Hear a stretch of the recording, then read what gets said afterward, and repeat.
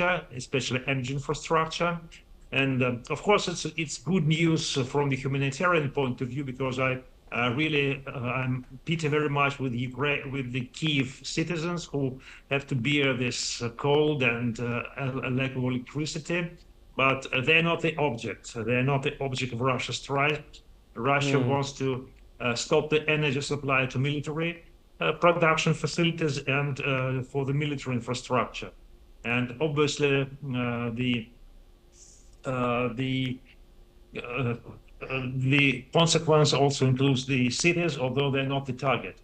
But anyway, this is the concession on the Russian side. Okay. And this concession is made in hope for some flexibility on the Ukrainian and American side. Let's see what will go on in Miami. Indeed, indeed. And of course, Trump is saying hostility with the Ukrainian president is complicating these negotiations, and especially going into tomorrow.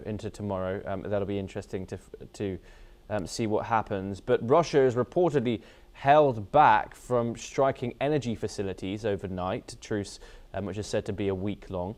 Do you think that represents genuine restraint or calculated signaling from the Kremlin?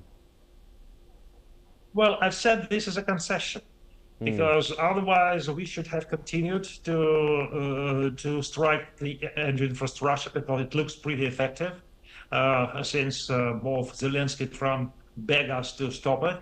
That means that this is effective, but we are stopping it, and this is a concession.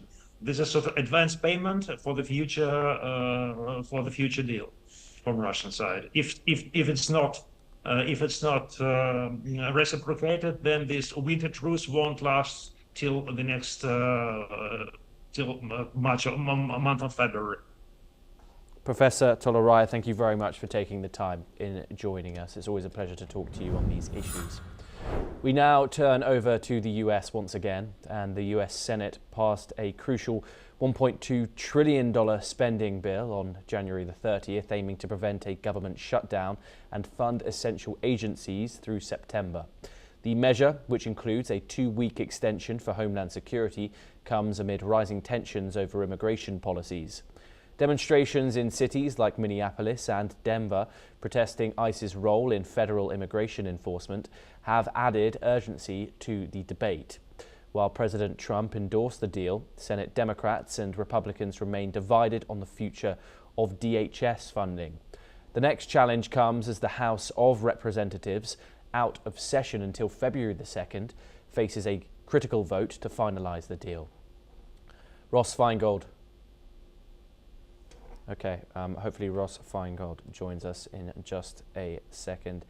Of course, a crucial bill has been passed through the Senate, a $1.2 trillion spending bill aiming to prevent another huge government shutdown, which we of course have seen previously for over a month last year. This measure, of course, which includes a 2-week extension for Homeland Security, comes amid rising tensions over these immigration policies. Ross Feingold joins us now to discuss this issue. Ross, thank you very much for joining us here on NewsX World. Is this a significant development that the Senate has passed this $1.2 trillion spending bill, which of course would see government workers from being suspended from pay once again? The House is out of session until February the 2nd, however, we'll of course talk about that when that occurs. But what is the significance of this, especially given the political tensions in the United States at this current moment? I think the significance here is the Democrats, more so than the Republicans, they don't want to be blamed for a government shutdown. So the Democrats have a number of issues over which they have strenuous disagreement with the Republicans and the Trump administration. They do have the option of holding out and not passing the funding bills for the government agencies, which would result in a government shutdown, just like what occurred last year. But there is a political price to do that, and it's a debate. The Democrats internally, this is a significant area of disagreement amongst themselves. Some say we need to hold out for our priorities, and others say no, the political cost of doing that and bringing the government to another shutdown would be tremendous. So it appears for now that a sufficient number of Democrats have taken the view that it's too dangerous for them to risk paying a political price of a government shutdown. Thus, they've agreed to fund these government agencies, avoid a shutdown, but it comes at the expense of some of their own supporters saying you don't have the courage of your convictions. And Ross, to what extent is the immigration policy influencing lawmakers on both sides of the aisle when it comes to decisions like this? Again, for the Democrats, one of their priorities is to either reduce funding or write into the law that funds the Department of Homeland Security restrictions and specific instructions, for lack of a better description, as to what these government agencies can do when they are enforcing the immigration laws. So they had the option of holding out, and some of them decided not to. Again, some of the Democrats have just basically given up on forcing changes with how the Trump administration conducts immigration enforcement. But we should be absolutely clear, even if there was a reduction in funding, even if some new wording was added into the legislation, such as what agents or officers can do when they're literally on the streets enforcing the immigration law, how they interact with the public, et cetera, et cetera. Generally speaking, that will not change the Trump administration's approach. The Trump administration will continue to surge federal officers in different locations around the country as they continue their efforts to detain and deport people who are in the country illegally. Ross Feingold, do stay with us as we move on to another related development. And the US State Department has approved more than $6.5 billion in potential military sales to Israel. This includes a $1.98 billion sale for Joint Light Tactical Vehicles, a $3.8 billion deal for AH-64E Apache helicopters, and $740 million for other equipment. Meanwhile, the General LLC will provide the vehicles, while Boeing and Lockheed Martin will deliver the helicopters. These deals are part of the US's ongoing support to enhance Israel's defense capabilities. The Pentagon made the announcement on January the 30th in separate statements confirming the approval of those key contracts. Ross Feingold joins us once again. What's Washington signaling here, Ross? $6.5 billion to Israel in military aid at this moment. The signal is the relationship between the Trump administration and Prime Minister Netanyahu is excellent. So even though in the period after President Trump took office and before there was a ceasefire in Gaza, there were sometimes indications that relations between the two leaders had frayed a little bit, wasn't as strong as it was in the first Trump administration. And frankly, that's just completely not true. The ceasefire arrangement, broadly speaking, was a good deal for Israel. The Trump administration isn't supporting punishing or sanctioning Israel over civilian deaths or any type of human rights or war crimes accusations that other countries have made against Israel. And the Trump administration clearly continues to approve new weapon sales to Israel. So the relationship between the two governments, between the two leaders, is I would call it close to 100% aligned at the moment. Of course, the dissatisfaction, unfavorable view of Israel within the American public has increased drastically in the Democratic Party, but also drastically on the Republican side as well. How contentious are these deals likely to be in Congress and, of course, with the American public as well? In Congress, it's probably not likely to be contentious, although a growing number of Democrats in Congress and a very small number of Republicans have become more vocal in their criticism of Israel in recent years than compared to decades earlier or any time before the war began in Gaza in October 2023. But generally, I would say the overwhelming majority of members of Congress from both parties continue to support a close U.S.-Israel relationship, and specifically a close U.S.-Israel security relationship, including the sale of weapons by the United States to Israel. So I expect there to be some voices of criticism in Congress, but that will be a small number of people. It will not change the outcome here. As for the public, yes, there will be criticism in the public, whether that's online or scholars, foreign policy experts, people in the media, and specifically the more progressive media outlets, whether that's online or on television. But it will not affect the Trump administration's decision making, whether on this specific issue or on other aspects of the bilateral U.S.-Israel relationship. So even if there's public criticism of Israel or a growing amount of public criticism of Israel, I think it's safe to say that in the near to midterm, the Trump administration will continue its policy of broadly supporting Israel. As you've said, Ross, this is nothing new, but Donald Trump is now heading a board of peace, of course, which aims to de-escalate the war in Gaza and advocates for peace in the Middle East and in broader terms, of course. Do you think this could complicate Washington's relationships with partners for pushing for de-escalation in Gaza and the wider region, particularly those states which the Trump administration has particularly warned to, like Qatar, Saudi Arabia, among others who advocate for Palestinian rights?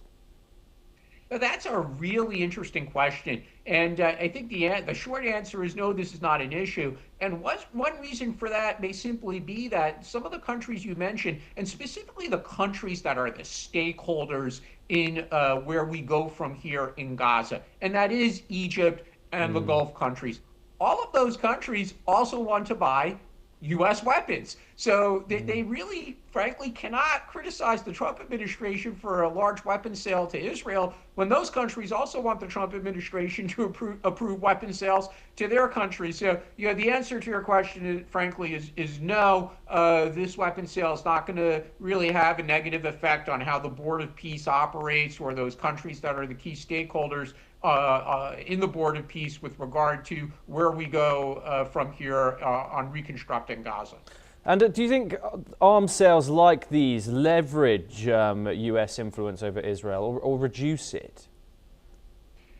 Over time, the U.S. might lose some of that leverage. And the reason why I say that is Israel has a very, very good domestic arms industry. It continues to grow. It continues to improve its capabilities as to what it can manufacture domestically. But there are still a lot of items that clearly Israel must buy from the United States and sometimes buys from other countries as well, although Israel is also a growing seller around the world. So maybe over time, the U.S. might lose some of that leverage because Israel will continue to develop its domestic weapons manufacturing capabilities. But at the moment, when we're in a situation where the Trump administration is very much aligned with Israel, very much supports arming Israel, there's just not an issue. There's no problem here. The United States is not seeking to use this leverage in ways that would force the Netanyahu government to change any policies.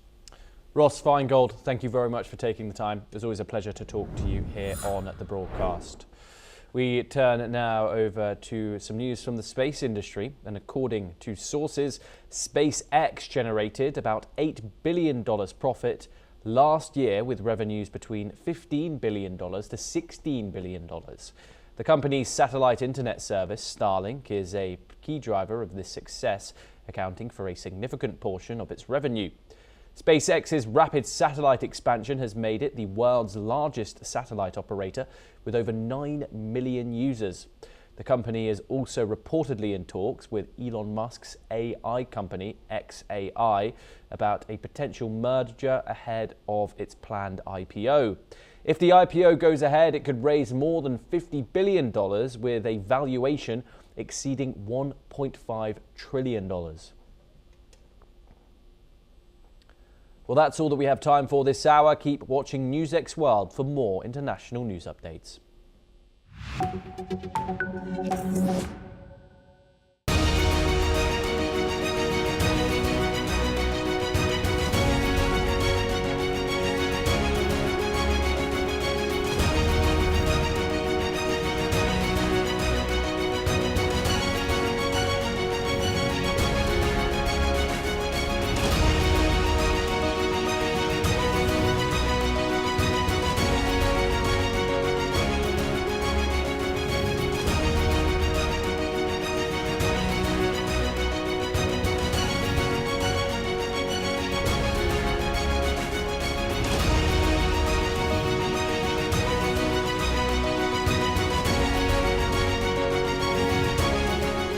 in the midst of this, life persists. In the midst of untruth, truth persists.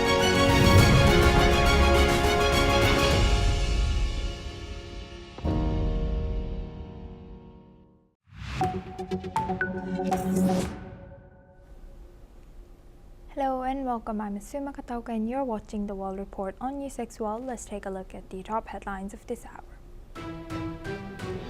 Russia has agreed to a request from US President Donald Trump to hold airstrikes on Kyiv until February 1st, amid sub-zero winter temperatures, with the Kremlin saying President Vladimir Putin accepted the pause to create favorable conditions for talks. The U.S. Special Envoy Tom Barak has hailed a new agreement between the Syrian government and the Syrian Democratic Forces as a historic milestone. The deal was also welcomed by French President Emmanuel Macron and Kurdistan Region President Nechirvan Barzani and is being framed as a step towards a unified Syria.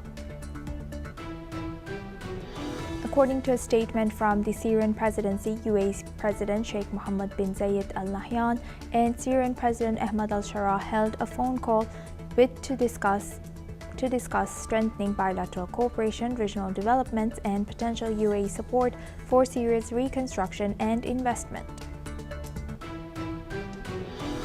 Iran has warned it could designate the armed forces of European Union countries as terrorist organizations after the EU added the Islamic Revolutionary Guard Corps to its terror list. Following US pressure, the ruling aims to shift control over the strategic waterway in Panama, marking a significant geopolitical development. China warns to take appropriate measures. Trump continues trade war with Canada with renewed threats of decertifying Canadian-made aircraft and charge a 50% tariff on those planes. Towns in Australia's southeast swelter in temperatures close to 50 degrees Celsius as wildfires rage through parts of rural Victoria. Uganda's Army Chief Muhoozi Kainerugaba has apologized to the United States after accusing the U.S. Embassy in Kampala of helping opposition leader Bobi Wine evade arrest. The incident comes as tensions rise after President Yoweri Museveni won a seventh term with recent raid on opposition leader Wine's home while Wine remains in hiding.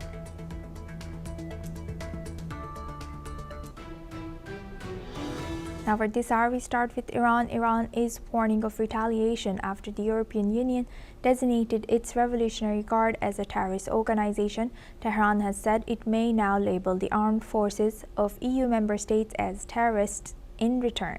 The warning came from senior Iranian security official Ali Larijani, who said countries backing the EU move would face consequences under a resolution of Iran's parliament.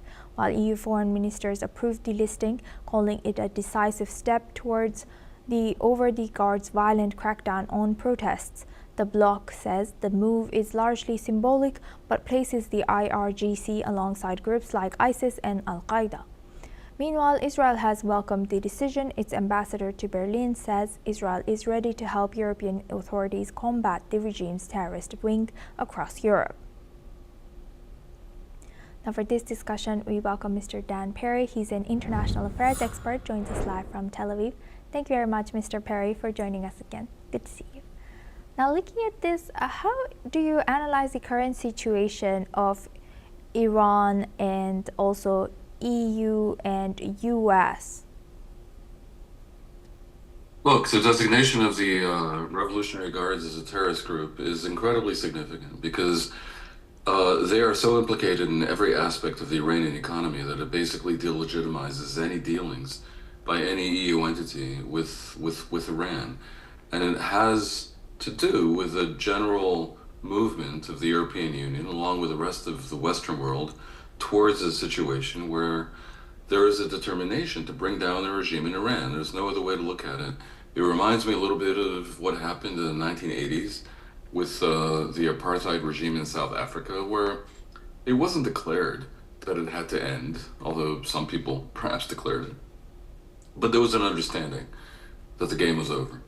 And I think there is an understanding that the game is over with the Islamic theocracy in Iran that is not only oppressing horribly the 90 million people of Iran, but interfering with Arab countries in the region and constituting a danger to world peace. So that's where we are, and that's the significance of that move. The Iranian counter move to declare European entities terrorists is comical, obviously. Okay, fine, so all of Europe is a terrorist. We'll see what that does, and my guess is it does nothing.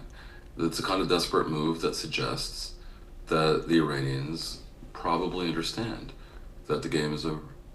And how cornered is Iran? Because Iran is talking with Turkey, talking with Saudi Arabia, which are all, of course, not its traditional allies. Yeah, so look, it's one thing to want the Iranian regime to fall, and quite another to be able to pay the price for a military move that aims to achieve it. And by the way, it's very difficult to cause the collapse of a regime that is willing to kill unlimited amounts of people. So, I wouldn't take too seriously what the likes of Saudi Arabia say in public. I mean, Arab regimes generally say in public things that they don't say in private.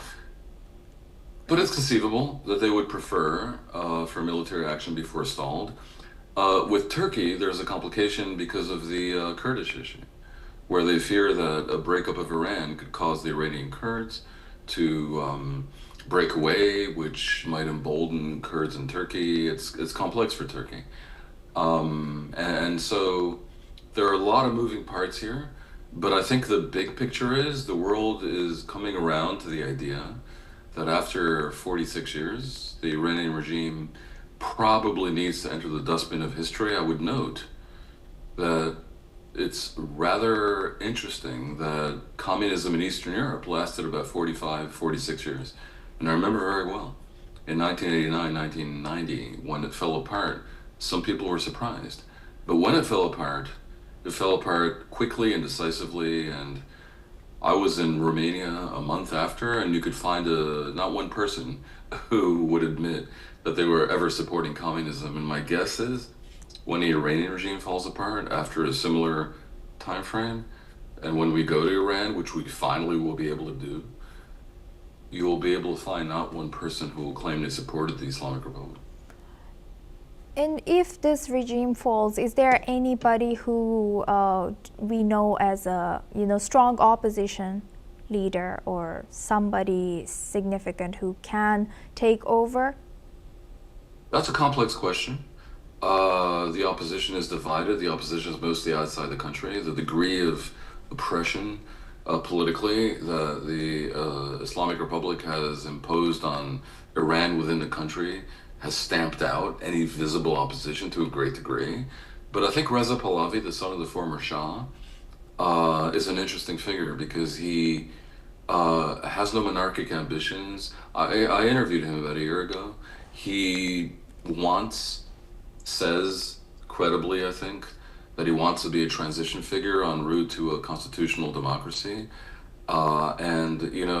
Sure, his father was not a democratic figure, but I believe after 45, 50 years abroad, pretty much, that's what he would like to do. And because we're living in a celebrity era where, people need a figure, much as your question implies, the idea that Reza Pahlavi could be that transitional figure, uniting the opposition in an ambition to create some version of democracy in Iran, could be effective. Now, I don't expect him to arrive in Iran tomorrow because that would be dangerous, but if they can get the Iranian military at some point, or parts of the Iranian military that precede the regime and that are in no way part of the Islamic theocracy, to betray the regime and to turn on the regime, as occurs generally when we have revolutions, it's the military that brings the coup de grace. If the Iranian military can do this, I am suspecting that they would agree to have Reza Pahlavi be a transition figure, yeah. Right. Thank you for highlighting that, Mr. Perry. Please stay with us as we stay on this topic. Now, British Prime Minister Keir Starmer has emphasized that the UK is working closely with its allies to prevent Iran from developing nuclear weapons. Starmer has confirmed that this remains a key objective for the UK. When asked if he would support potential US military strikes on Iran, he clarified that while he supported the goal of preventing Iran's nuclear development, discussions with allies are ongoing on how best to achieve this. Additionally, Starmer has condemned Iran's violent repression of protesters, calling the killing of demonstrators grotesque. Let's listen in.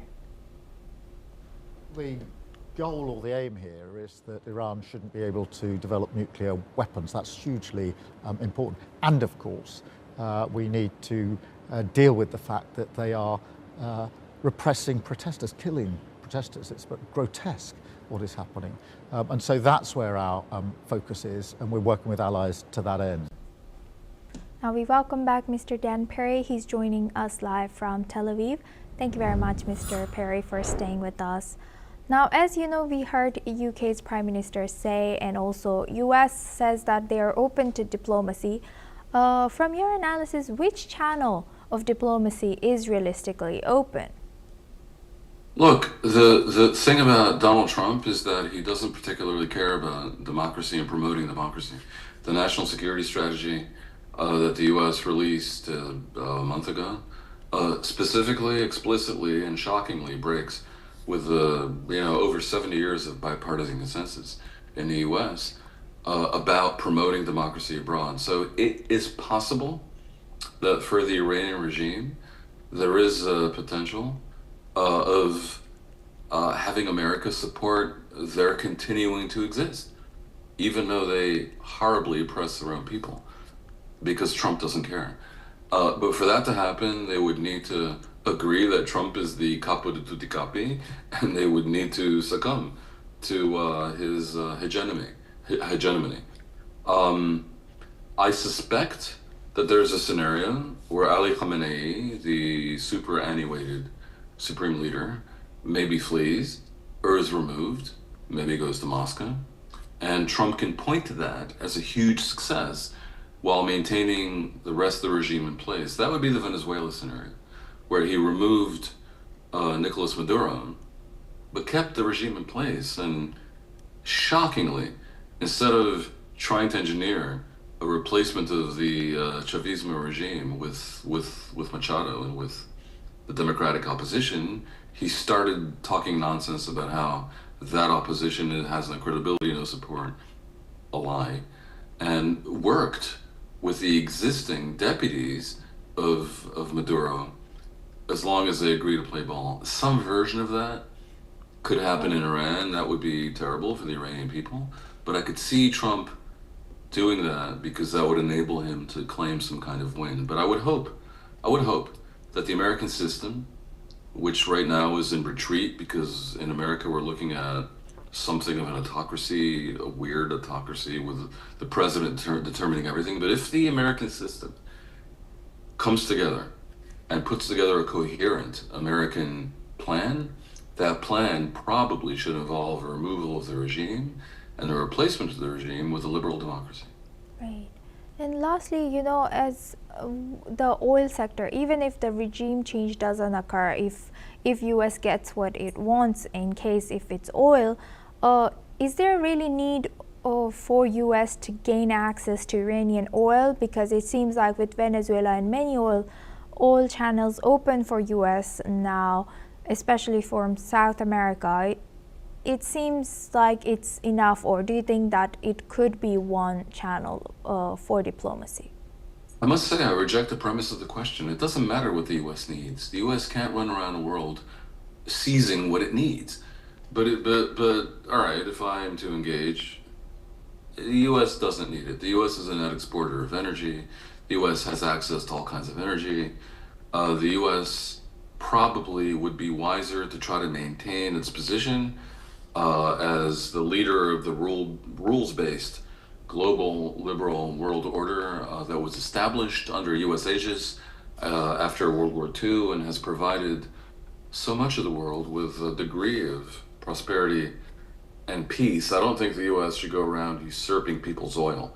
And again, as I say, nor do they need Iran's oil. I mean, it may be convenient, but that is not the way to go about your business. Thank you very much, Mr. Perry, for highlighting that. Please stay with us as we come back to you.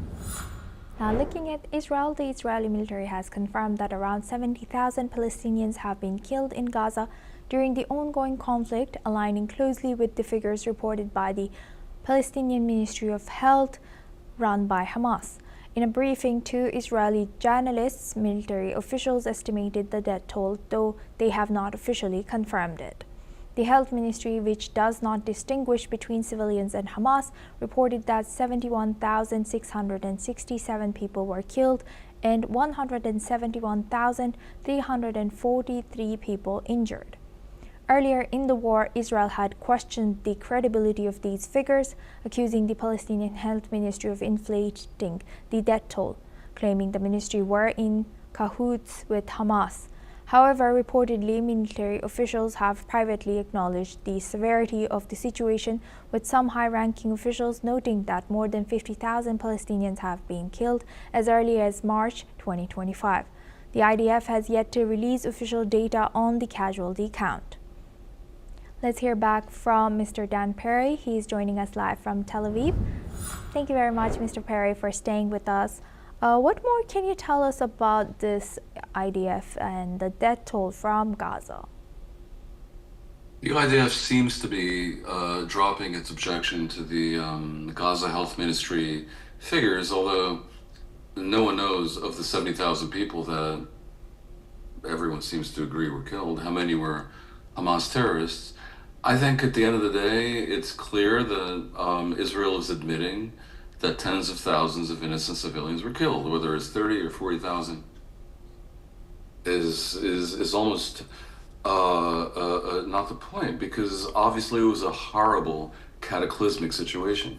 And of course, many more people are injured and many more people were left homeless. The narrative about this at the end will come down to who we blame. That it was a cataclysm is clear.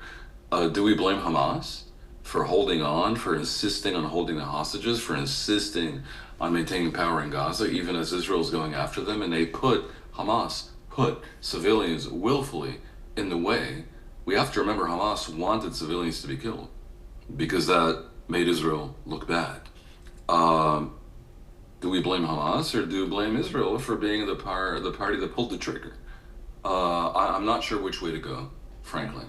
And it's conceivable that there are no particularly good guys here. But we see what happens when a nihilistic jihadist group is allowed to take over a territory and threaten its environment. And I would just hope that the lesson is learned, that this cannot be allowed to happen anywhere. And so the question right now is, can the world come together in some way to compel Hamas to disarm and get out of the way so that the Gaza technocratic government can move in and the reconstruction of Gaza can begin? Yes, 100%. Thank you very much, Mr. Dan Perry, for joining us today and sharing that important message with us. Thank you. Now we move on to U.S. The United States says it maintains significant oversight of Venezuelan oil products entering and exiting the country, a move seen as centric to U.S.-Venezuela energy relations and broader geopolitical strategy. According to reports, U.S. authorities are managing how Venezuelan crude is marketed and sold, with American regulatory frameworks shaping the flow and revenues of petroleum products tied to Venezuela's vast oil reserves. This comes amid a broader U.S. effort to reintegrate Venezuelan oil into global markets under U.S. oversight after easing some sanctions and negotiating export deals. Industry responses show some major buyers like PetroChina stepping back from Venezuelan crude marketed under U.S. control, while U.S. refineries such as Valero move to purchase Venezuelan barrels. U.S. policymakers argue that control over oil sales and revenue can help stabilize Venezuela's economy and influence political outcomes, though critics view it as exerting extensive geopolitical leverage over Caracas's energy sector. Now for this discussion, we welcome back Mr. Mark Sutherland. He's a geopolitical commentator, joins us live from London. Thank you very much, Mr. Sutherland, for joining us again. Good to see you. Now, looking at this, are we supposed to take this as a good news or is this a bad news? How will this be affecting Venezuelan people? Sima, good to be with you, and I note some of the comments from your previous guest. Thank you. The issue is this, to me, in my humble opinion. This has to be seen on a number of levels. One, of course, is the narco-terrorism within that region, the relationship between Venezuela and the Iranian regime, the advice that the Iranian regime gives to Venezuela in regard to getting around all of the restrictions that the sanctions that various countries led by America have put on Venezuela. And as your previous guest said, at the moment, you could argue that people who are principal roles within the Maduro administration are still there, e.g. his deputy is now running the country. We go back in history, the American petro industry put a lot of investment in regard to Venezuela. There has been those comments that said, well, we invested heavily in there. We then, all of those assets were then stripped off us in nationalization by previous leader of Venezuela, Chavez. So from when 1998 they voted in a socialist government. So all of those factors have to be put in, and as President Trump has basically intimated, other people have said, well, it's payback. We want our money back in regard to the investment. What is also fascinating here is how different countries, because of what they've been up to, that is not helpful in regard to the rest of the world, in regard to drug smuggling into America, then it's how these countries are then interlinked.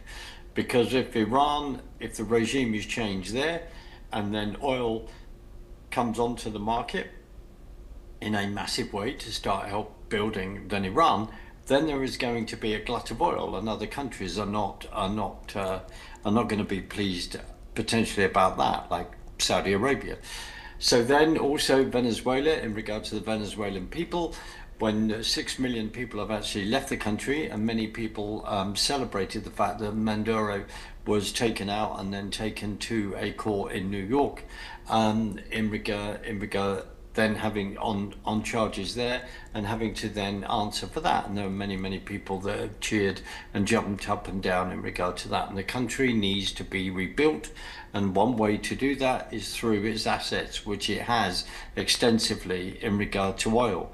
How this balance is going to work out is going to be rather interesting, as President Trump has been rattling the diplomatic cage in a way that the diplomatic cage and the international order has not liked. Asuma. Right. And if you were listening to, our other panelist, Mr. Perry, he also mentioned about how President Trump doesn't seem to be care as much about democracy. So what's your take on this, and if you can connect it with the current situation in Venezuela? Very interesting when you use the word democracy where America is concerned. America is not a democracy, it's a constitutional representative republic with alienable rights. And the other thing about democracy, is we're presently finding out in the UK, is the fact that democracy leads to mob rule. That people may have a huge majority of members of parliament inside the UK, but how they got there on a limited vote is another question. So the other thing is looking at the MAGA base, is looking at security of the MAGA base, even though a lot of that MAGA base would be now turning around and going, well, hold on a minute, what has Iran got to do with us? Well, Iran is the terrorist state. It exports terrorism around the world. It's the #1 country at then doing that. And of course, at this time, while certain individuals in America who are socialists, communists, who want a color revolution, are then playing that out on the streets of Minneapolis in regard to resisting ICE agents, removing people from the country who are there illegally. And that was one of the comments way up there in regard to priorities of why people then voted for President Trump. How those stories are then, like in the sad shooting of Peretti, this individual who put himself in the way of ICE agents wanting to carry out their duty. If you then see footage of him previously kicking the back of an ICE agent's car and smashing the light, the reason why I say this, it all depends how these things are played out in the media and if they are being truthfully reported. What happens is, in the beginning, we can argue is that they are not. It's until people do dig down, they then find out the truth and what is going on. All of this is in the mix in regard to perception, because other American politicians, Rand Paul for argument's sake, that has turned around and said, well, you've been blowing these boats out of the water in regard to narco-terrorism. How do you know that terrorists are on there? This is not a good idea. These boats should be stopped. There was lots of disagreement in regard to how this is then being carried out.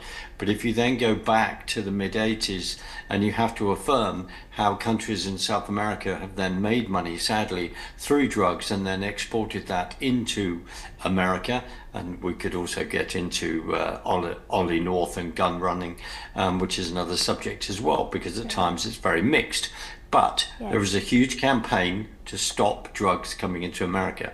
That is all also part of this. In other words, there's so much in the mix that you and I need about 3 hours to unpack all of it. Thank you. Indeed.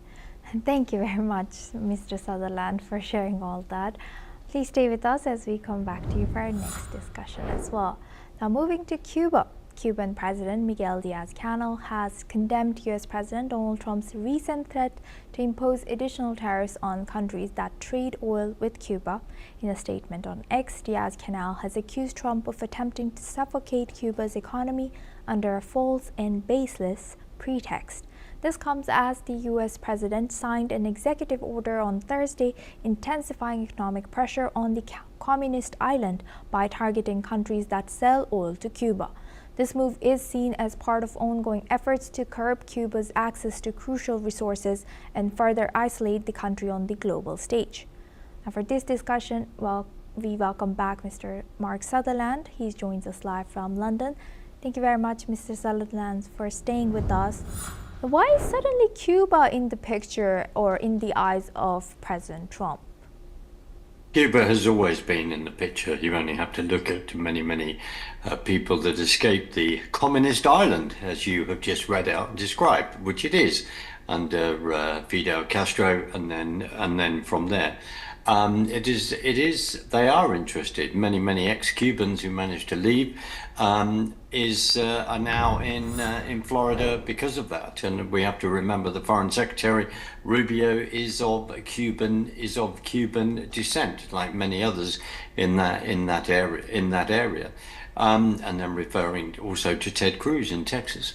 So it is a communist country. People are not free to express their opinion, which is another issue that the UK is facing, and it's always led by tyranny. So many connections there. Family, in regard to family, of why people fled Cuba and then have gone to Florida. We then have to look in the 60s, the Cuban Missile Crisis, when JFK was alive before he was shot. How we then handled that. We don't have time to discuss the Bay of Pigs and trying to overturn the regime at that time. But they are communist, and a variety of people understandably object to that. We only have to look through the 20th century. We look at Stalin, and we also look at how the China then conducts itself with their history when we go back to Chairman Mao. So it's a communist island that the American ideology, what America stands for, disagrees with. So how this is going to play out, it's going to be interesting, because the oil, other minerals are being used again by President Trump to rattle diplomatic cages, in my humble opinion. Right. We will be eyeing that. Thank you very much. With that, I would like to thank Mr. Sutherland for joining us today and sharing that insight. Now we move on to our next news. Former CNN anchor Don Lemon was arrested by federal authorities in connection with a protest at a Minnesota church earlier this month. Lemon, who, along with journalist Traherne Jean Cruz, Georgia Ford, and Jamal Lundy, were detained over their involvement in a protest at City's church in St. Paul. Lemon's attorney, Abev Luell, has stated that his client was arrested in Los Angeles while covering the Grammy Awards, criticizing the Trump administration for prioritizing this case over the deaths of two peaceful protesters in Minnesota. The Justice Department plans to pursue charges related to Lemon's coverage of the January 18th protest, which was triggered by allegations that the church pastor, David Easterwood, works for ICE.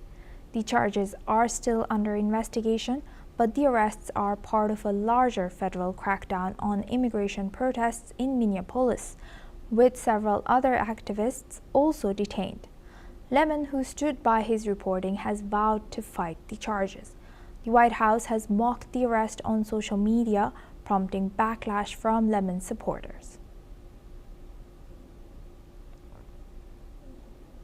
Now we move on to Panama.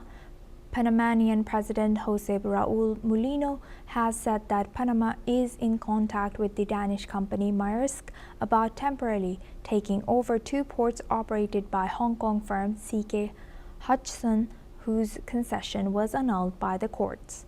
The Panamanian Supreme Court has invalidated the contracts amid the repeated threats from U.S. President Donald Trump to reclaim the interoceanic waterway that the United States built and ceded to Panama, and claiming that it is controlled by Beijing. Let's listen into what the Panamanian President Jose Raul Mulino has shared. Me dirijo a ustedes en virtud del fallo del Pleno de la Corte Suprema de Justicia en relación a la inconstitucionalidad del contrato de concesión de las terminales portuarias de Balboa y Cristóbal operados por Panama Ports Company. Nuestros puertos son uno de los pilares estratégicos para la economía nacional y un eslabón clave para el comercio internacional. Es importante destacar que hasta que el fallo quede ejecutoriado, se produce un periodo de continuidad del actual operador sin ningún cambio operativo. Después comienza un periodo de transición que se culmina con una nueva concesión bajo términos y condiciones favorables para nuestro país. Now moving on to sports, Novak Djokovic is through to the Australian Open final after a thrilling 5-set win over reigning champion Jannik Sinner. The 38-year-old Serb battled back from deficits to secure victory in the late-night marathon. He will face top seed Carlos Alcaraz in Sunday's title match. A win would give Djokovic a record-breaking 25th Grand Slam, surprising Australia's Margaret Court. Alcaraz also reached the final after defeating German Alexander Zverev in a hard-fought 5-set battle. Djokovic showed resilience despite age and injuries, keeping his hopes alive for another historic Melbourne triumph. That's all we have time for. Keep watching NewsX World for more news updates from around the world.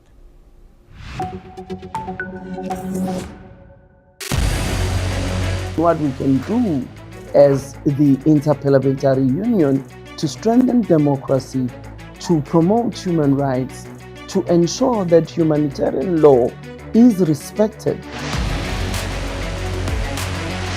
UN Security Council needs a makeover, a comprehensive reform, and India deserves a position there, a role there. Prime Minister Modi during Operation Sindoor made it amply clear that war has never been India's choice. We are with the side of peace. We are neither neutral nor indifferent. We are with peace. We would have dealt with US a whole lot on trade and those kinds of things, and that's not as certain these days. So we have to go back and look at our European partners, our Asian partners. An opportunity to exchange, to have a dialogue, to have a debate, on a different perspective on finding the solution of the conflict. First thing that is important to have a common ground, and that we do have with humanitarian laws and human rights, but also to say, okay, what does it mean for us as a country? Hello and welcome. I am Ellie Richardson and you are watching The World Report on NewsX World. Let's take a look at the top headlines of this hour. The US Justice Department releases 3 million pages, 180,000 images and 2,000 videos linked to Jeffrey Epstein. The release comes after a missed legal deadline, with officials saying it ends a major review to ensure transparency. Iran says it is ready for fair and equitable talks with the United States as regional tensions continue to rise. President Donald Trump refuses to rule out military action, while Tehran says negotiations cannot occur under threats.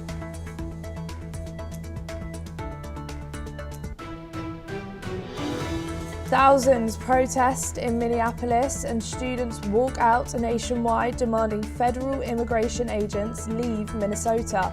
The action follows fatal shootings and comes as the Trump administration signals mixed messages on de-escalation.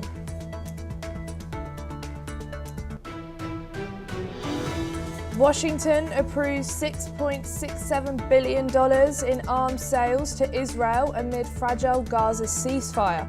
The package includes 30 Apache attack helicopters and infantry assault vehicles, according to the State of Department.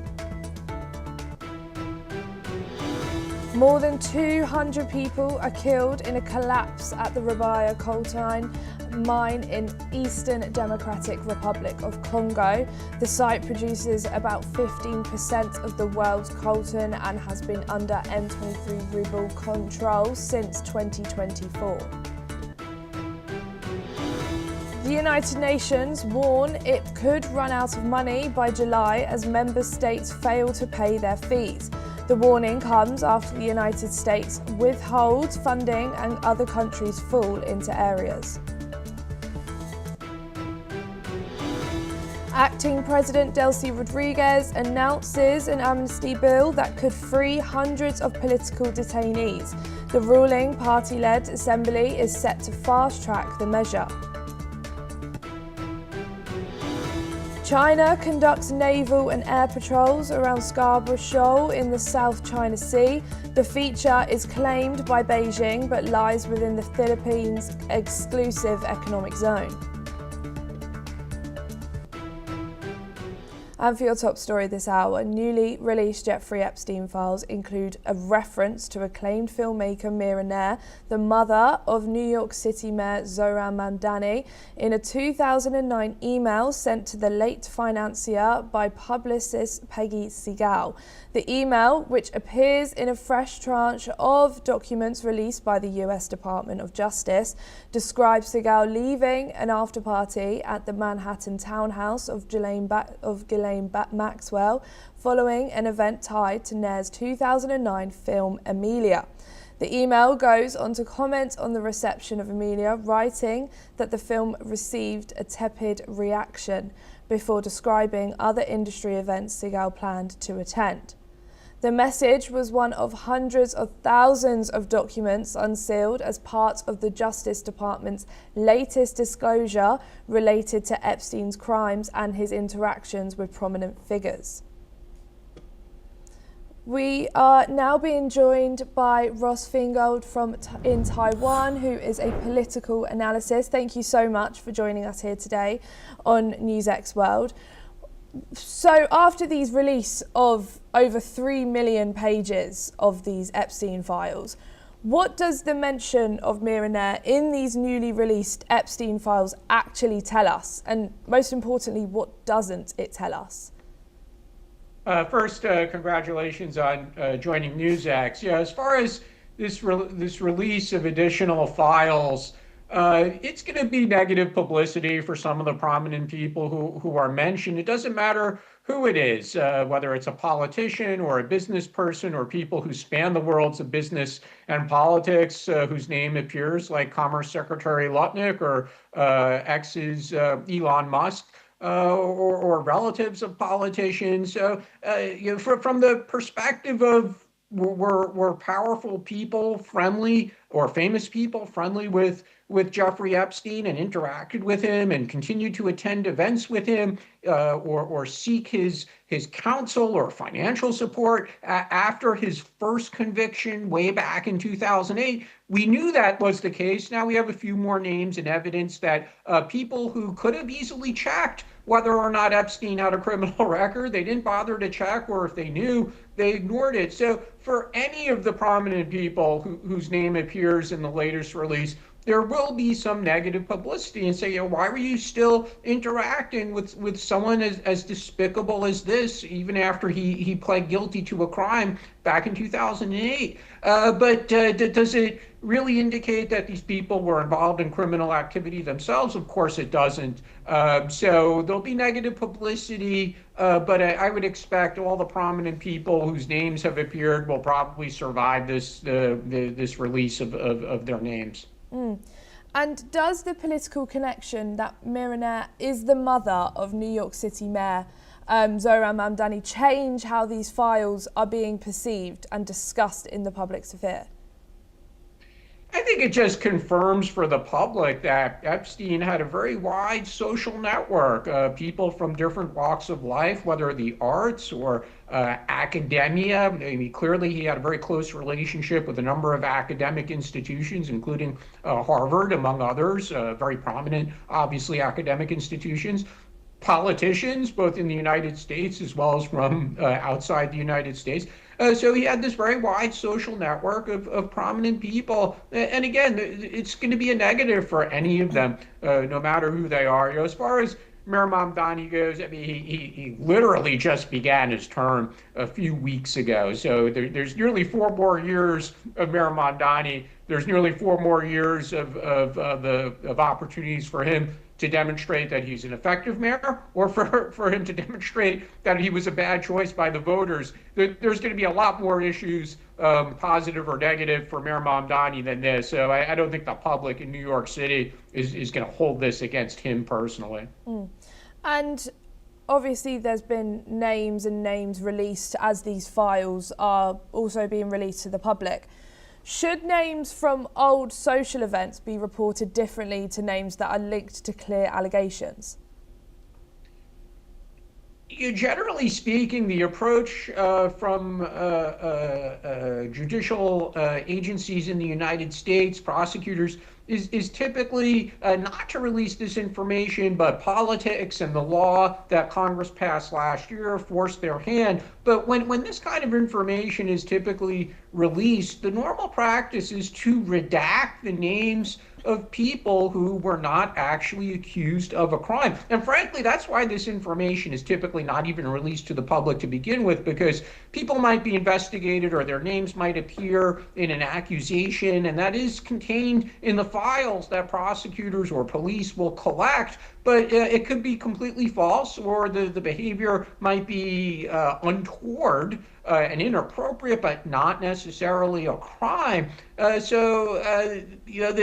Typically this info isn't released. When it is, normally the authorities would redact the names of people who were not charged with a crime. But the reality in this situation is the names of many prominent people have been released or through these multiple tranches of documents that have been made public. There are other people who we've known for many years associated with Jeffrey Epstein. So at this point, it almost looks silly to say, well, we can't release the names of people who attended a social event with him, because again, we already know so many names anyway. Epstein was such an active person on the social scene, whether in New York City or Florida or elsewhere. So at this point, I would say hiding names of people who attended events with him, it looks kind of silly because so much information has already been released already. And you just touched on it there, that so many people do go to these social gatherings that he's held, and he was a very prominent figure. But do you think, does the constant focus on who attended past Epstein-linked gatherings distract the accountability for the actual crimes? Unfortunately, Epstein did not really face accountability for his crimes, other than that one plea agreement he reached about 18 years ago, which most people now believe was what in American legalese we would call a sweetheart deal. He got a really good deal from the prosecutors, very light punishment for soliciting prostitution, and he was arrested and facing more serious charges in 2019 when he committed suicide in jail. So Epstein himself barely faced any accountability, and for many of the other individuals who associated with him, it seems like authorities don't have enough to prosecute them, other than Maxwell, who is currently in jail, and she was convicted, and her convictions were upheld on appeal for facilitating the trafficking of underage women for Epstein. But all these other prominent people, up to now, it seems that it was distasteful and foolish that they associated with someone who, especially after he was already convicted of a crime, and they continued to do so for many years. But again, it appears, at least as of now, that these other prominent people have not engaged in any criminal behavior. Thank you, Ross, for joining us, but don't go too far. We'll be back with you later. US President Donald Trump says Iran wants a deal rather than face US military action. He warned Iran that time is running out on nuclear negotiations as a large US naval fleet gathers in the Gulf. Iran insists its missile and defense systems are non-negotiable and maintains its nuclear program is peaceful. Iranian Foreign Minister Abbas Araghchi says talks are possible if based on mutual respect and trust. Trump says the US Armada will remain in the region and stressed negotiations are ongoing, while Iranian protests continue with thousands reported killed in recent unrest. Listen in to what the US President Donald Trump had to say. They were going to hang 837 people, and I told them, if you do it, you're going to pay a price like nobody's ever paid before. And they pulled back. I appreciated that. But a lot of people are being killed, so we'll see what happens. I can say this, they do want to make a deal. We are now being joined by Ross Feingold again. Thank you so much for joining us back here. If Trump says Iran does want to make a deal, how much of that reflects genuine Iranian willingness versus US strategic messaging with military pressure? At the moment, it's difficult to see what the deal would be. The United States and many other countries, frankly, they want or demand that Iran give up its nuclear research program. Iran says it's civilian and peaceful, and nobody believes them. It's clear that this program is designed to research and develop nuclear weapons, and that's why the United States joined Israel in bombing the Iranian nuclear facilities last year. So on that issue alone, there's clearly a huge gap between what Iran is willing to do and what the United States wants. Similarly, the issue is with its missile program as well. Iran has developed missiles that are not for its defense, but are actually for offensive purposes, and they've used those to attack Israel. And it's been a longstanding demand of the United States and its closest allies that Iran also give up that program. So those two issues alone show that there's a huge gap between the expectations of the United States and Iran. What's interesting here is whether or not the position of President Trump is that the current leadership needs to go, or is President Trump saying, if we could reach a deal on your missile program, if we could reach a deal on your nuclear program, I don't care if you continue to run the country as a dictatorship, as this religious dictatorship. That part is a little bit unclear. We have the obvious recent example in Venezuela where the United States did forcibly remove the president of the country. On the other hand, the United States left Maduro's team in control of Venezuela for now. So one of the key things here that, frankly, at the moment is still a little bit unclear is, does the United States, does the Trump administration seek a regime change in Iran, or does it not? And does linking a deal to Iran's nuclear program and protests make an agreement harder or easier?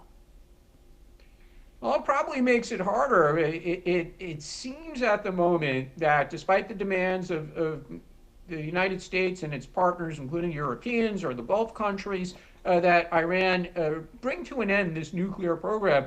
For the current regime in Iran, this seems to be something they insist on continuing to do. And as long as they continue to insist on their nuclear program, then there is a risk not just of continued sanctions, but possibly additional military action, whether by Israel, the United States, or both of them working together.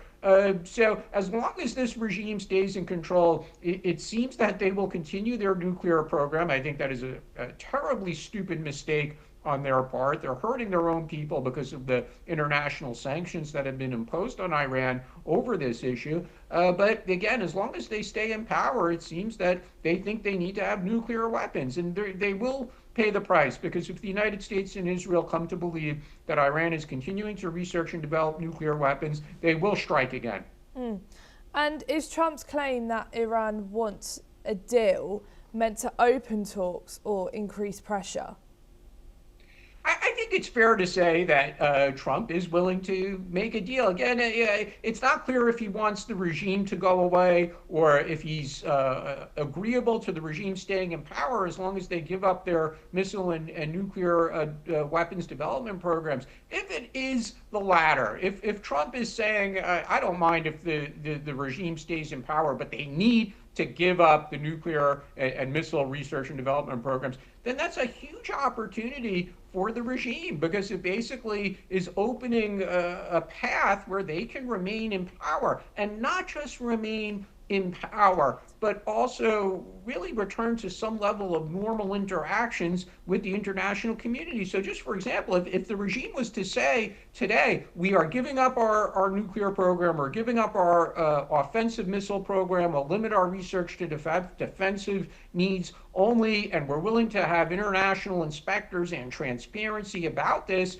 then a number of countries will remove sanctions. The United States might also remove sanctions as well. So again, to be fair to President Trump, it does seem at the moment he's willing to make a deal, which might include letting the regime stay in power.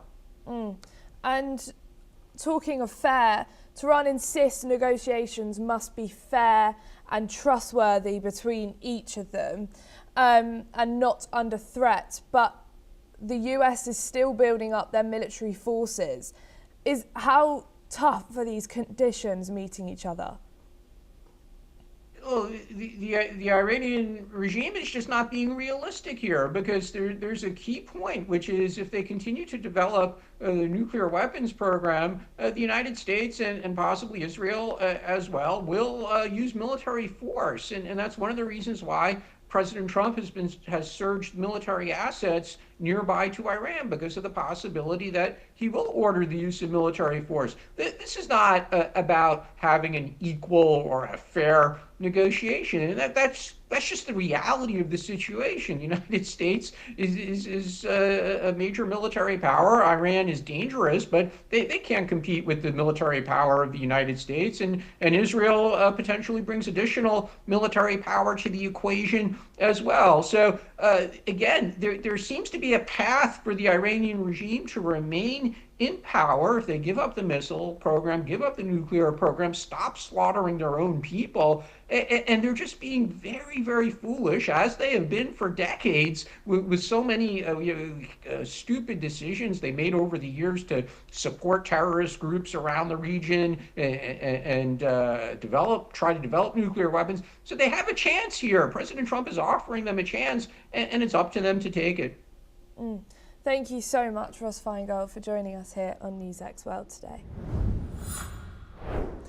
US President Donald Trump has endorsed Kevin Warsh as his pick for the next Federal Reserve chairman, highlighting Warsh's strong stance on lowering interest rates.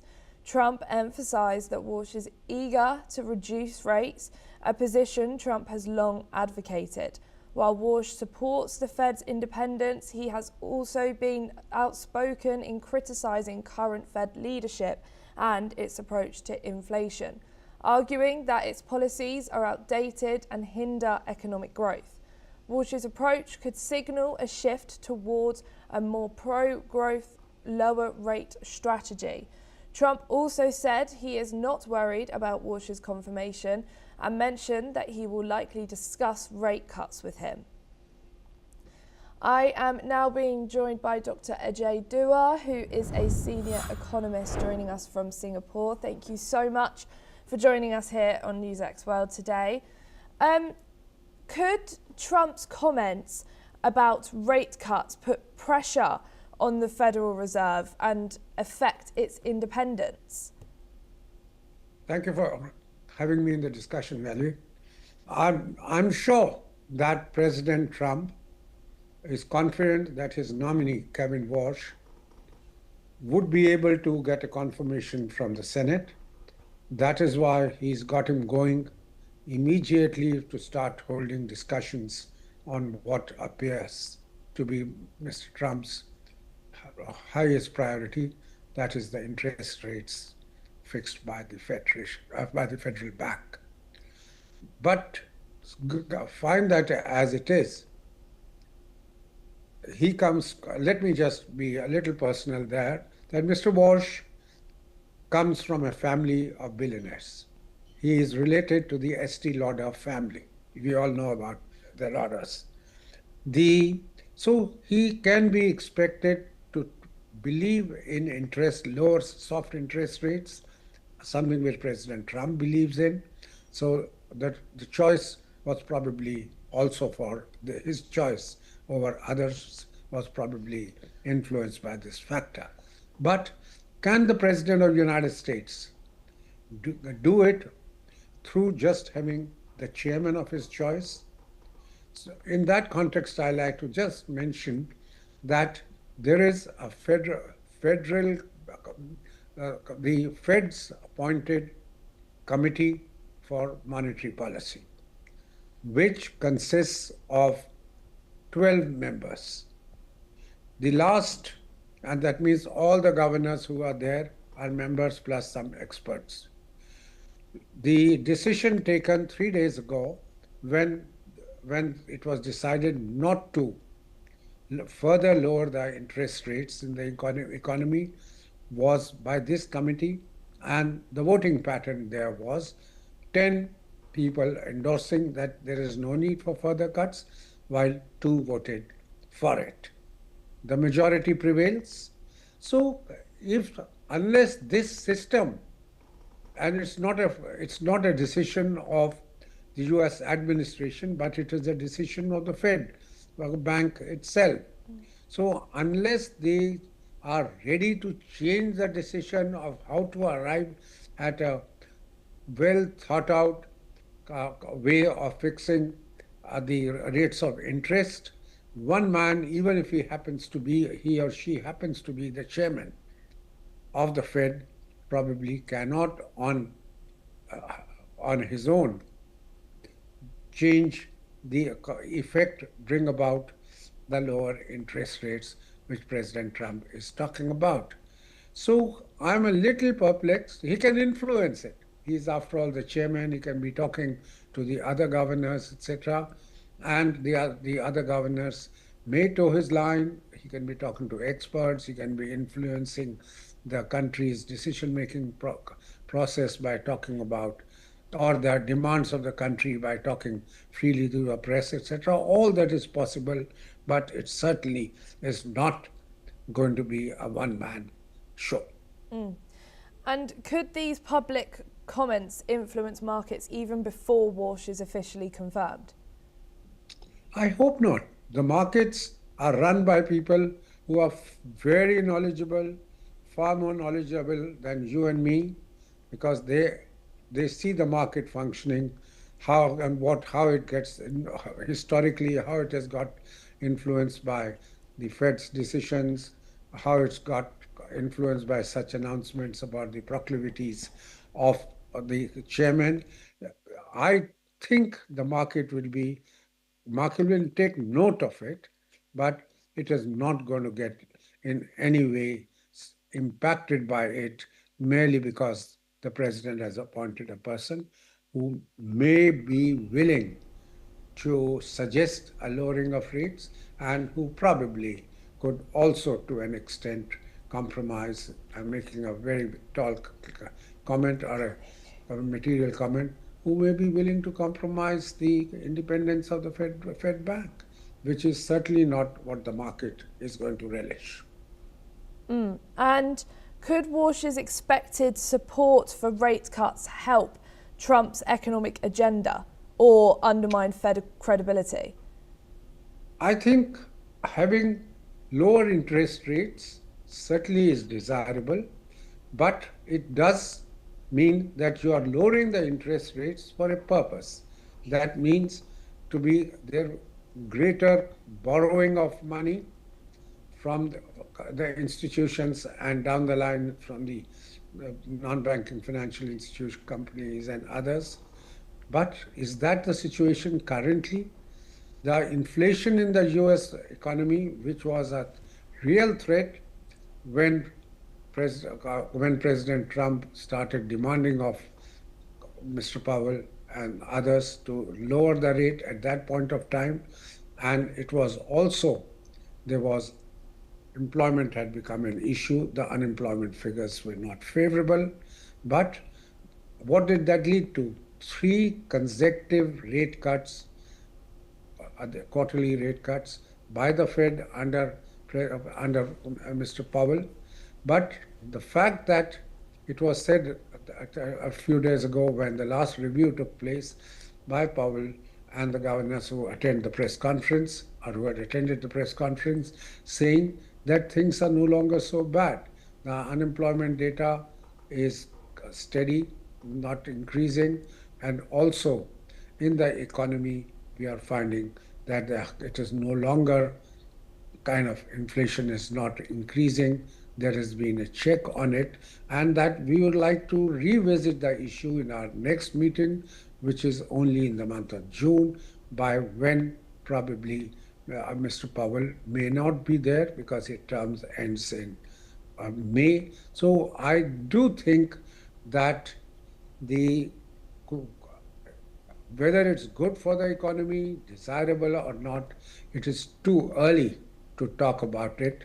What happens in the next 5 months, what Mr. Trump continues to do with the tariffs, what he continues to do geopolitically, how coordinated his actions are, how much of support he gets from the rest of the world, from his allies, etc., all will determine whether rate cut by itself is adequate to spur the economy. Thank you so much for joining us here today, Dr. Ajay Dua. The US State Department has approved a potential $9 billion sale of Patriot missiles and related equipment to Saudi Arabia. The deal includes 730 PAC-3 MSC missiles designed to enhance Saudi Arabia's missile defense systems amid growing regional tensions. Lockheed Martin will be the principal contractor providing the advanced missile systems. The Pentagon confirmed that this sale will not alter the military balance in the Middle East and will not negatively impact the US defense readiness. This approval comes after Saudi Arabia's request to bolster its defense infrastructure, ensuring greater security against missile threats. The deal is also aimed at reinforcing US-Saudi defense relations. A mine collapse in Eastern Democratic Republic of Congo has killed more than 200 people.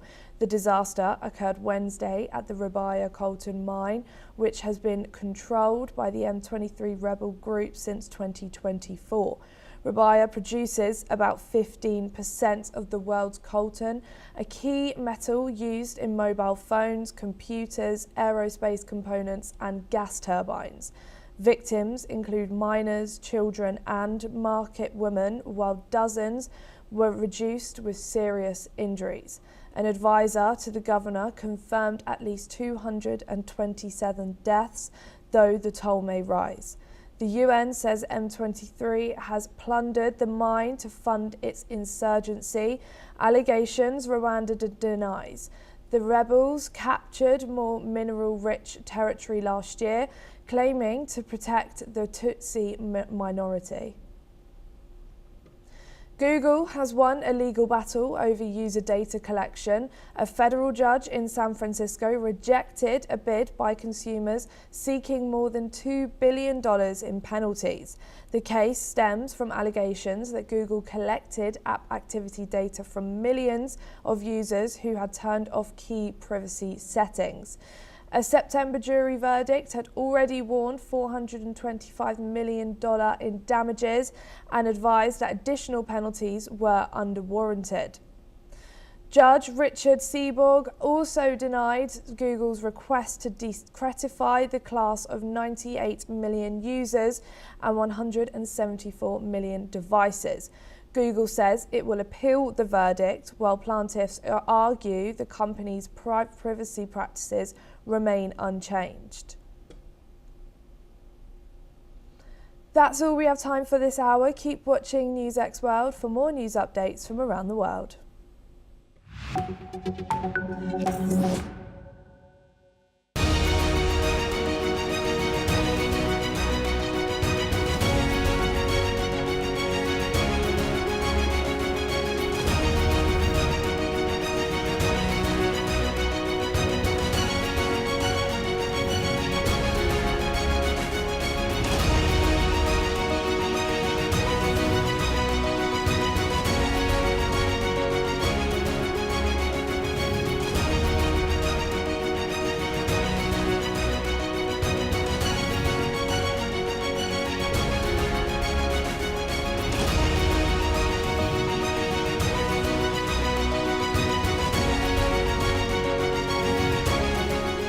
In the midst of death, life persists. In the midst of untruth, truth persists.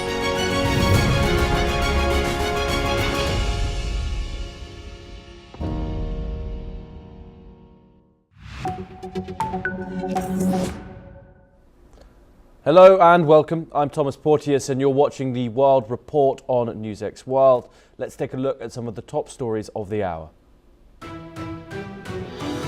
The US Justice Department is releasing over 3 million pages from the Epstein files. Officials say photos of women are redacted except those of Ghislaine Maxwell.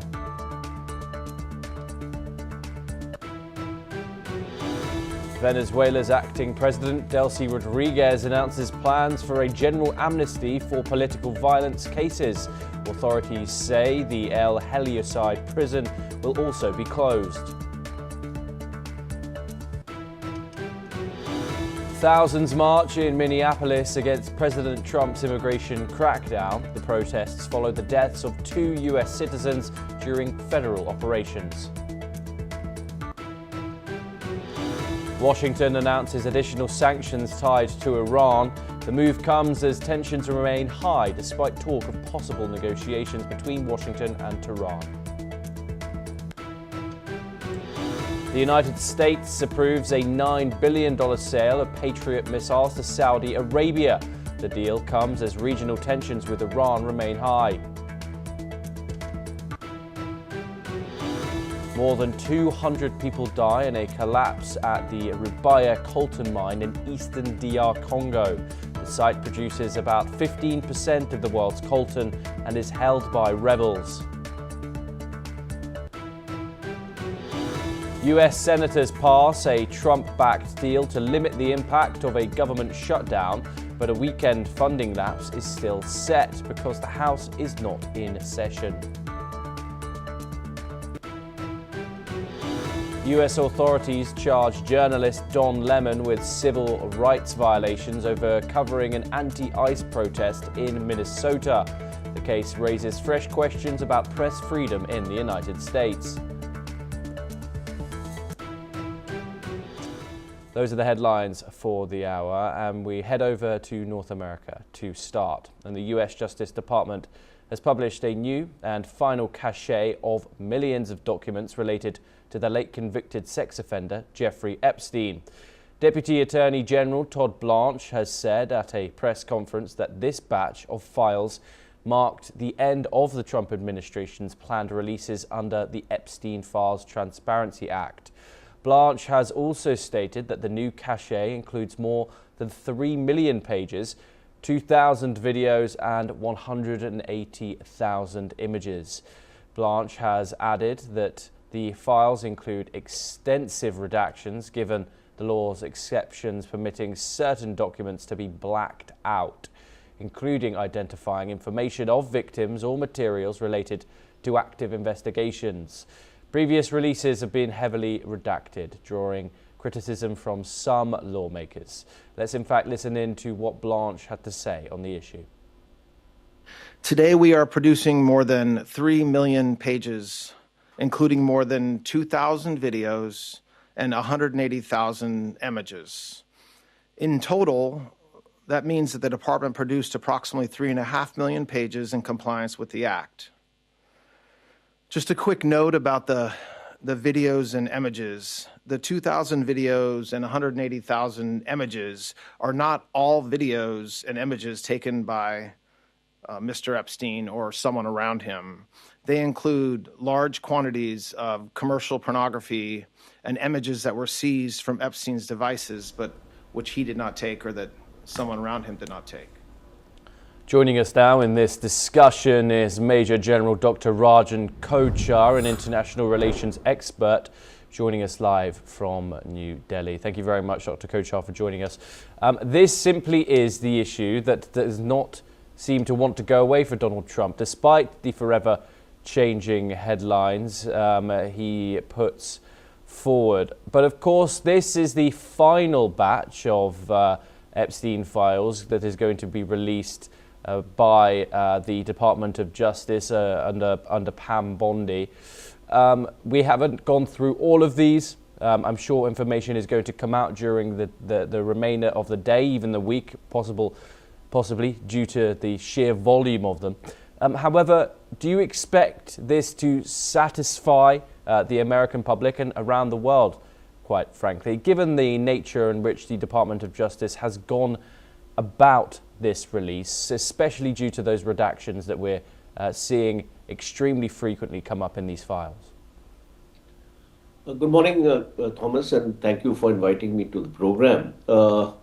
There has been a sustained public pressure on these files for this disclosure because if you remember, this disclosure was done in installments, like it didn't come out, everything did not come out at the same time, and because these are voluminous kind of details, and they have to be gone through, and only then these disclosures can come out. So this remains a symbol of elite impunity.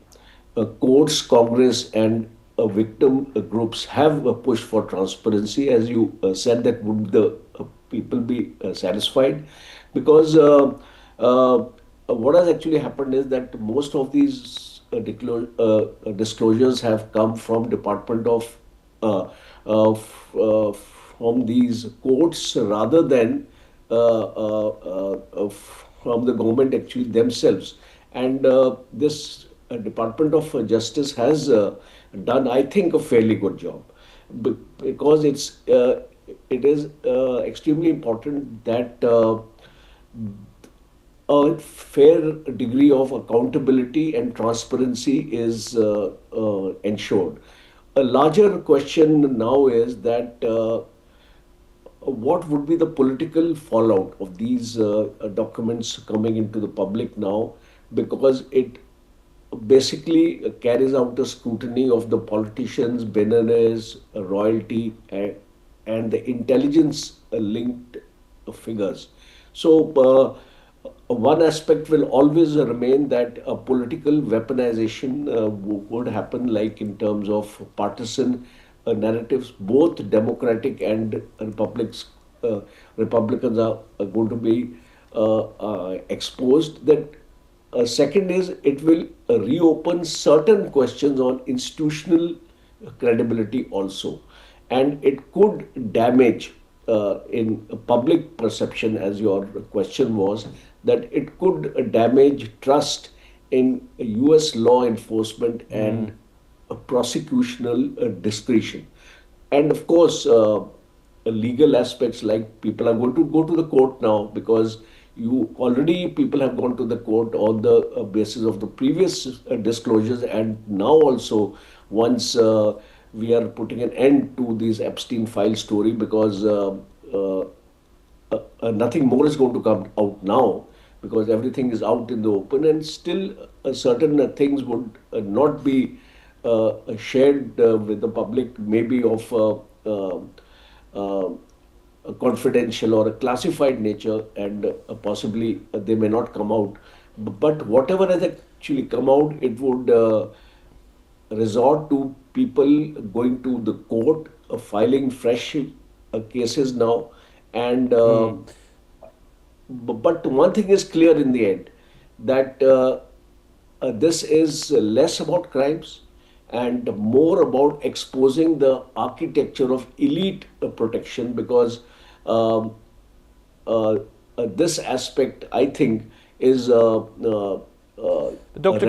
Kochhar, do you think anything's going to come of this? Of course, now we've seen hundreds of thousands of documents now released, but no indication of any new cases being reopened, no indication of guilt when it comes to individuals that have been named.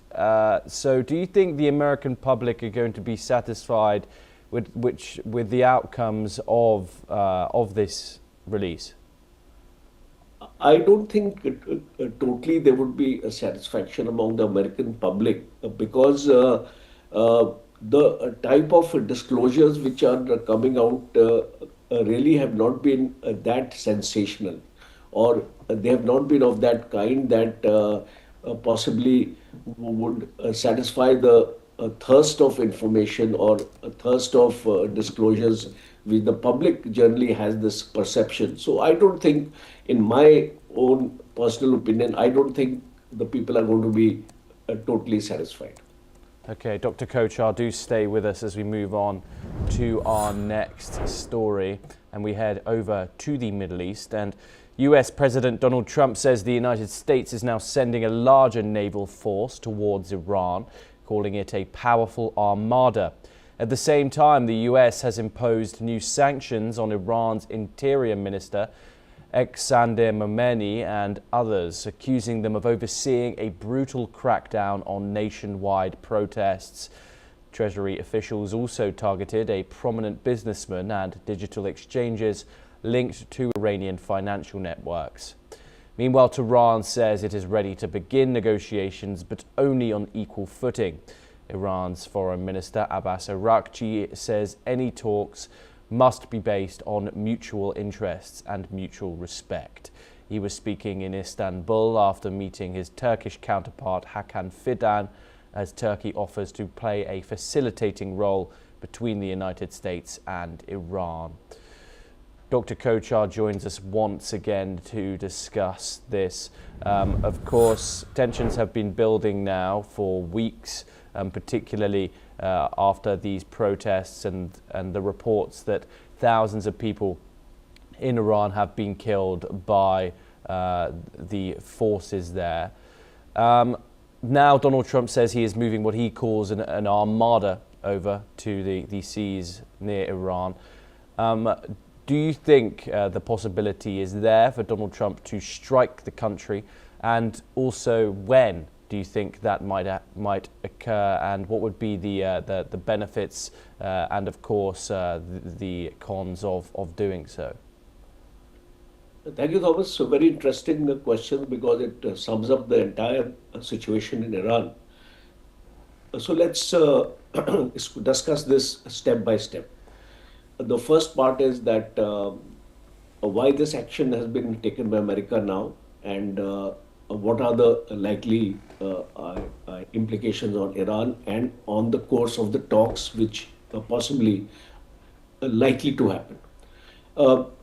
This, I feel, is part of the coercive diplomacy which Trump is resorting to because he has put sanctions on the interior minister. He is raising military pressure of the United States in this region by moving additional warships, as well as the second aircraft carrier also moved in, and sanctions also being imposed now. So he is trying to force Iran into talks from a weakened position. So that has been the basic aim, and also these naval deployments, what are the implications? They signal a readiness for maritime escalation like in the Gulf of Hormuz or Gulf of Oman. And it also sends a reassurance to the Gulf states as well as to the Israeli allies that US is ready to take action as well as deter the proxy actions like the Hezbollah, Houthis, and Hamas. Of course, Hamas now is totally somewhat decimated, but it brings about that part of it. Now, the second part of the question is that will Donald Trump strike and what will be the implications of that?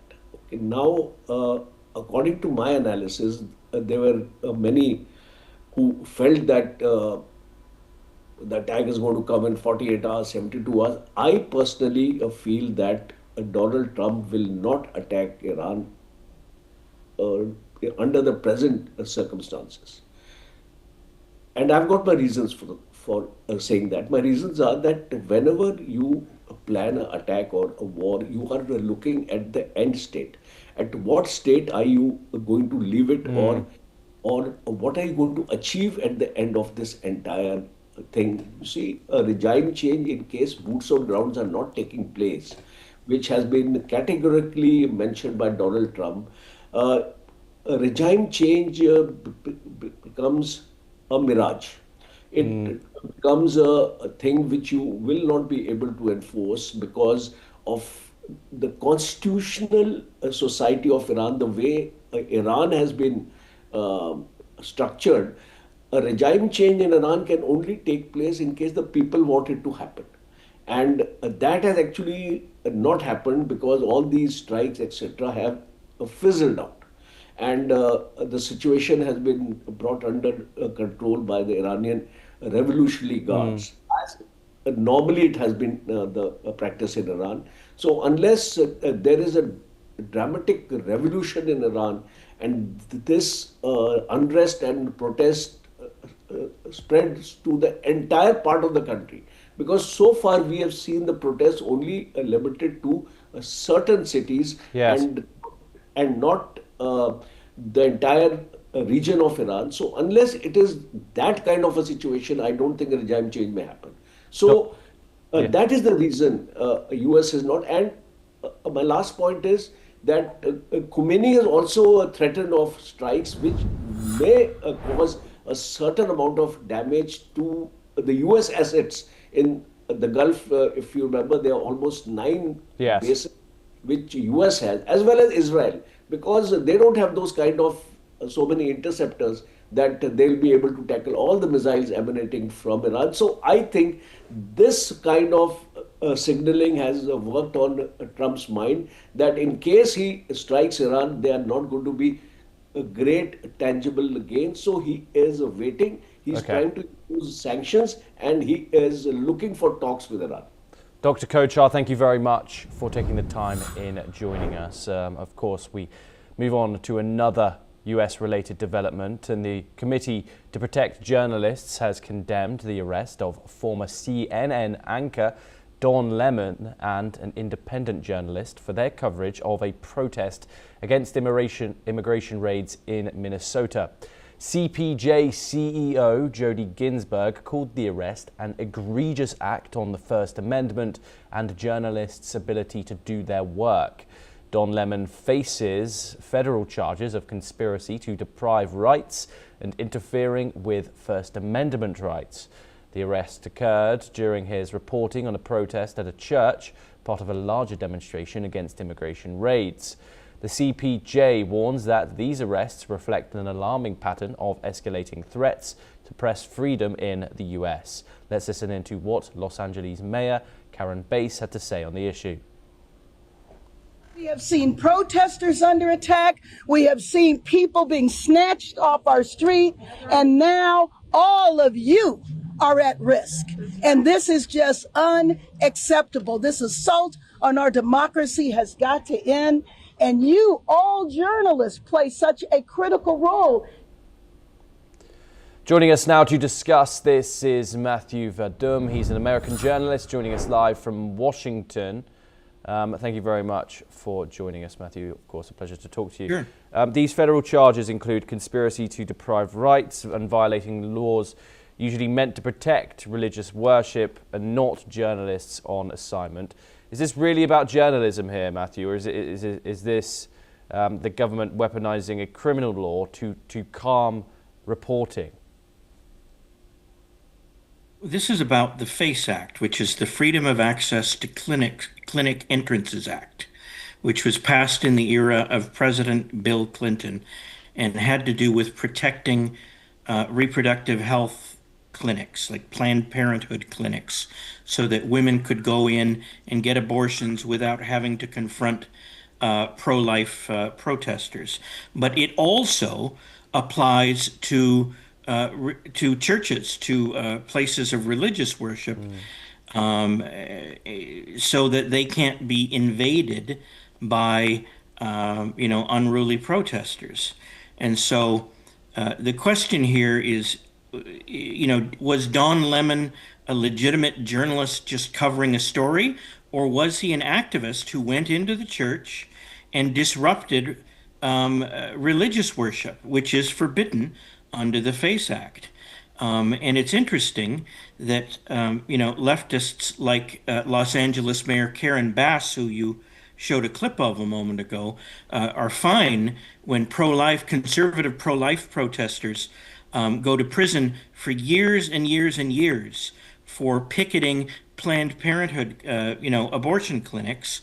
And yet, when some radical kook leftists break into a church in Minnesota and shut down religious worship, she's fine with it. She and people like her are fine with that. Now, I don't know if Don Lemon was an instigator, a co-conspirator in shutting down the religious service in Minnesota. But if he was, then he should pay the price like anyone else would under the FACE Act.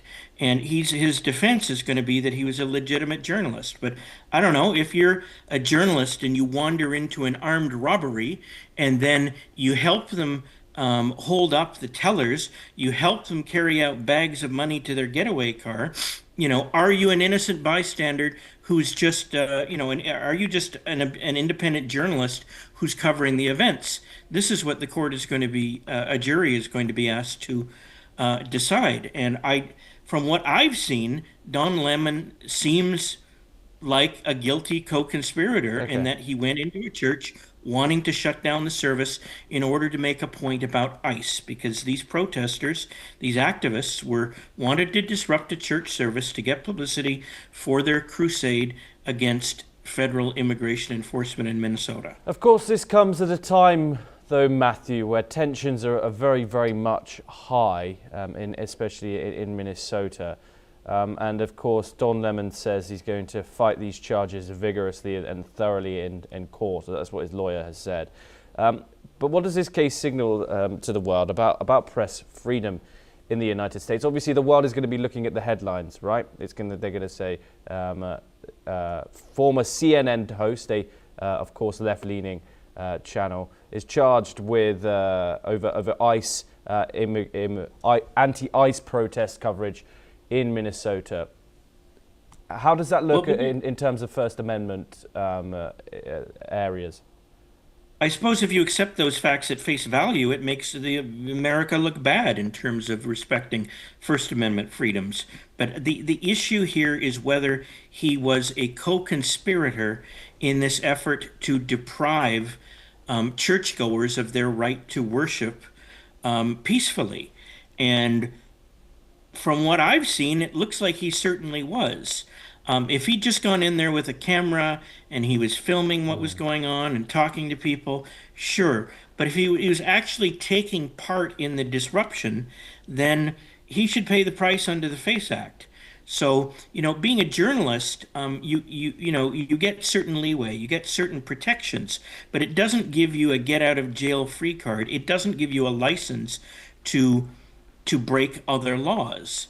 And if Don Lemon is successful in convincing the court or the jury that he was just there covering the events, that he wasn't a ringleader, then he will be acquitted, and he deserves to be. But I'm not sure that it's going to be that easy for him to do. Okay. People who, pro-lifers who protest abortion clinics go to prison for like 3 or 4 years for just blocking an entrance. And that's a pretty severe punishment that I've seen federal judges dish out to them. And why shouldn't people who disrupt church services get the same treatment? Okay. And a lot of people are wondering that. Okay, Matthew, do stay with us as we move on to our next story.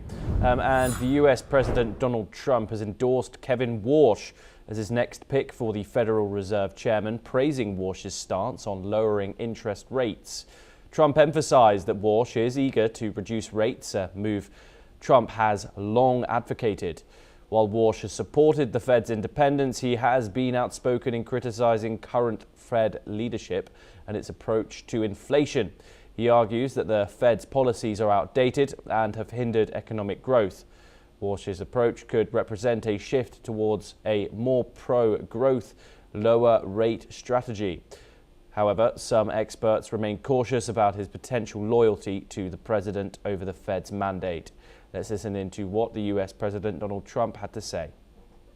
Did Kevin Warsh commit to you that he will push to cut interest rates if he is confirmed? No, but we talk about it, and I've been following him, and I don't want to ask him that question. I think it's inappropriate, probably would be allowed, but I want to keep it nice and pure. But he certainly wants to cut rates. I've been watching him for a long time. Matthew Vadum joins us once again. Of course, Matthew, this has been a long ongoing saga between Donald Trump and Jerome Powell, but now he seems to have picked Powell's successor, Kevin Warsh, as the next Federal Reserve Chair. Of course, this hasn't been confirmed yet, but we know that he's the top of the pyramid right now. However, Donald Trump's explicit demand for rate cutting the Fed chair amount to political interference in a central bank. Is that supposed to be independent? Do you think there should be fears over the president's interference with the Federal Reserve, given how Donald Trump has approached Jerome Powell during his first year in office? Well, ever since the Federal Reserve was created more than a century ago, there have always been tensions between the elected president of the United States and the appointed members of the Board of Governors of the Fed and the chairman of the Fed. So there's always been like a rhetorical or a political tug of war, between the U.S. executive branch and the Federal Reserve, which has been treated as independent. So there's always going to be that kind of tension, and President Trump is not happy with Chairman Powell because Chairman Powell hasn't lowered interest rates as far as Trump thinks they should be. Kevin Warsh, however, seems agreeable to this low interest rate pro-growth policy that President Trump wants to pursue. Warsh is a lawyer, which I think Jerome Powell, the current chairman of the Fed, also is. He's not an economist. He did previously serve about 10 or more years ago on the Federal Reserve Board of Governors, so he has experience. he is supposedly ideologically conservative, and worked for a conservative think tank called the Hoover Institution for a number of years. So I think President Trump views him as as based on his track record and his political proclivities. He thinks that Warsh is a safe pick to be Fed chairman. Now, things often change in Washington. Once you appoint somebody, they don't always do what you think they're going to do.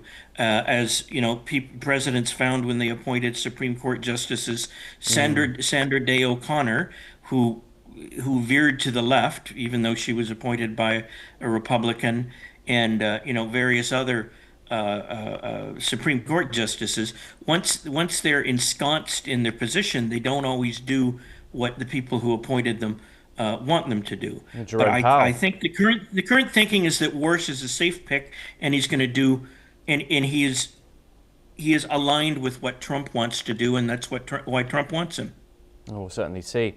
Matthew Vidham, thank you very much for joining us and taking the time. Pleasure to talk to you as always. Now, according to reports, NVIDIA's plan to invest up to $100 billion in OpenAI has stalled. Discussions around the deal have been reassessed, with some inside NVIDIA expressing concerns about the partnership. NVIDIA's CEO, Jensen Huang, has reportedly criticized OpenAI's business approach, highlighting the lack of discipline.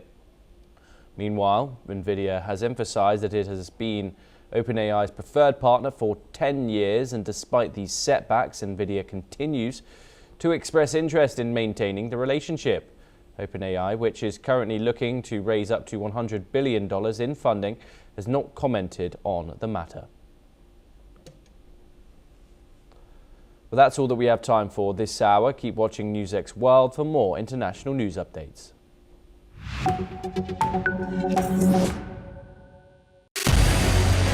What we can do as the Interparliamentary Union to strengthen democracy, to promote human rights, to ensure that humanitarian law is respected. UN Security Council needs a makeover, a comprehensive reform, and India deserves a position there, a role there.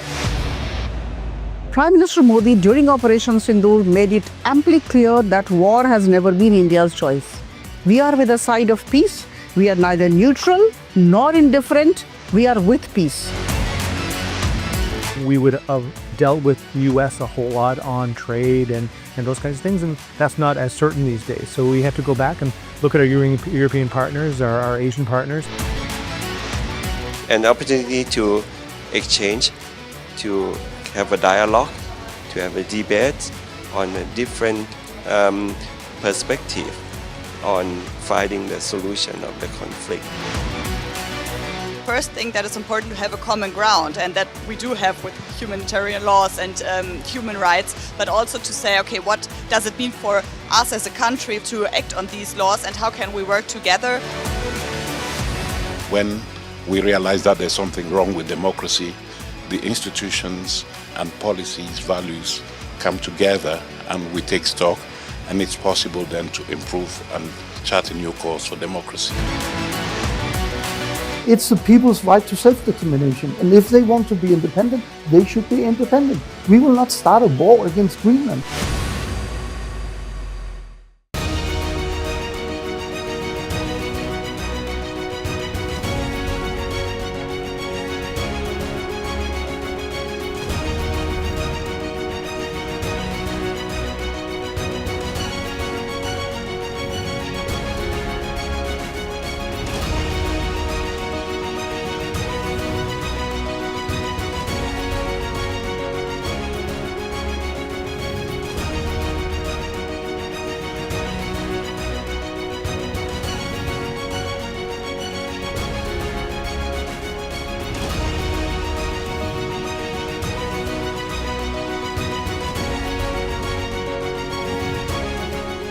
In the midst of this, life persists.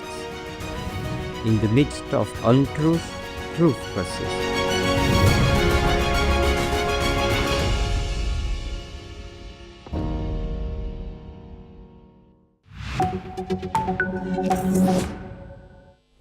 Hello and welcome. I'm Thomas Porteous and you're watching the World Report on NewsX World. Let's take a look at some of the top headlines of the hour. The US Justice Department releases 3 million pages and thousands of images and videos linked to Jeffrey Epstein. Officials say the move aims to meet transparency and legal requirements. Venezuela's acting president Delcy Rodriguez announces plans for a general amnesty for political violence cases. Authorities also say the Relese prison will be closed. Thousands march in Minneapolis against President Trump's immigration crackdown. The protests follow the deaths of 2 US citizens during federal operations. Washington announces additional sanctions tied to Iran. The move comes as tensions remain high despite talk of possible negotiations. The United States approves a $9 billion sale of Patriot missiles to Saudi Arabia. The deal comes as regional tensions with Iran remain high. More than 200 people die in a collapse at the Rabaya coltan mine in eastern DR Congo. The site produces about 15% of the world's coltan and is held by rebels. US senators pass a Trump-backed deal to limit the impact of a government shutdown. But a weekend funding lapse is still set because the House is not in session.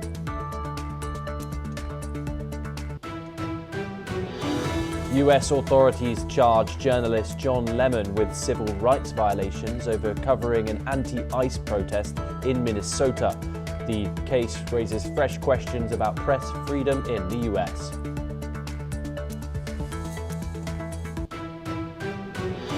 Those are the top headlines for the hour, and the US Justice Department has released more than 3 million pages of documents, videos, and photos from the Epstein files. The department has rejected claims that it seeks to protect US President Donald Trump. Deputy Attorney General Todd Blanche has stated that the Department of Justice is complying with the Epstein Files Transparency Act, stressing that extensive redactions are necessary to protect victims and sensitive material. Let's in fact listen in to what Blanche has said.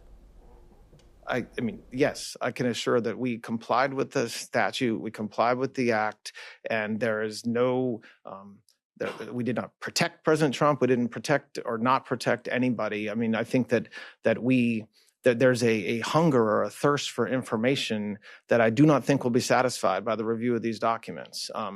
And there's nothing I can do about that. Meanwhile, according to media reports, the latest Epstein files release includes a list of allegations against Trump. This reportedly includes a list of sexual assault allegations related to the president that was compiled by the FBI in August of 2025. Joining us now is Major General Sudhakar G, a senior strategic and international affairs expert, joining us live from Jaipur. Thank you very much, Major General G, for joining us here on NewsX World. It's always a pleasure to talk to you. Of course, this saga does continue. 3 million documents released today, along with thousands of videos and photos related to Jeffrey Epstein and, of course, the people who were associated with him. However, Todd Blanche, in that press conference, said himself that there seems to be a thirst for information here from the American public, a bipartisan thirst, may I add, and that the release of this cachet of documents and other media will not quench that thirst. What do you think will, and how do you think this situation might develop? Good morning, Thomas. Thank you for inviting me for your show. This is a very sensitive subject which is being discussed.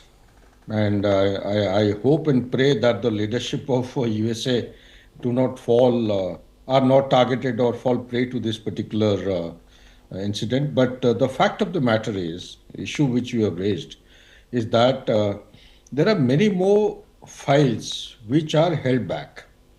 And the issue which is being raised by the Democrat Mr. Khanna, who had actually spearheaded the movement, he says that he needs to take a look and confirm whether those files which are held back by the Justice Department are not something which are holding back some sensitive issues against the present dispensation or otherwise.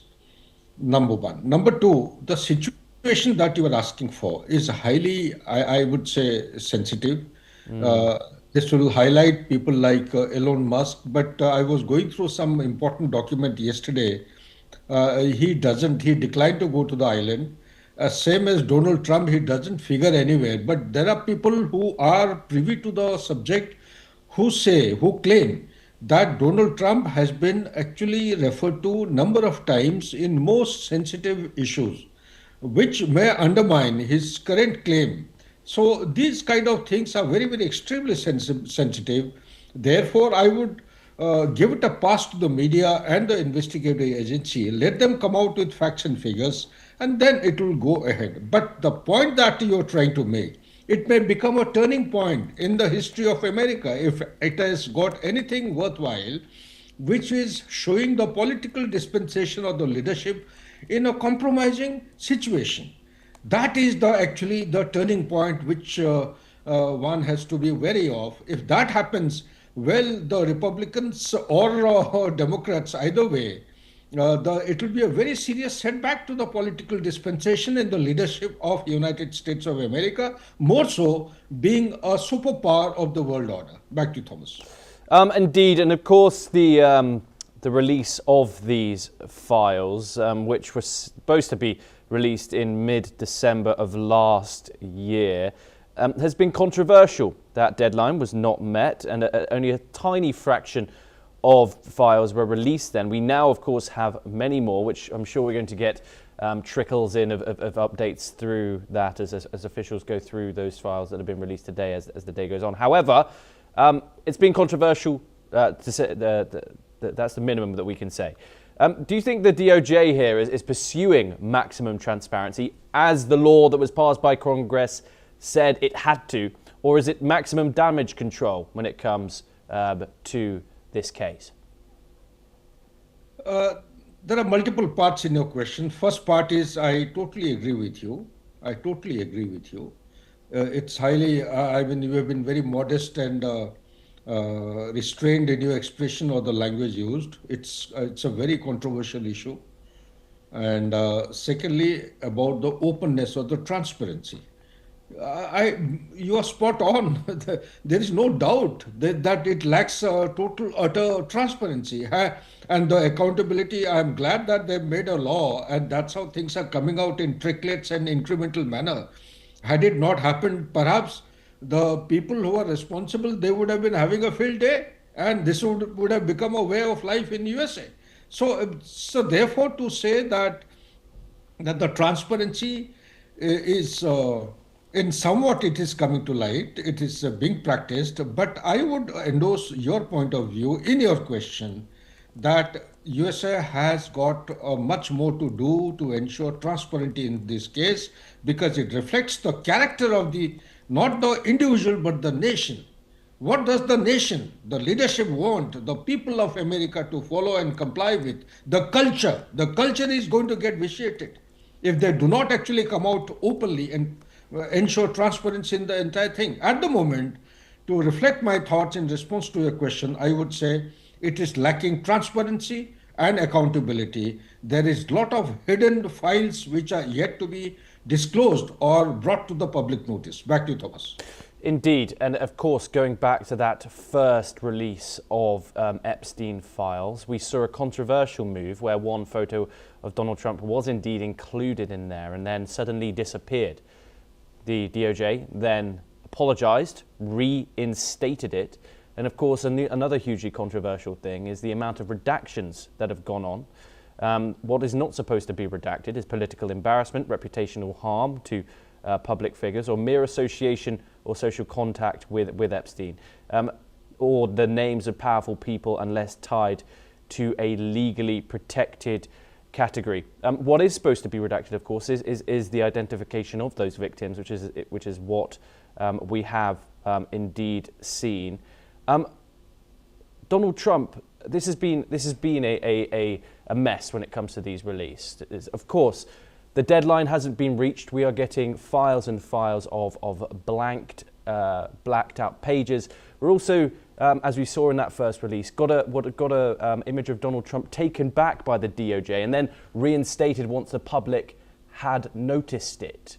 What does this say about the way that the U.S. administration has handled this? And of course, the American public's quench for further transparency. Absolutely, absolutely, Thomas. You made a very strong point. Firstly, the way the American administration has handled the thing, there is far from what was being desired or what is actually desired in the society. They are way off the mark nearest the average mark of transparency, accountability, and some kind of, I would say, the rule of law. Such a thing, I have already reflected earlier, that it reflects very poor, inferior quality of character of the nation. And they're trying to hide something which may actually collapse the nation as a superpower. They may become a third world or developing country very soon. They may have military might and the economic might, but coming to the very core value of the human society is going to be totally bankrupt. So under these circumstances, I don't think, in my opinion, that the American government has handled the Epstein file efficiently, in an accountable and in a professional manner. They have lacked self-accountability, and I would say they have lacked the very deficiency of the core value of a human being part of this society, progressive and forward-looking society of a developed nation. And therefore, I would say that the country would do well if Donald Trump takes it seriously himself. He needs to introspect, because no matter what the society or the country or the world says, it is he who has to answer that if he was involved in the slightest of some kind of an involvement, which would actually indicate compromising the personality of a political leader in such a status, I think, in my opinion, he should put up his papers and apply for resignation. Back to you, Thomas. Okay, Major General G, do stay with us as we move on to our next story. We stay in the United States for it, and protesters across the US gathered for a nationwide strike against US Immigration and Customs Enforcement, otherwise known as ICE, and President Donald Trump's immigration policies. In Denver, demonstrators danced and rallied in protest, while thousands took to the streets in Minneapolis following the fatal shootings of 2 US citizens by federal agents.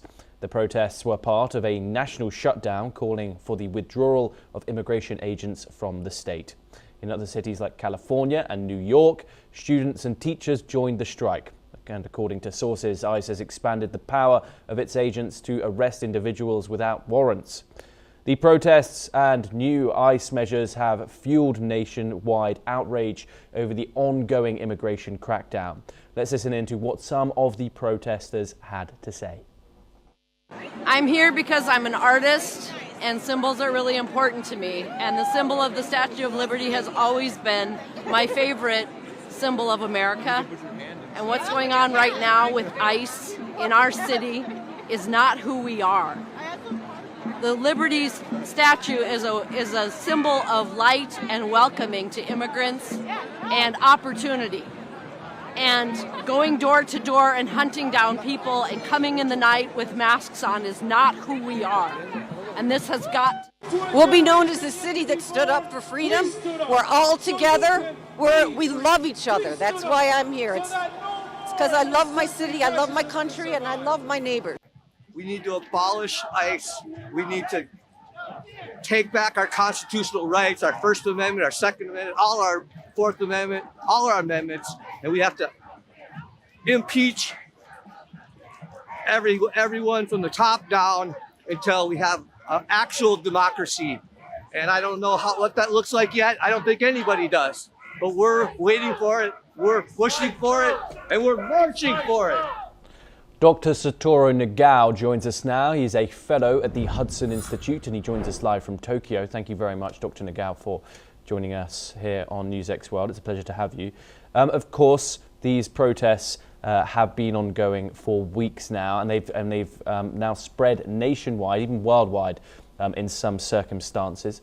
How badly do these nationwide protests damage the United States' credibility when it lectures other countries about civil rights and liberties? Of course, you can cite Iran as an example, and these protests now have seen 2 people killed. In this case, we need to remember that this is cracking down towards illegal immigrants. So legal or illegal is very important matter, even if immigration is legal in the country. So that's why this is controversial. The cracking down the illegal immigrants creates a problem because of the low quality of the work of the ICE. Because when we check the video, what happened in Minnesota is the ICE agent killed the victim after they took the gun. So this means that this is not follow the protocol. The breach protocol is happening, really happening. So that's why what kind of training they receive, what kind of the protocol they learn is the matter. So quality of the agent is indeed very bad. So that's why how to cracking down the ICE itself is a problem. The cracking down itself is a political matter. Of course, right versus left can fight. But what really happened in that place is indeed the quality of the work of the ICE agent is the matter. Despite this, this is quite a political issue because the background of this cracking down is quite political. Right-wing, the Republican side supports cracking down the illegal immigrants, but the left-wing, the Democrat side do not like this because even if the illegal immigrants, they support the U.S. economy. So that's why as a reality, the U.S. needs these immigrants.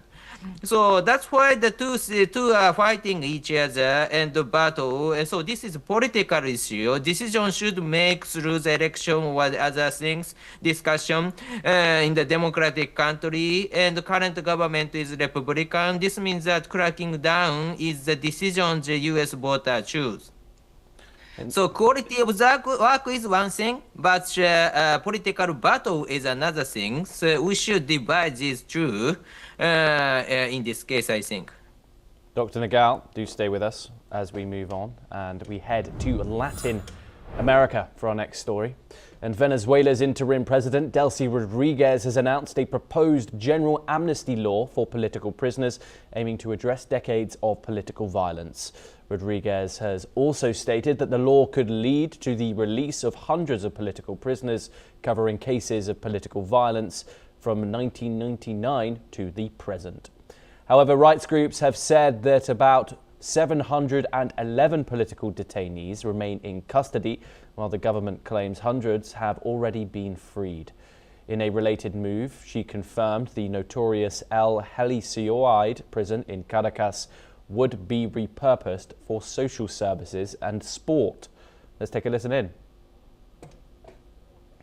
Quiero anunciar que hemos decidido impulsar una ley de amnistía general que cubra todo el periodo político de violencia política de 1999 al presente.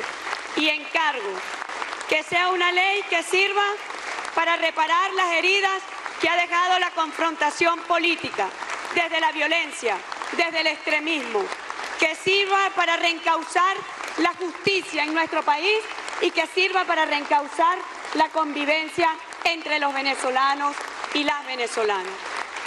Quedarán exceptuados de esta ley, tal como lo contempla nuestra Constitución, aquellos procesados o condenados por homicidio, por tráfico de drogas, por corrupción y por violaciones graves a los derechos humanos. Pido entonces. Furthermore, Rodriguez also called for a new justice system to replace the current one, widely criticised for corruption and alignment with the Chavista regime. Let's take a listen in.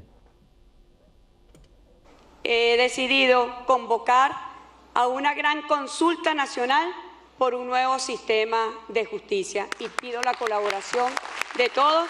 Esta tarea estará en manos igualmente de la Comisión de la Revolución por la Justicia que preside el vicepresidente sectorial Diosdado Cabello y por el Programa de Convivencia Democrática y para la Paz. Justicia, pido también medidas alternativas al castigo y a la punición para nuestros privados de libertad en el marco de una categorización de los delitos. Joining us now is Major General Sudhakar G, a senior strategic and international affairs expert, joining us once again. Of course, we're now reaching nearly a month since Nicolas Maduro, the toppled president of Venezuela, was captured by United States forces and taken over to New York City to face a courtroom. However, we've seen strange developments when it comes to the government. Delcy Rodriguez, his former vice president, has now taken that role as interim leader. And we've seen her in some ways appease the US government in conducting some actions, these being one of them, the release of political prisoners. And now we're seeing her shut down this notorious prison inside the Venezuelan capital, which was notorious for torture, among other human rights abuses. Do you think this is a sign of genuine reconciliation or simply a rebranding of authoritarian rule? Thomas, thank you for getting me back to your show. We need to understand the origin of Venezuela right since Spanish time till date. And the leftist regime came in a big way in 98 when Chavez became the president. After his death, Maduro. And we know what Maduro has gone through, how he's been subjected to sanctions and lots of restrictions. In a way, he perhaps is one living example. Despite all kinds of international sanctions, he still became the president based on an election, no matter it might have been corrupted or subjected to a lot of infiltration and malpractices. But the issue remains that there is a way of life which every Venezuelan is used to. There is a way of life. I am actually surprised. Yesterday only I was giving a talk to some international audience. It came out that at one point in time they had 130,000% of the inflation, hyperinflation. So the people, no means am I saying that there is depravity or there is any kind of this thing. They have got debt to GDP ratio is very high. The way of life, living standards are very costly. But at the same time, I personally feel that it has become the kind of a sanctuary of forces which are little away from the democratic norms. This liberal practice is at the moment which Vice President has actually done as per the demands of the America. It is just a temporary measure simply to toe the line. And my assessment, my gut feeling is that Venezuela will bounce back to its erstwhile practice unless they have some meaningful, substantive political leadership who are statesmen-like, who can steer the nation ahead. And for that, it requires sustained America support. And if America doesn't extend support the way they have assured now, then in foreseeable future, things will actually fall flat. They will go back to same kind of a governance which is misruled, mismanaged, full of corruption, etc., etc. This is my take. Back to you, Thomas.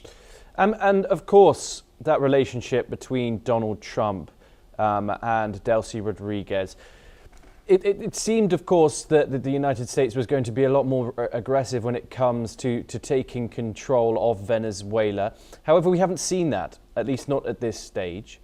How would you assess the way in which the United States has has gone about things. Of course, it's made a statement that it's going to control the country along with its oil reserves. It's had those meetings with those US oil leaders, but no visible steps in how it's going to move forward in running the country, as Donald Trump says. You see, first and foremost, I must clarify, in my opinion, whatever America has done against Venezuela on 3rd of January and thereafter, it's not a thing which is to be accepted by the rule of law or by the rules-based international order, because this sets a very wrong precedent. But having done that, you see, the current political dispensation in USA has come under excessive pressure. Not only Venezuela, it's ICE, it is the Epstein file, it is the tariff, and the hearing from Supreme Court is still awaited, handling of immigrants, the price rise taking place despite the claim that economy is improving. I feel that America is heading for recession if it is not handled effectively. So and the political science of, I used to talk to people, use a phraseology called as, political civil war. America, whether you accept or not, Thomas, America is going through a political civil war as far as the present state is concerned. What I mean by this phraseology is that within Republican Party, you will have Republicans fighting against the Republicans. Within Democrats, you will have Democrats fighting against the Democrats. And there is also intra and inter, that is Democrats and Republicans will try to bring down each other. Why am I highlighting this point is, very soon there are 25 vacancies, seats which are falling vacant in Senate. Out of that, if I respect my memory, around 9 are Democrats and the rest are Republicans. There are some figures. Now, going by the present trend of popularity of the Republicans, I fear that like in previous couple of months, some of the provinces had gone to election. The Democrats have bounced back with thumping majority. Similar thing may happen. So there is a pressure building up on Donald Trump. Because of this pressure, they are not able to extend the kind of activities and the activity matrix which they are supposed to undertake. It is good that America soft pedals, slows it down. Otherwise, they are creating tremors world over. If they go too much into the country's administration, the big question of sovereignty and the territorial integrity of an independent country will be raised not by only Venezuelans, but the world over. Back to you, Thomas. Major General G, as always, it's a pleasure to talk to you. Thank you very much for joining us and taking the time. We stay in Latin America for our next story, and a fire has broken out at Ecuador's largest oil refinery in Esmeraldas, prompting the activation of emergency protocols according to state oil company Petroecuador. Petroecuador confirmed on X that the fire occurred in a slop pool located in an external area of the refinery, and firefighting teams responded immediately under the facility's contingency plan. The company stated that the incident remained under control, no injuries were reported, and refinery operations continued normally with production of petroleum derivatives proceeding as scheduled. Petroecuador indicated that the causes of the fire were under technical evaluation following industrial safety and risk management protocols. Now, the world of film and television is mourning the loss of Catherine O'Hara. The two-time Emmy-winning actor has died at the age of 71. Her manager says O'Hara passed away at her Los Angeles home after a brief illness. Her career spanned 5 decades, from Canada's Second City Television to Hollywood classics like Beetlejuice, Best in Show and the Home Alone films. She became a global favourite again with her Emmy-winning role as Myra Rose in Schitt's Creek, marking a remarkable late career renaissance. O'Hara also appeared in recent projects including The Last of Us and The Studio. The Walt Disney Company is preparing for a major leadership change. CEO Bob Iger has told associates he plans to step down and pull back from daily management before his contract ends on December the 31st. Disney's board is set to meet next week in Burbank to vote on a successor. Iger has said he wants to give the next leader a fresh start and avoid repeating the turmoil that followed his first exit in 2020. The shortlist has narrowed to 2 internal contenders: Experience's chief, Josh DeMaro, and entertainment co-chair, Dana Walton, with prediction markets strongly favouring DeMaro. Iger is expected to remain for several months after the announcement to ensure a smooth transition. Well, that's all that we have time for this hour. Keep watching NewsX World for more international news updates.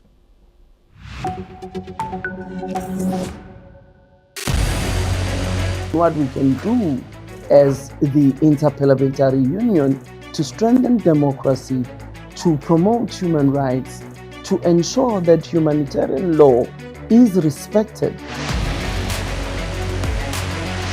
UN Security Council needs a makeover, a comprehensive reform, and India deserves a position there, a role there.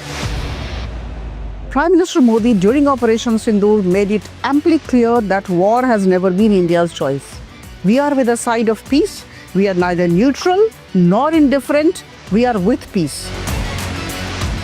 We would have dealt with US a whole lot on trade and those kinds of things, and that's not as certain these days. So we have to go back and look at our European partners, our Asian partners. An opportunity to exchange, to have a dialogue, to have a debate on a different perspective on finding the solution of the conflict. First thing that is important to have a common ground, and that we do have with humanitarian laws and human rights, but also to say, okay, what does it mean for us as a country to act on these laws, and how can we work together? When we realize that there's something wrong with democracy, the institutions and policies, values come together and we take stock, and it's possible then to improve and chart a new course for democracy.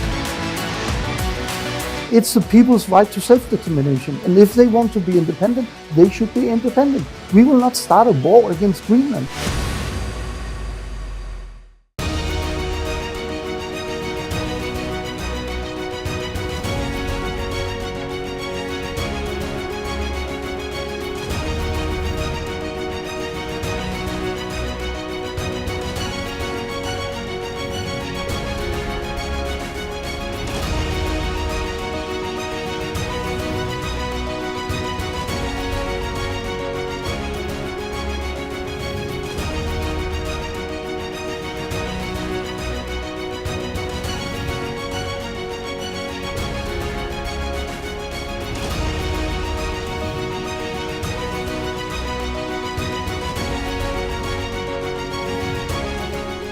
In the midst of this, life persists.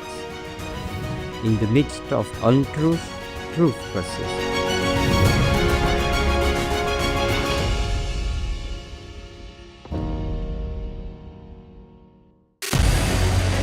What we can do as the Interparliamentary Union to strengthen democracy, to promote human rights, to ensure that humanitarian law is respected. UN Security Council needs a makeover, a comprehensive reform, and India deserves a position there, a role there. Prime Minister Modi during Operation Sindoor made it amply clear that war has never been India's choice. We are with the side of peace. We are neither neutral nor indifferent. We are with peace. We would have dealt with US a whole lot on trade and those kinds of things, and that's not as certain these days. So we have to go back and look at our European partners, our Asian partners. An opportunity to exchange, to have a dialogue, to have a debate on a different perspective on finding the solution of the conflict. First thing that is important to have a common ground, and that we do have with humanitarian laws and human rights, but also to say, okay, what does it mean for us as a country to act on these laws, and how can we work together? When we realize that there's something wrong with democracy, the institutions and policies, values come together and we take stock, and it's possible then to improve and chart a new course for democracy. It's the people's right to self-determination. And if they want to be independent, they should. Hello and welcome. I'm Thomas Porteous and you're watching The World Report on NewsX World. Let's take a look at some of the top headlines of this hour. The US Justice Department releases 3 million pages, 180,000 images and 2,000 videos linked to Jeffrey Epstein. The release comes after a missed legal deadline, with officials saying it ends a major review to ensure transparency. The US enters partial government shutdown. The US government enters a partial government shutdown after Congress fails to pass a 2026 budget. Lawmakers signal a quick fix as the White House moves to ratify a Senate-backed deal next week.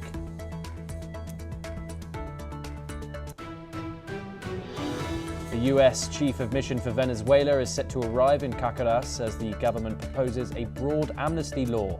Acting President Delcy Rodriguez says the bill could free hundreds of political detainees and transform a notorious prison. Iran says it is ready for fair and equitable talks with the United States as regional tensions continue to rise. President Trump refuses to rule out military action, while Tehran says negotiations cannot occur under threats.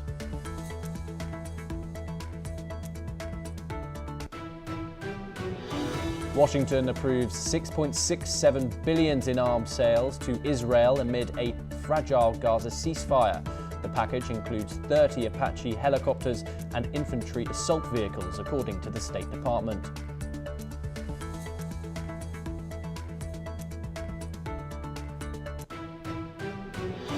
More than 200 people are killed in a collapse at the Rabaya coltan mine in eastern DRC. The site produces about 15% of the world's coltan and has been under M23 rebel control since 2024.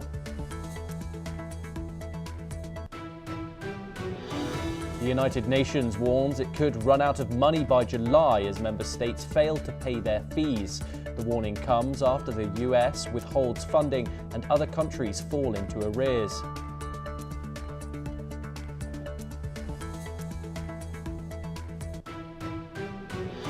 China conducts naval and air patrols around Scarborough Shoal in the South China Sea. The feature is claimed by Beijing but lies within the Philippines' exclusive economic zone.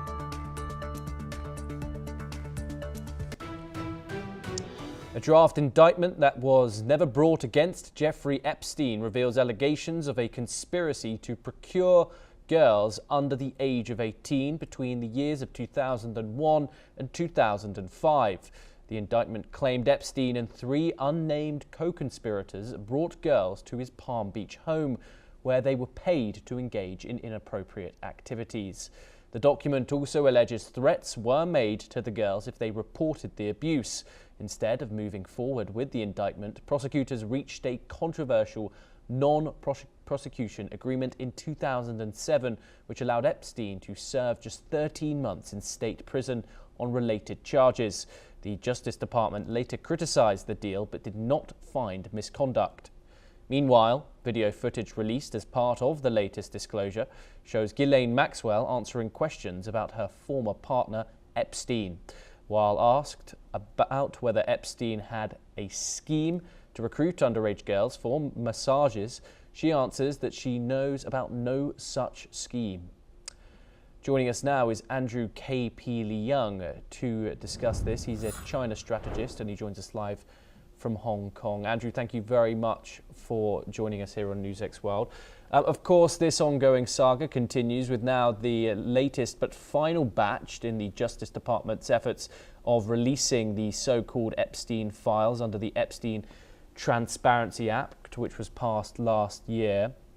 How would you assess the Department of Justice's handling in these documents, and what are your thoughts on what's coming out of them?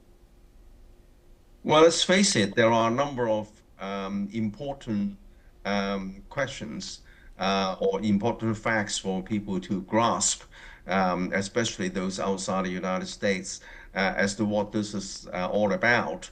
the so-called Epstein or Epstein files. In fact, surround this very important, powerful figure. And then he was caught presiding over almost a young girls' prostitution empire that count his clients amongst the most the richest and the most powerful people across the aisle in the United States and even beyond, including some even in Britain. Now, this Epstein guy died, was caught and was charged, but he died suddenly in prison in 2019. Over half of the, something like half of the population in the United States believe that he didn't die just by committing suicide, suggesting there are a lot of things under the carpet. But since he died, the charges against him under U.S. law were dropped. But why this continuing release of the files? This is because there is a conspiracy charge which would, of course, touch upon his vast estate, because the Epstein guy was quite rich, and then the estate could be seized to compensate victims. The second thing is that, well, apart from the estate, why there are such a movement towards this release? Because it touched upon the richest and the powerful. Obviously, since there were circumstances surrounding his death, the same kind of forces would stop his release. But why are there such a momentum towards releasing something like 3 million pages? This is because I think that because they engulf so many figures, richest and powerful, including those in the financial world. And then you touch on both sides of the aisle as the midterm elections are coming up. Both camps think that by releasing those the dossier, it could hurt the supporters of his opponents. But then, as I said, I mean, the case is so widespread, and it touches on both sides of the camp. But both sides of the camp, either side, would try to release these pages so as to damage the reputation of the other side. And of course, President Trump has redacted certain pages which could implicate himself. So I think that this is what this saga is all about. Okay, Andrew, do stay with us as we move on to our next story. Of course, we are expecting further updates coming out of those Epstein files as experts and analysts continue to dig through them, but we'll continue to bring you those on this programme. But we now move on. And the UK Prime Minister, Keir Starmer, is in China. He's met with Shanghai Party Secretary Chen Jin-ning today, the city's top official, to discuss expanding business ties. This marks the first trip to China by a British Prime Minister in 8 years. And Starmer's visit comes as Western leaders seek to strengthen relations with China amid tensions with the United States. The UK is emphasising trade and economic opportunities while navigating a complex global landscape. Let's listen in to what the British Prime Minister, Keir Starmer, had to say on the issue. I'm travelling with a large delegation of some of the top and best businesses in the United Kingdom, some of our best cultural organisations and institutions in art, in museums, in sport, and so much more travelling with us. And that signals just how important a moment we, the UK, see this reset relationship with China. Andrew KP Leung joins us once again. Andrew, what does Keir Starmer's decision to visit China after a British Prime Minister hasn't done so in 8 years signal about Britain's evolving strategy of relative diplomatic distance? Well, of course, this has been sparked off by President Trump's unilateralism and belittling his long-standing allies including the United Kingdom, which is almost a cast iron relationship with the United States for a long, long time.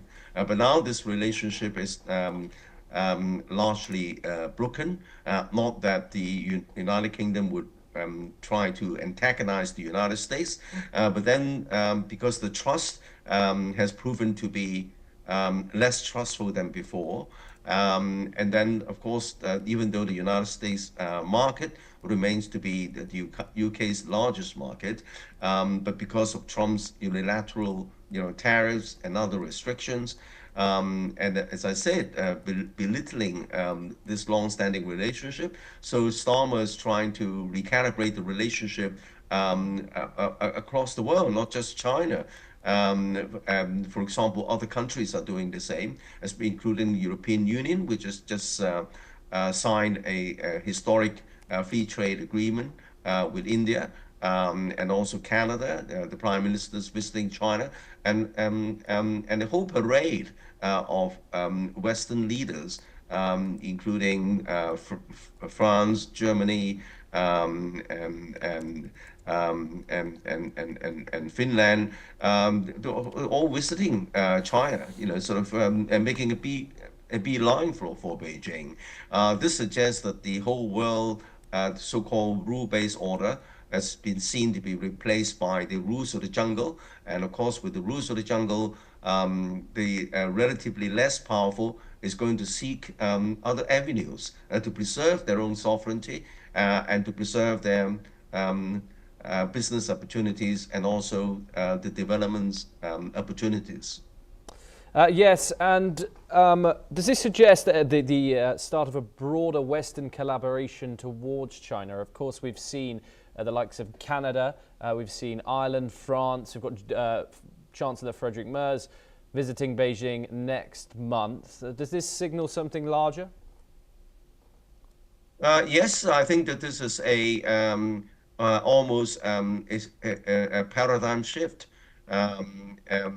You can say that even a historic turning point, because since the Second World War, end of the Second World War, the whole world was or has been relatively maintained in a stable and mutually beneficial kind of environment in terms of international relations with commonly accepted norms led by the United States, even though those norms are loaded in favor of American interests. But of course, the United States still care about those norms and is seen to be the leader of a fair and just world. But now this trust is totally broken and it's been jettisoned by President Trump himself. He believes that might is right, and he maximizes Americans' dominance in the military by abducting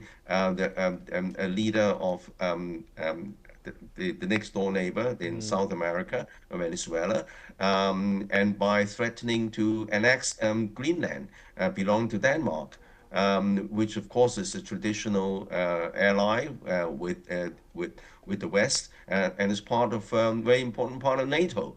So I think that all these suggest that the United States under Trump doesn't believe in the so-called rule-based order anymore, and it believes that Americans' dominance could serve Americans' best interests. And because of the total disruption of the world order, countries, especially the Western advanced countries, American allies, are now recalibrating a relationship with, of course, China is the world's largest, second largest economy, but also in other countries like India and other continents as well. So this is only to be expected, but it is a game changer. Andrew K.P. Leung, thank you very much for taking the time and joining us. It's always a pleasure to speak to you here on the broadcast. We now move on, and Mexico is facing growing pressure after US President Donald Trump threatened to impose tariffs on countries, including Mexico, that send oil to Cuba. In response, Mexican President Claudia Sheinbaum warned that such measures could trigger a serious humanitarian crisis in Cuba, affecting hospitals, food supply, and other key services. Sheinbaum emphasized that while Mexico's oil shipments represent less than 1% of the country's production, the government is looking for diplomatic solutions and alternatives to help Cuba. Mexico, a vital oil supplier to Havana, could suffer significant repercussions if it continues to send oil, as Trump's tariffs loom large over future trade relations. Let's listen into what the Mexican president had to say. Dos, la aplicación de aranceles a países que suministran petróleo a Cuba podría desencadenar una crisis humanitaria de gran alcance, afectando directamente hospitales, alimentación y otros servicios básicos del pueblo cubano. Professor Rohan Gunaratne joins us now. He's an international affairs expert joining us live from Singapore. Professor Gunaratne, thank you very much for joining us. It's always a pleasure. What's Donald Trump aiming to achieve here by imposing tariffs or threatening to impose tariffs on countries that send oil to Cuba, even if they are close and traditional allies like that of Mexico?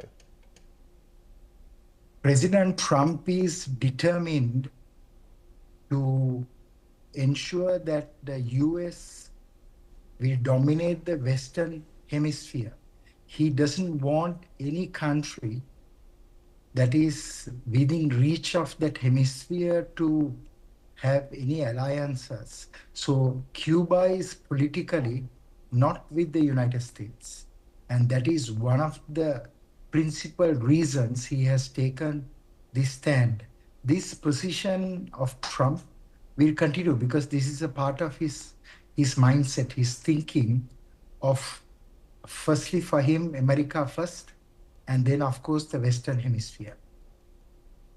And Professor Gunaratne, warnings of a humanitarian crisis were expressed by Sheinbaum. Of course, Cuba, a country in extreme economic hardship, causes it suffers frequent blackouts, among other issues. How credible is that risk, and how dependent is Cuba on Mexican oil?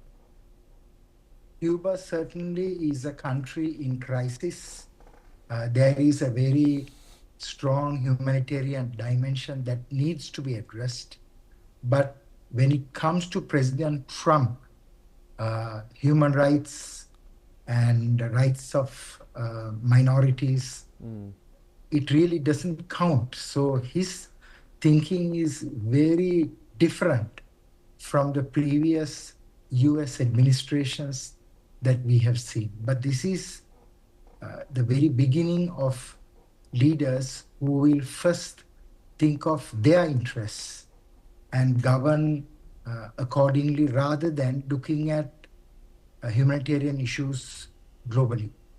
And of course, the United States has one of the longest trade embargoes with Cuba in relation to the world. It's one of the longest trade embargoes in history. However, do you think this administration marks a more hardline US approach towards Havana compared with recent presidents? We have seen that some American presidents have even wanted to improve their relationship with Cuba. But in the case of Trump, he always believes peace through strength. So this may be also his way of eventually bringing Cuba under his influence. He believes that he must demonstrate strength in order to get people to follow him rather than be a threat to him. Professor Gunaratne, thank you so much for joining us and taking the time. It's always great to speak to you on these issues.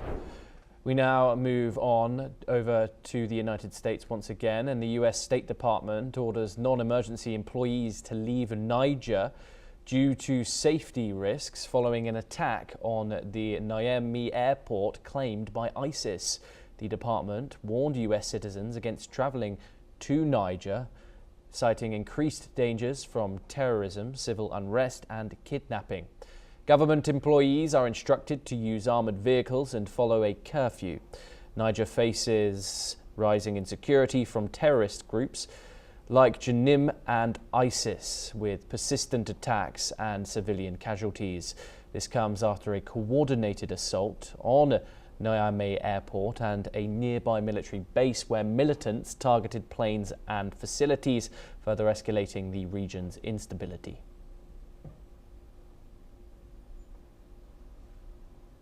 We turn over to the Indian subcontinent now, and an ally of Indian Prime Minister Narendra Modi, lawmaker LSK Devarayalu, has proposed a bill to ban social media for children under 16. Devarayalu argued that social media addiction is damaging the youth in India, which is one of the world's largest data producers for foreign platforms. The bill would require social media companies to verify users' ages and disable accounts for those under 16. This proposal follows similar moves in countries like Australia, France and the UK, where age-based restrictions are being considered. However, the bill is not government-backed but could influence future legislation on digital regulations. India's rapidly growing digital market is becoming a significant focus of global discussions on online safety. Well, that's all that we have time for this hour. Keep watching NewsX World for more international news updates.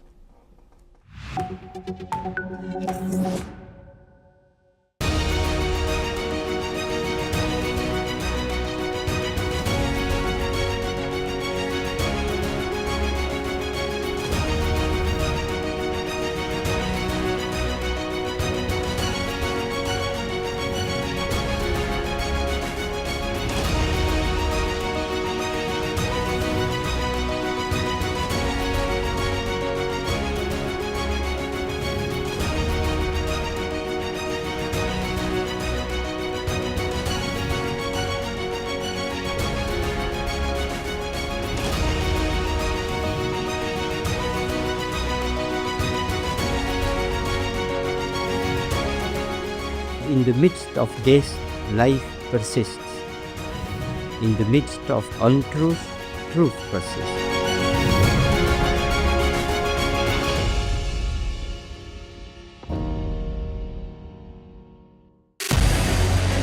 What we can do as the Interparliamentary Union to strengthen democracy, to promote human rights, to ensure that humanitarian law is respected. UN Security Council needs a makeover, a comprehensive reform, and India deserves a position there, a role there. Prime Minister Modi during Operation Sindoor made it amply clear that war has never been India's choice. We are with the side of peace. We are neither neutral nor indifferent. We are with peace. We would have dealt with US a whole lot on trade and those kinds of things, and that's not as certain these days. So we have to go back and look at our European partners, our Asian partners. An opportunity to exchange, to have a dialogue, to have a debate on a different perspective on finding the solution of the conflict. First thing that is important to have a common ground, and that we do have with humanitarian laws and human rights, but also to say, okay, what does it mean for us as a country to act on these laws and how can we work together? When we realize that there's something wrong with democracy, the institutions and policies, values come together and we take stock, and it's possible then to improve and chart a new course for democracy. It's the people's right to self-determination, and if they want to be independent, they should be independent. We will not start a war against Greenland.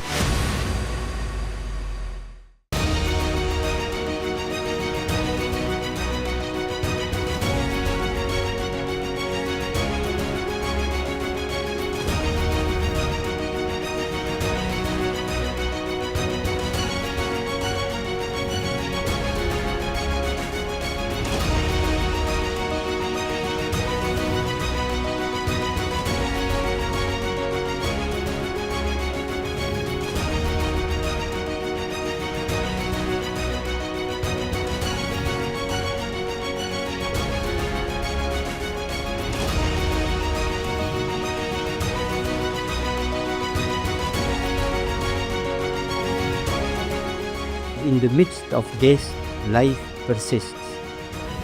In the midst of untruth, truth persists.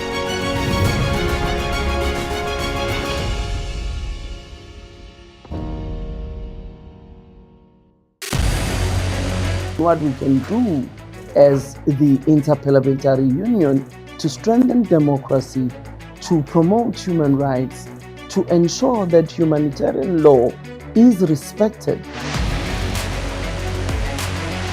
UN Security Council needs a makeover, a comprehensive reform, and India deserves a position there, a role there. Prime Minister Modi during Operation Sindoor made it amply clear that war has never been India's choice. We are with the side of peace. We are neither neutral nor indifferent. We are with peace. We would have dealt with the US a whole lot on trade and those kinds of things, and that's not as certain these days. So we have to go back and look at our European partners, our Asian partners. An opportunity to exchange, to have a dialogue, to have a debate on a different perspective on finding the solution of the conflict. First thing that is important to have a common ground, and that we do have with humanitarian laws and human rights, but also to say, okay, what does it mean for us as a country to act on these laws and how can we work together? When we realize that there's something wrong with democracy, the institutions and policies, values come together and we take stock, and it's possible then to improve and chart a new course for democracy. It's the people's right to self-determination, and if they want to be independent, they should be independent. We will not start a war against Greenland.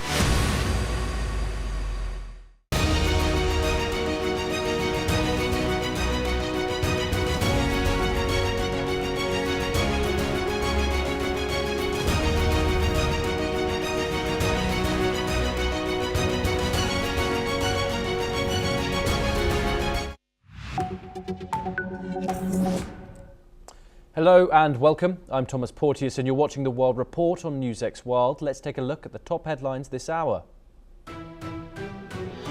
The US Justice Department releases 3 million pages, 180,000 images and 2,000 videos linked to sex offender Jeffrey Epstein. The release comes after a missed legal deadline, with officials saying it ends a major review to ensure transparency.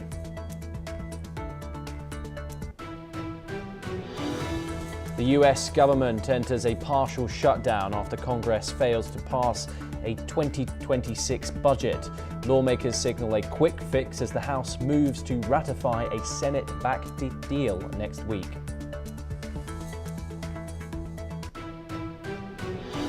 The US chief of mission for Venezuela is set to arrive in Caracas as the government proposes a broad amnesty law.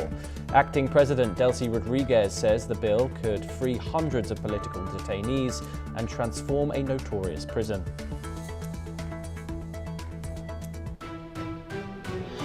Iran says it is ready for fair and equitable talks with the United States as regional tensions continue to rise.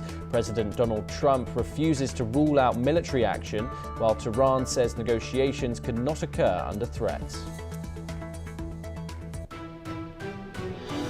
Washington approves a $6.67 billion in arms sales to Israel amid a fragile Gaza ceasefire. The package includes 30 Apache attack helicopters and infantry assault vehicles, according to the State Department. More than 200 people are killed in a collapse at the Rabaya Coltan mine in eastern DRC. The site produces about 15% of the world's coltan and has been under M23 rebel control since 2024. The United Nations warns it could run out of money by July as member states fail to pay their fees. The warning comes after the United States withholds funding and other countries fall into arrears. China conducts naval and air patrols around the Scarborough Shoal in the South China Sea. The feature is claimed by Beijing but lies within the Philippines' exclusive and economic zone. Newly released documents from the Department of Justice show Howard Lutnick, currently serving as Trump's Secretary of Commerce, arranged to visit Jeffrey Epstein's island in 2012. According to emails, Lutnick was in contact with Epstein's assistant, who advised that Epstein wanted to meet with him during his trip to the Caribbean. Lutnick, along with his family and friends, were in the area during the holidays, and communications suggest a meeting took place. Lutnick has denied spending time with Epstein, claiming he hadn't seen the latest Epstein documents. Latest files also show that Lutnick and Jeffrey Epstein corresponded through intermediaries several times in 2011 and 2012, years after Lutnick had vowed to never be in the same room with Epstein again. Meanwhile, the files have also showed that Elon Musk apparently corresponded with Epstein in 2012 and 2013 as they discussed meeting at the late convicted sex offender's private island and at Musk's SpaceX facility in Southern California. Joining us now is Major General Sudhakar G, a senior strategic and international affairs expert, joining us live from Jaipur. Thank you very much for joining us. Of course, it's always a pleasure. Musk and Lutnick, two people very close to Donald Trump. We've seen other officials in Donald Trump's orbit, including the likes of Peter Mandelson, the former UK ambassador to America, all named in these files and all seemingly having some sort of correspondence with either Epstein directly or with his associates. How will this affect trust going forward in the Trump administration as these files continue to be sifted through? It's total nosediving. We sat in the morning, Thomas, very unfortunate to hear all these names coming up again with very substantive kind of signature and input pointing towards their deep involvement in the entire nefarious activities of Epstein. This must be gone into very seriously. Now, I personally feel that maybe earlier I had a very sympathetic and empathetic response to all the cases, but now day by day, hour after hour, new names are propping up. Looks like the whole world order is deeply immersed in such kind of activities. This has to be focused and given due focus and attention by the American authorities. I don't think we should gloss it over or ignore it to a low priority task.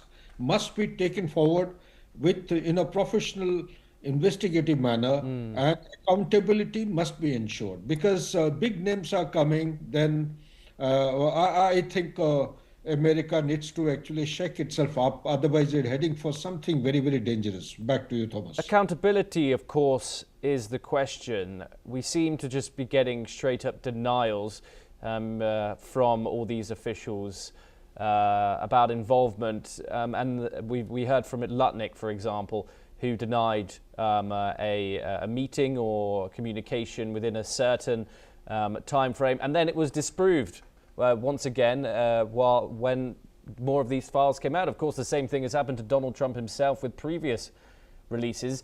How will accountability be given moving forward? Do we expect the Trump administration or those in power to be asked more about it, to be debunked furthermore? Any responsibility to be taken here? Further explanation? Are there any checks and balances that can be put forward that will give Lutnick and others to provide explanation about these communications, which have now been proved? Good question. A very sharp and brilliant question you have asked. America is the oldest democracy. It has got the oldest constitution based on which the country is running. And it's a time-tested one. Many of its articles have been subjected to revisits by relevant authorities. And I personally feel that it's a good question. There are no quick answers because America being what it is going through today doesn't have a quick solution. I personally feel the people of America have to come onto the street. They have to galvanize. They have to speak in one voice. What kind of future for the America do they expect? Do they expect these kind of things? Do they expect ice killing? Do they expect tariff to be imposed and the inflation to be taken, the brunt of inflation to be taken by the customers? Do they expect the backyard Maduro, no matter what the reason is to be president and his wife to be picked up at the middle of the night? Is this the new rule of law? So the people of America are the strength and the weaknesses. If they accept what is coming forward, well, I have nothing to say. It is their country, it is their constitution, it is their leader. They have elected Donald Trump. I think it's about time they have to demand for a very, very apolitical, neutral kind of organization or establishment which must, go deeper into each of the issues, totally apolitical, without any prejudice or any kind of biases to any government. Selection of nomination of the people will require a great deal of scrutiny by people who enjoy the status of some kind of a neutrality. They have proven credentials in the past. Those are the people who must be given this job. They must be assigned the task of investigation and coming to the fine conclusion as to whether a person was actually involved or it is subject to, being dismissed by the accused, as is being done now. Back to you, Thomas. Of course, there's been flip-flapping when it comes to this issue. Donald Trump's constant efforts to push this story out of the headlines have not been successful. The singular, one could say, issue where that has occurred. And now, of course, we're seeing further and further names in his administration and in his orbit, which are being put forward. In terms of taking accountability from the press, what are your thoughts in the way that the media haven't been briefed on this situation in particular? There has been no press conference where all of those named have been gathered into one room and have been questioned by the press. Do you think that Donald Trump, if he does this, would that there would be more confidence in the American people behind this act? Yes, possibly. Yes, you have a point. I tend to agree with you. But unfortunately, you know the reality. That part of the Western Hemisphere is known to you. The fact remains that today the American pillars of democracy, they are being driven by invisible deep state. You just took the name of media. Unfortunately, I must call it out in a very subtle manner as far as possible. Talk about the judiciary. You see the composition of the Supreme Court. How many are the sponsor or the linkages they have with those Republicans? Donald Trump himself, he has nominated or he has sponsored those. Out of 9 benches, I think 6 of them, they belong to Republican affiliated judiciary representative. Similarly, the media is also deeply penetrated and is being driven by or controlled by, more or less, by the deep state. Now, who are the deep state? That is well known to people in the environment. Talk about the defense industry, talk about any multinational. They have, whoever has got money, by and large, I would say, is able to influence the decision making and control or regulate a kind of a shadow government behind the elected representative. Otherwise, Donald Trump would have been behaving in a different manner. Why is he going berserk? So third and most important thing is, no matter what we say, judiciary is judiciary. I personally feel, apart from what you have just highlighted about the media briefing, maybe the judiciary may have to take a very special and exclusive kind of effort and view on the whole issue. There has to be a kind of a exclusion or in-camera kind of a deliberation on the whole issue. Most probably, whatever the judiciary is deciding, in my understanding, it is getting leaked out to Donald Trump and his dispensation. That's how people have been dilly-dallying. They have a high degree of influence on everyone, judiciary, media, all kinds of investigative agencies. Therefore, the rule of law in America today actually stands to collapse very soon. It's extremely not vulnerable. That vulnerability stage has already been penetrated by forces inimical. They have to actually revisit the whole thing. They have to look at the clause in the Constitution. The Constitution has to have the relevant insertion of these kind of things when the morality, the ethics of the nation, the character of the nation is held at stake, then perhaps I think the whole nation has to come together and regardless of what the leadership is actually driving or divulging, they have to demand. People's demand cannot be denied. It Okay. has to be proven, and the best way to do is to take it to the floor of the House, prove the confidence motion of the leadership, and if he passes the motion, then he becomes the leader. If he doesn't, let the new leadership take on. Major General Sadaka Ji, thank you very much as always for joining us. It's a pleasure to talk to you on these issues. We have some breaking news coming up next from the South Asian region, and deadly violence has erupted in Pakistan's southwestern Balochistan province. At least 10 security personnel and 37 terrorists were killed after ethnic Baloch separatists launched coordinated attacks across the region. Officials say the assaults targeted more than a dozen locations earlier today. Security forces responded with counter-operations, killing dozens of terrorists and leaving several personnel injured. We'll of course continue to bring you the updates from that developing situation out of Balochistan as soon as we get them. We turn back to the US government, and the government entered a partial shutdown on Saturday after a midnight funding deadline passed without approval of a 2026 budget. While roughly 3/4 of federal operations are affected, disruption is expected to be limited, with the House set to ratify a Senate-backed deal earlier next week. The shutdown was triggered by a breakdown in negotiations over new funding for the Department of Homeland Security following Democratic anger over the fatal shootings of 2 protesters in Minneapolis by federal immigration agents. Though the shutdown began, lawmakers in both parties expressed confidence that a swift resolution is likely, with the Senate clearing the way for a quick end to the disruption. If prolonged, tens of thousands of federal workers could face unpaid leave once again. Okay, of course, this would come as there has been several protests from Democratic senators given the killings of 2 US individuals in Minneapolis, causing partisan outcry. Major General G joins us once again. Apologies for that incident that had just occurred.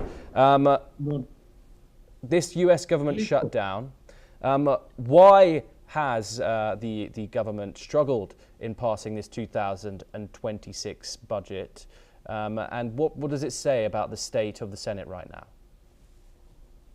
I couldn't hear your preamble, by then I had switched off. If you can just go over the narrative that in your question, please. What is the background like, please? The government has entered a partial shutdown after the midnight funding deadline passed without the approval of the 2026 budget.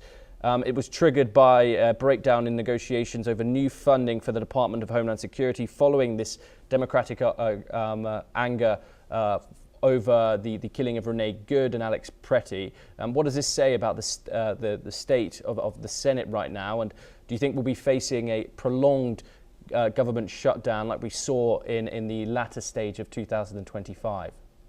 I hope not, because it's not only one dot. If you join the dots, then it's a series of such unprecedented activities that have taken place related to political dispensation that it gives a clear indication that it's going to be a prolonged one.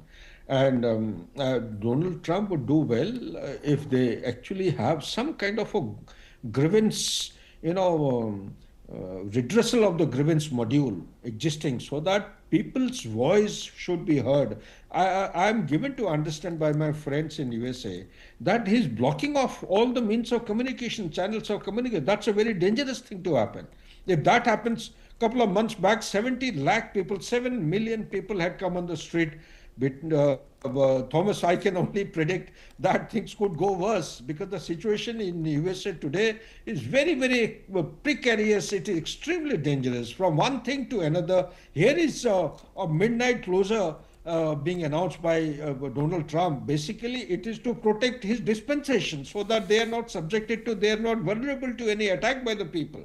People are totally agitated, they are angry. So before any such decisions are taken, I would personally feel he needs to have some kind of a engagement with the people's grievances. There must be some kind of a channel of communication open. Otherwise, media is almost in a virtual, I would say, not being given the right kind of information, and the judiciary is also in a way being insulated. So the right thing, the rule of law is not being protected. That is the bigger danger and harm being coming the way the America. This needs to be actually addressed in a very comprehensive, holistic manner by engaging with the stakeholders, not by keeping them away. Back to you, Thomas. Thank you very much, Major General G, for joining us. It's a pleasure to talk to you. We now turn over to the African continent, and a mine collapse in Eastern Democratic Republic of Congo has killed more than 200 people.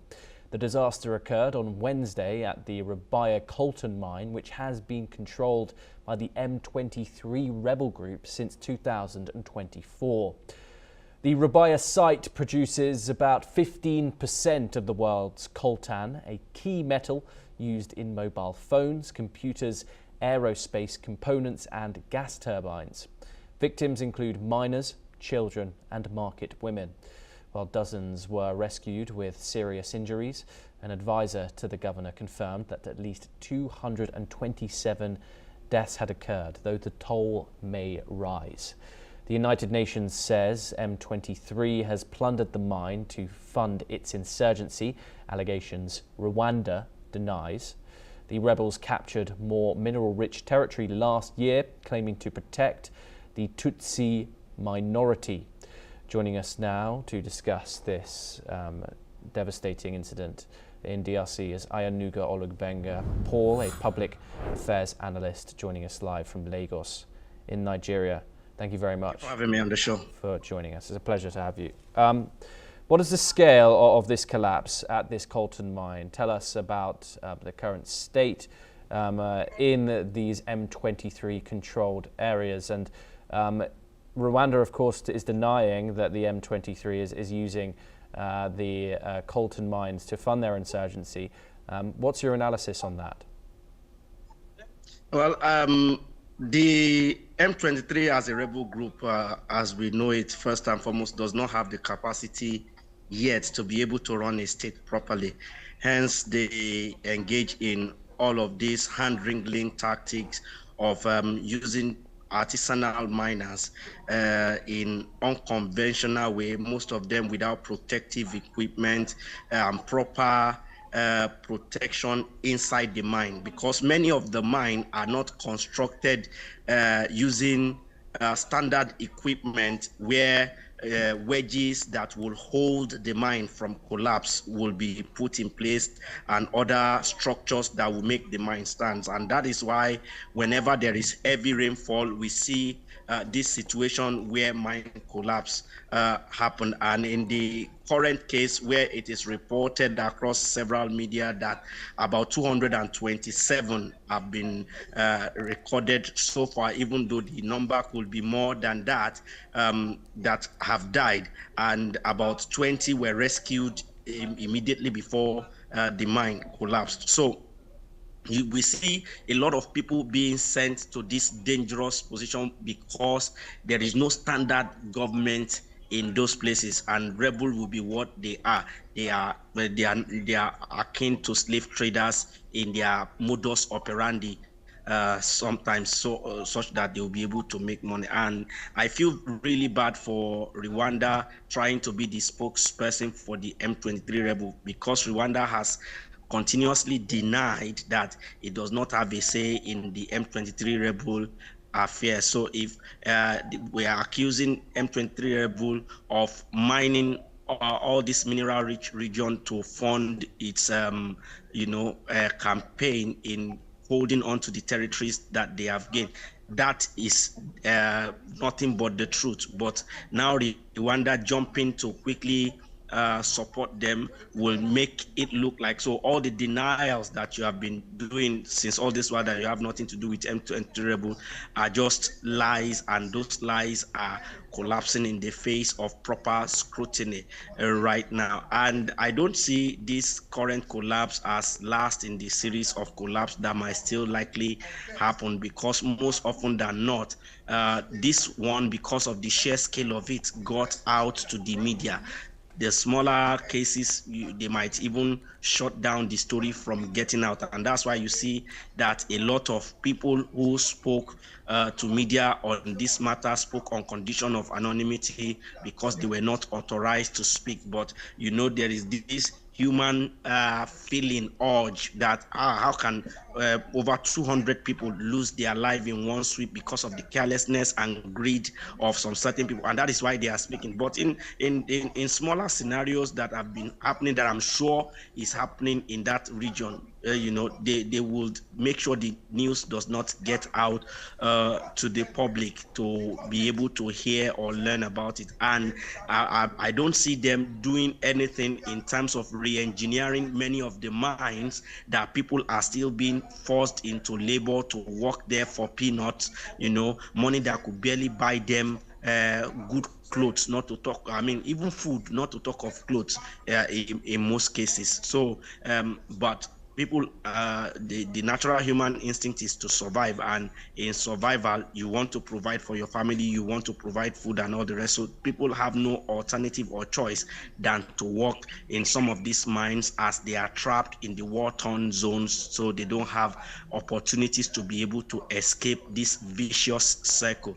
But I just hope that you know, international organization will, beyond the rhetorics, the play of words, find something to do to assist, if it means recognizing the M23 rebel, so that they can, you know, have standard government and standard structure in place to govern the area and provide infrastructures that will regularize all these mining activities, and there will be no illegal activity going on there. Even though you can't stop it totally, but at least it will be reduced drastically. So that this can happen, we need the international organization like UN, like USAID and all the rest of them to take this step and start this discussion. This grandstanding by the Congolese government that they are not ceding any part of the country, and it will not work, because I don't see the rebels ceding any part of the territories that they have taken. Yes, do stay with us, Ayanuga, as we go on to our next story. And we turn to The Hague, and Rohingya survivors are expecting the International Court of Justice to rule Myanmar committed genocide against their people. The case, brought by Gambia, follows the 2017 military crackdown that forced over 730,000 Rohingya to flee their homes. Myanmar has denied the genocide allegations, claiming that the offensive was a legitimate counter-terrorism operation. However, survivors have recounted mass killings, rape and arson, with a UN mission concluding that genocidal acts were committed. A judgment is expected in 3 to 6 months, and the outcome could impact other ongoing cases, including South Africa's genocide case against Israel. Ayanuga joins us once again. If the ICJ confirms that genocide occurred, does that mean a breakthrough for accountability internationally? It's going to be a very big breakthrough for accountability internationally, because this will not just have effect on the Rohingya or even the Israeli-Palestinian situation. It would also have far-reaching effect on the Uyghur, people versus the Chinese government situation. And all of these people will be able to now properly have a basis to seek for justice to go around in all these places. And because of the many international actors that will be affected negatively if the Rohingya people are able to get justice, I see it like, making the passing the camel through the eye of the needle kind of situation for that justice to be able to happen, because I'm sure that China, knowing fully well that the Uyghur people would want to, demand their own case to also be settled, will do everything to thwart the success of such hearing. The Israeli, we know how they can undo with their Mossad and intelligence network across the world, and how they seems like the hand controlling a lot of things in a lot of places, both seen and unseen. So I personally am skeptical, that the Rohingya people will be able to get justice. But if the judiciary at the ICJ, are able to stand firm against all propaganda that will be raised against them, against all kind of crackdown that might be raised against them to thwart this case, if they stand their ground and they are able to deliver justice to the Rohingya people, because it is clear to the blind, it is very audible to the deaf, that what happened in Myanmar with the Rohingya people is pure case of genocide.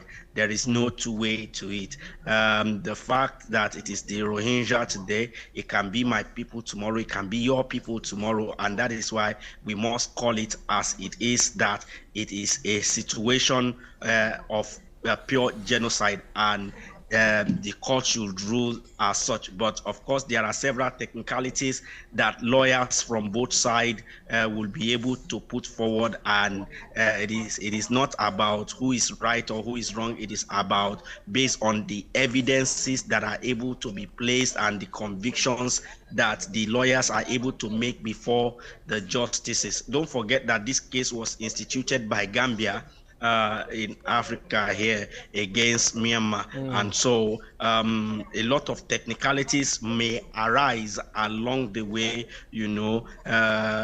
vis-a-vis the local standard of why just the Gambia has the capability to, it's not their matter and things like that. I'm not a lawyer, but I know that many technicalities in the law will be explored to thwart the case. But if this comes out successful, that the Rohingya people are able to get justice, then it will have far-reaching effect across the world and will send shockwaves in many places that will be good for the oppressed in several places across the world. Ayanuga Olugbengapor, thank you so much for taking the time and joining us. It's always a great pleasure in speaking to you. We now move on, and a US federal judge has signaled that she may dismiss a lawsuit filed by Elon Musk's AI startup xAI against rival OpenAI. xAI accused OpenAI of stealing trade secrets by poaching employees to gain an unfair advantage in developing AI technology. However, US District Judge Rita Lynn says she tentatively agrees with OpenAI's motion to dismiss, stating that xAI did not plausibly allege theft of trade secrets. The hearing on February the 3rd will decide whether xAI can amend its claims. This lawsuit is part of a larger legal battle between Musk and OpenAI, with Musk seeking $134.5 billion in damages. Well, that's all that we have time for this hour. Keep watching NewsX World for more international news updates.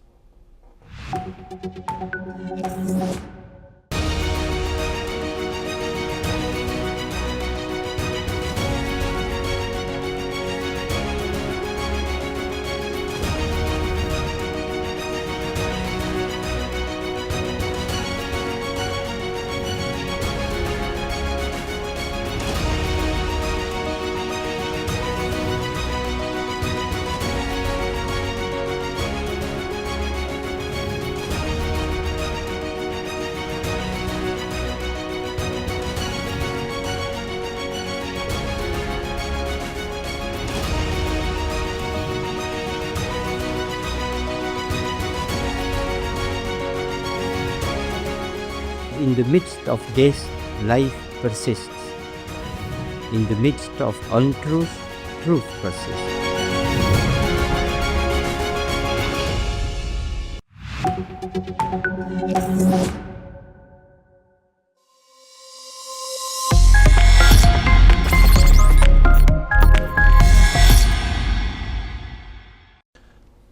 and welcome. You're watching Trending Tech on NewsX World, where we bring you the latest tech breakthroughs and trends from around the globe. The line between the real world and the virtual world is disappearing faster than ever. Today we discuss how AI, the metaverse and gaming are no longer just ideas, they're real forces shaping how we work, play and earn. From immersive digital workplaces driving global productivity to the rapid rise in Web3 and play-to-earn gaming, virtual worlds are creating new economies and new identities.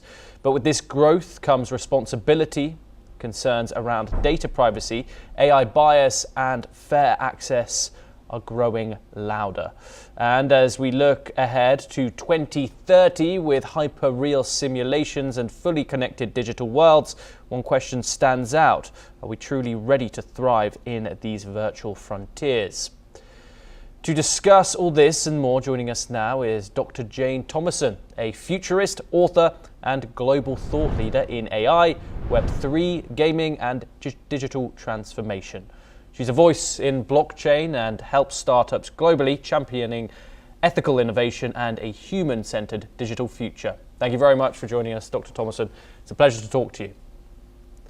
Thank you for having me. It's great to be here. Thank you for joining us.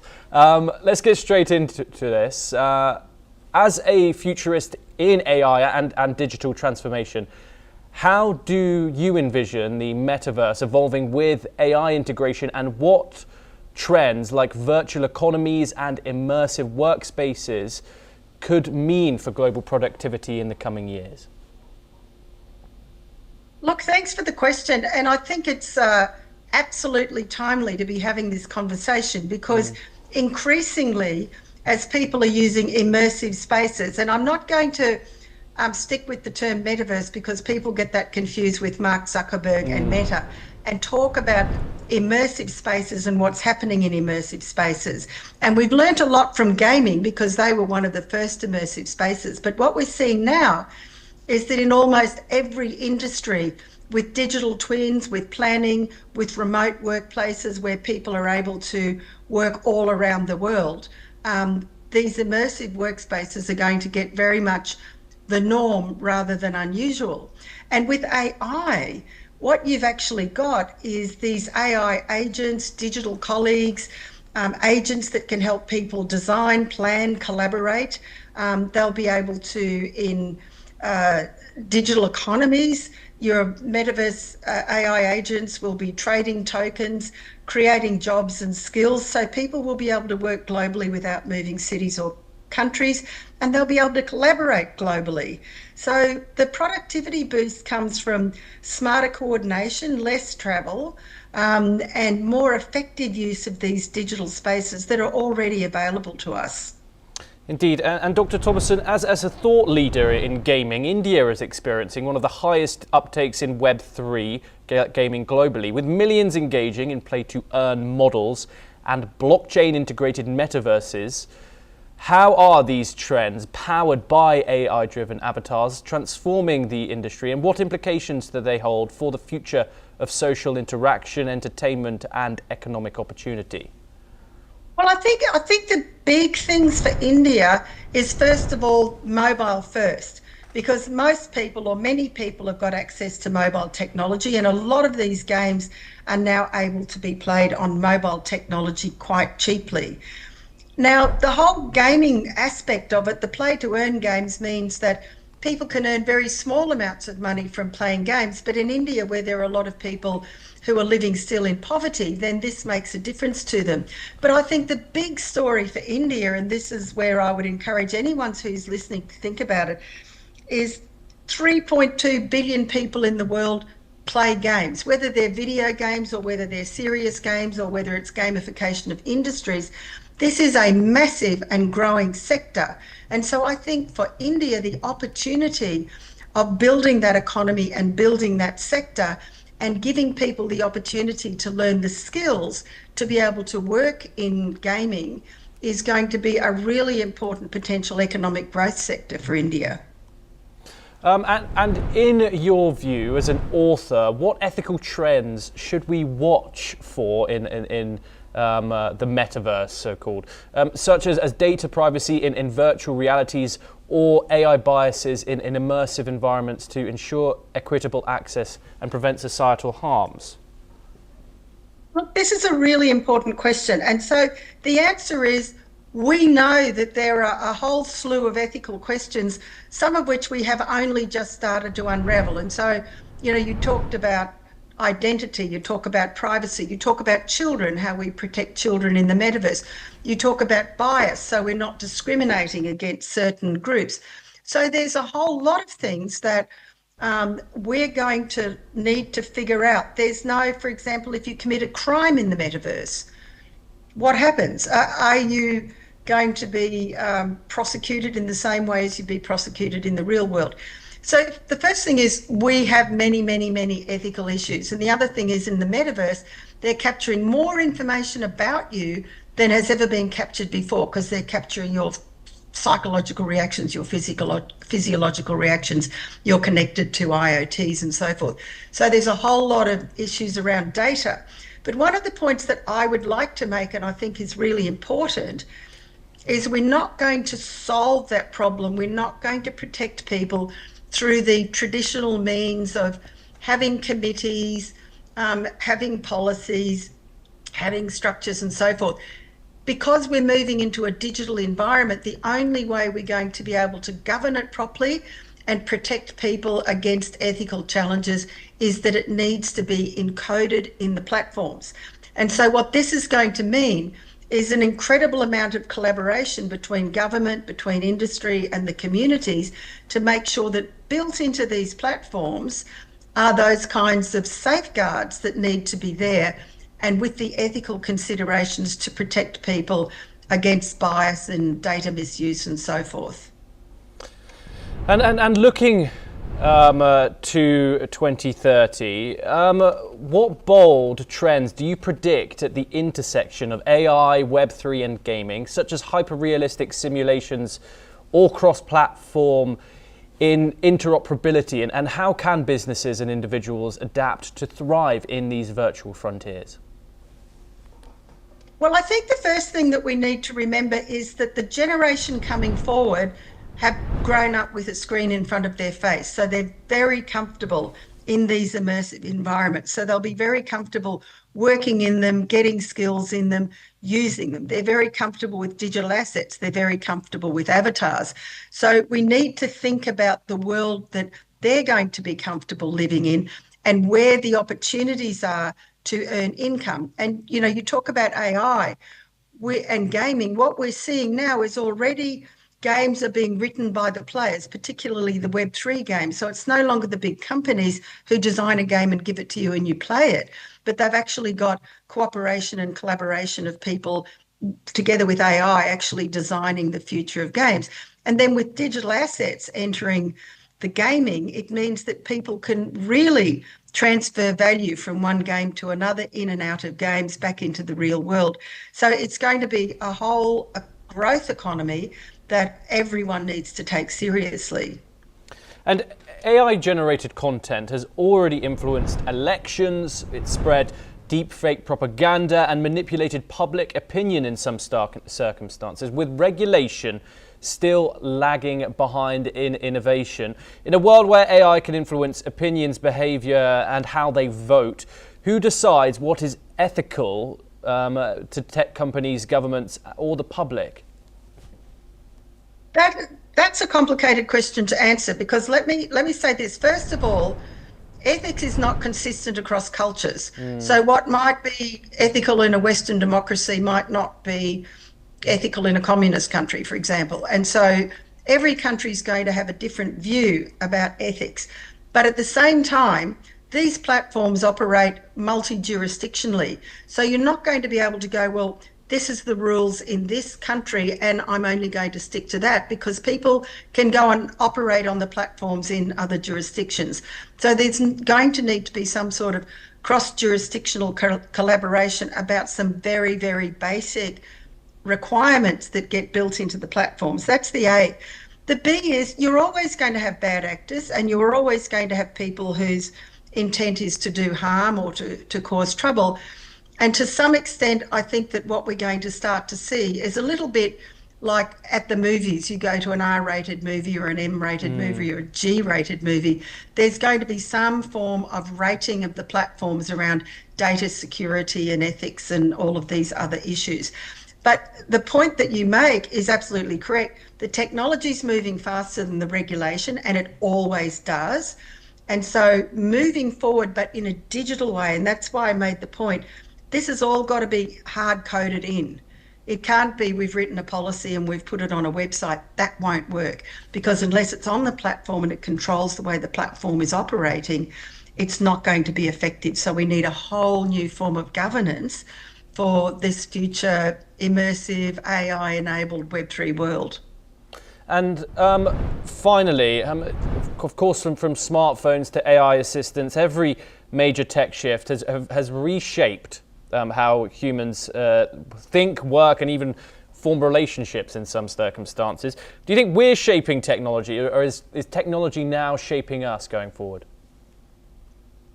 Well, we need to get back in front. So I think the answer is technology's taken away in front of us, and we need to have the kind of people who understand technology helping governments and people who are building these kinds of governance arrangements to understand what we need to control and how we need to protect people and how we need to make it better, and what are the kinds of platforms and opportunities that we want to put in front of people. So let's just say, health and education are perfect examples.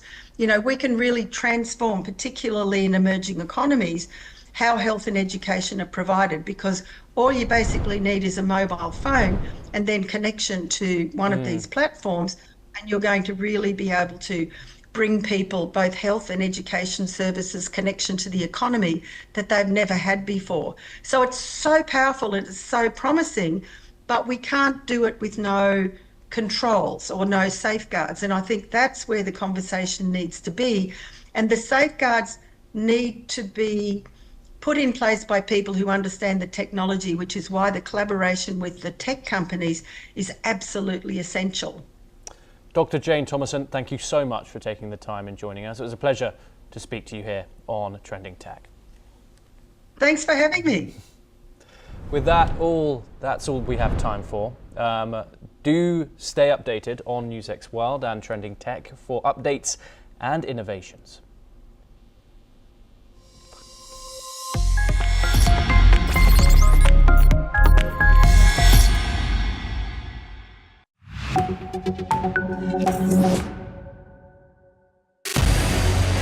What we can do as the Interparliamentary Union to strengthen democracy, to promote human rights, to ensure that humanitarian law is respected.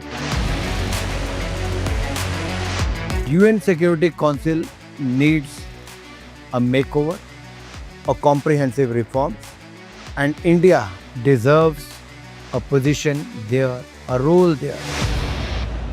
Prime Minister Modi during Operation Sindoor made it amply clear that war has never been India's choice. We are with the side of peace. We are neither neutral nor indifferent. We are with peace. We would have dealt with US a whole lot on trade and those kinds of things, and that's not as certain these days. So we have to go back and look at our European partners, our Asian partners. An opportunity to exchange, to have a dialogue, to have a debate on a different perspective on finding the solution of the conflict. First thing that is important to have a common ground, and that we do have with humanitarian laws and human rights, but also to say, okay, what does it mean for us as a country to act on these laws and how can we work together? When we realize that there's something wrong with democracy, the institutions and policies, values come together and we take stock, and it's possible then to improve and chart a new course for democracy. It's the people's right to self-determination, and if they want to be independent, they should be independent. We will not start a war against Greenland.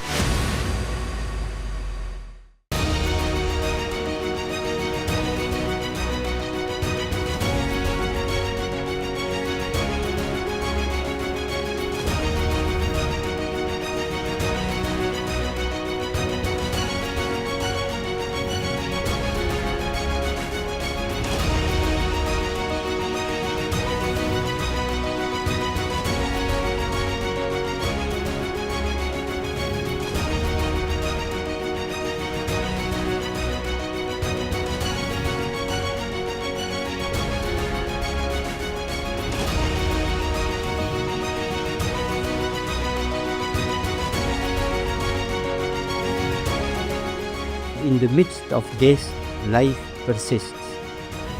In the midst of untruth, truth persists.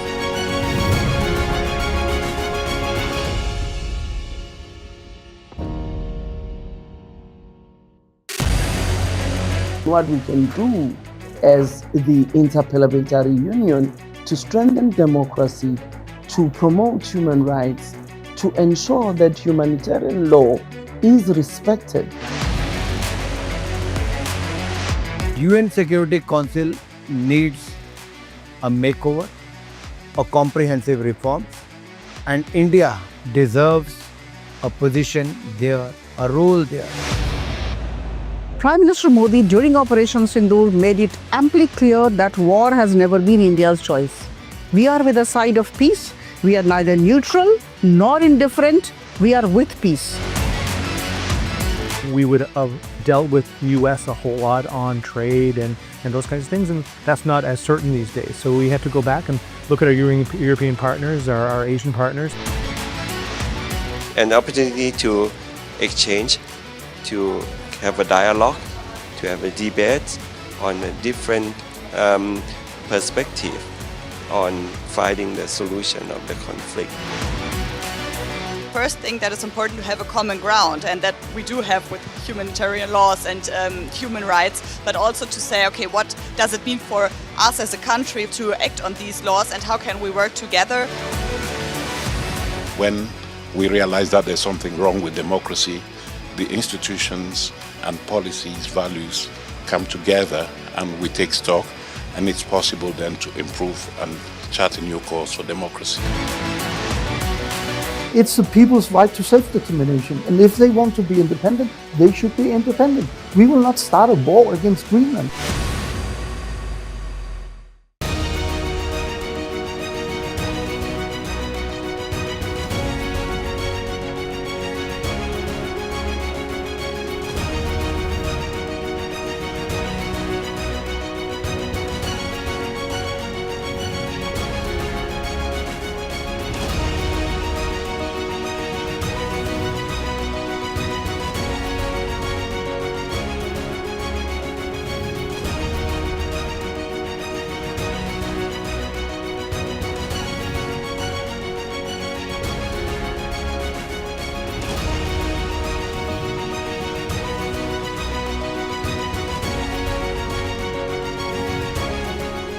In the midst of death, life persists.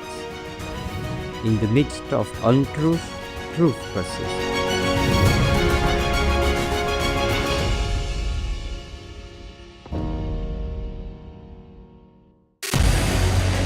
What we can do as the Interparliamentary Union to strengthen democracy, to promote human rights, to ensure that humanitarian law is respected. UN Security Council needs a makeover, a comprehensive reform, and India deserves a position there, a role there. Prime Minister Modi during Operation Sindoor made it amply clear that war has never been India's choice. We are with the side of peace. We are neither neutral nor indifferent. We are with peace.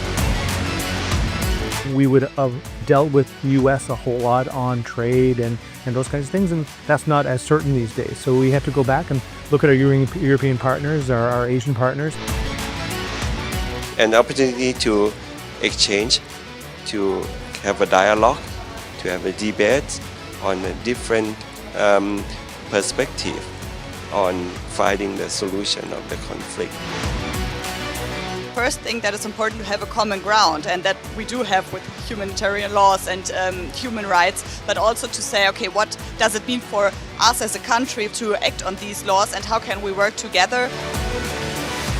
When we realize that there's something wrong with democracy, the institutions and policies, values come together and we take stock, and it's possible then to improve and chart a new course for democracy. It's the people's right to self-determination, and if they want to be independent, they should be independent. We will not start a war against Greenland.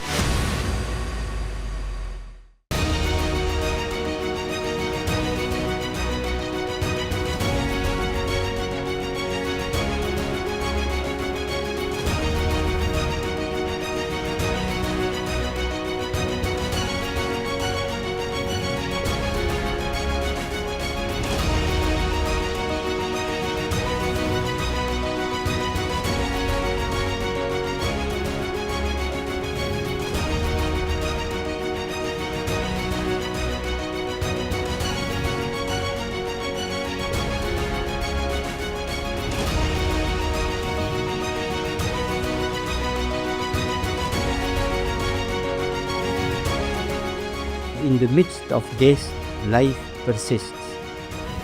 In the midst of untruth, truth persists.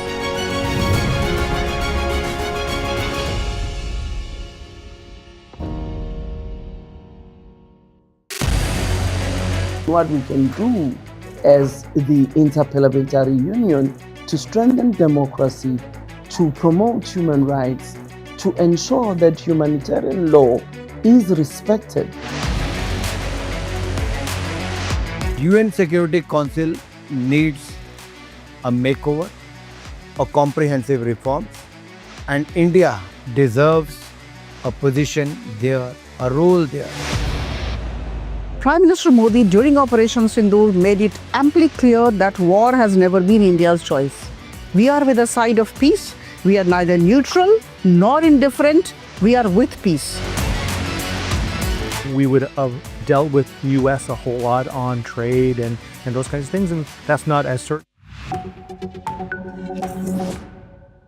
Hello and welcome. I'm Thomas Porteous and you're watching The World Report on NewsX World. Let's dive into the top headlines this hour.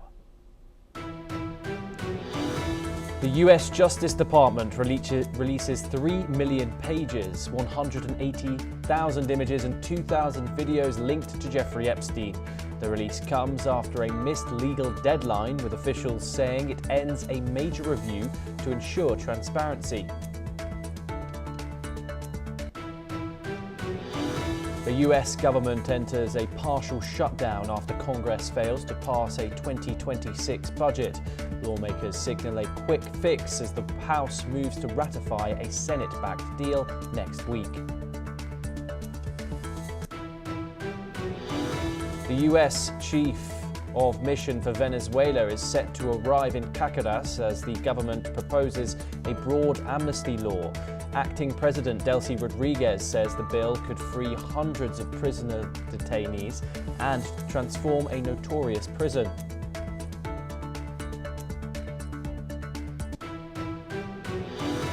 Iran says it is ready for fair and equitable talks with the US as regional tensions continue to rise. President Trump refuses to rule out military action, while Tehran says negotiations cannot occur under threats.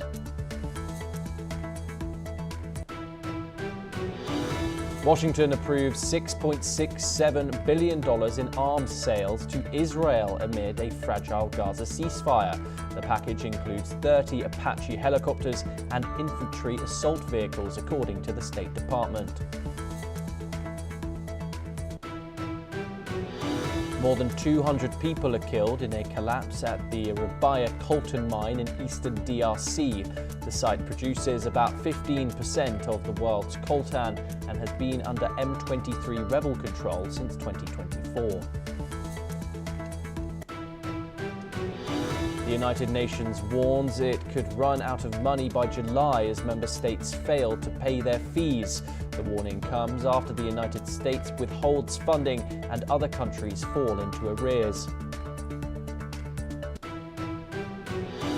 China conducts naval and air patrols around the Scarborough Shoal in the South China Sea. The feature is claimed by Beijing but lies within the Philippines' exclusive economic zone.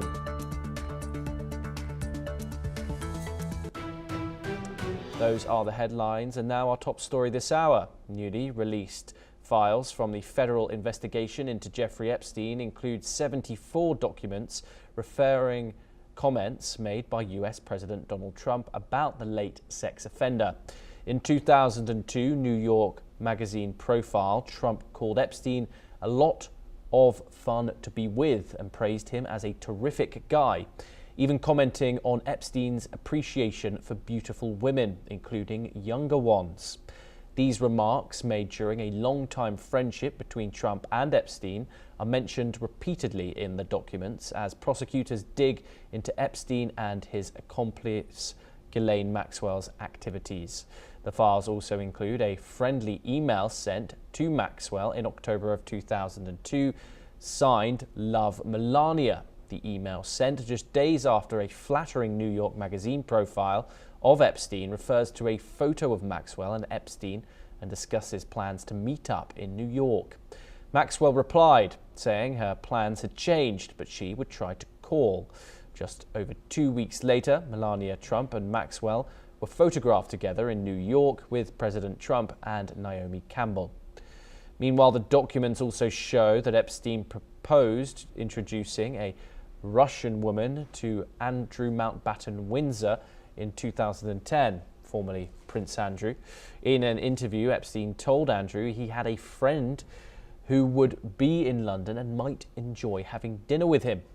Andrew asked whether she would be bringing a message from Epstein, and the two discussed a possible meeting. Later, Epstein contacted Andrew about a dinner at Buckingham Palace. There's no evidence the meeting ever occurred. Joining us now to discuss this is Professor Veselin Popovsky, Professor and Vice Dean at Jindal Global Law School. He joins us live from Thailand. Thank you very much for joining us. Of course, it's always a pleasure. This new DOJ release shows previously unseen emails, including elites and Epstein, including from Donald Trump, saying that Epstein was a lot of fun to be with, and a 2002 email signed Love Melania. What do you think we should make of these revelations about these personal communications? Well, they show a very close relationship between Donald Trump and Melania Trump at the time with the sex offender Jeffrey Epstein. Obviously, it was known before that such relationship did exist. Now we simply have much more document and more notorious and more disturbing revelations. And on one hand, it shows transparency, and the DOJ here acts in the spirit of democracy, transparency. Everybody should know the truth. And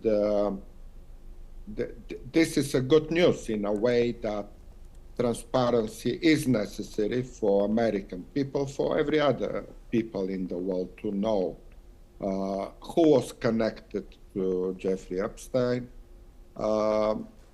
And the damage is there already. Now, how much that will produce further damage, that's the good question, how Donald Trump will respond. Usually he denies everything, and he tries to avoid the topic, and he will blame other people. In the files, we see other names. Yes, the ex-Prince Andrew, Bill Clinton, Elon Musk appears very often this time. And this is the usual tactics that Donald Trump will employ to deny and to blame others rather than himself. But yes, for every intelligent observer, it's very clear that Trump was part of the ring of those sex offenses, revelations that they engaged in orgies and by the way, not only in the villa in Epstein Island, but also in other places in Mago del Lago, and there was a contest for calendar girls, and girls as young as 13 have been trafficked to Trump's residence in Florida, and all of this needs answers, and hopefully one day we will have more answers. But yes, I suspect Trump will deny, he will avoid responsibility here, he will basically ignore that evidence. Now it depends how strong the reaction to those will be from the American public, from the Democrats, obviously, but even some Republicans need also to ask those questions. What person, so I have a question to the Republican Party. What person do they support as their leader, as their president? And that every single Republican senator or congressman need to answer. Seeing those files, what do Republicans think? That's my question. And going to the elections in November, that question should come more frequent. Of course, Professor Popovsky, it is clear that there was a close relationship, given the style of language and the sign-offs, etc. However, how serious should journalists and investigators treat these documents, given the DOJ's warning that some material may be unverified or sensational? Well, that's exactly the investigation is needed as to verify what happened. Every investigation should go deeper and deeper. Official investigations, criminal investigation, journalistic investigation should go and ask those questions. They should be corroborating evidence. There could be interviews. People can be invited to talk under anonymity if necessary. But yes, more we know, better. That's the task of the media, the task of the public, the civil society. Everybody needs those answers. What type of president did we elect? Every American should ask that question. More knowledge, more transparency, obviously better. And if something proved to be wrong, that's also good. Let's find out what is right, what is wrong, what is correct, what is false. That's exactly the purpose of every investigation. So we should encourage investigations. Okay, do stay with us as we move on to our next story. And the US is taking steps towards reopening its embassy in Caracas after more than 6 years of severed diplomatic relations with Venezuela. According to sources, the US chief of mission will arrive in Caracas on Saturday. This marks the beginning of a phased plan to re-establish a US presence in Venezuela. The first phase involves sending a small team of temporary staff to the capital, where they will carry out essential functions like security and management. The team will work from a temporary facility while the embassy compound is upgraded. The goal is to eventually expand their duties to include consular, political and economic work. Professor Popovsky joins us once again. This, of course, comes after the capture of Nicolas Maduro, which occurred on the 3rd of this month. Delcy Rodriguez is now taken charge as interim president of Venezuela, a person which Donald Trump has said that negotiations and have been going well. How significant is this move for the future of the relations that the United States is opening its embassy there? I think that we see clearly a normalization, which is excellent. By the way, a lot of people were predicting almost like a civil war in Venezuela, almost like a regional war, almost world war, after the arrest of Maduro. Nothing of that happened. Good news, the amnesty and the release of hundreds of political prisoners being kept in torturous conditions is a very good news. It shows also goodwill of the Delcy Rodriguez, the former vice president. Obviously, initially, she condemned the attack and she said that Maduro needs to be released, but that's an obvious first courteous reaction. And after that, she is in power and she takes good steps. She establishes relationship with United States. The amnesty follows. Her brother, by the way, is the Speaker of the National Assembly in Venezuela here. The law of amnesty comes. I see normalization here, despite all the, doomsayers who are thinking things in Venezuela will go from bad to worse. Nothing like that. We might even see elections at one point. Why not? With Maria Machado also being invited to the White House, the relationship between both the opposition leader and the current president looks good. So I'm optimistic here. Venezuela and the people of Venezuela should celebrate the end of Maduro. They should stop even thinking about Maduro and looking into the future, expecting normalization and possible elections. Like every other Latin American country went through difficult past, but at some point it gained its democracy, human rights, rule of law. Where do you think the plans that Donald Trump, of course, floated, that the United States is going to run Venezuela, fits in to this whole development? Oh, he likes to run. He likes to be the leader of everything. He wants to be the leader of Gaza, the leader of the world, the Nobel Peace and all that. That's Donald Trump.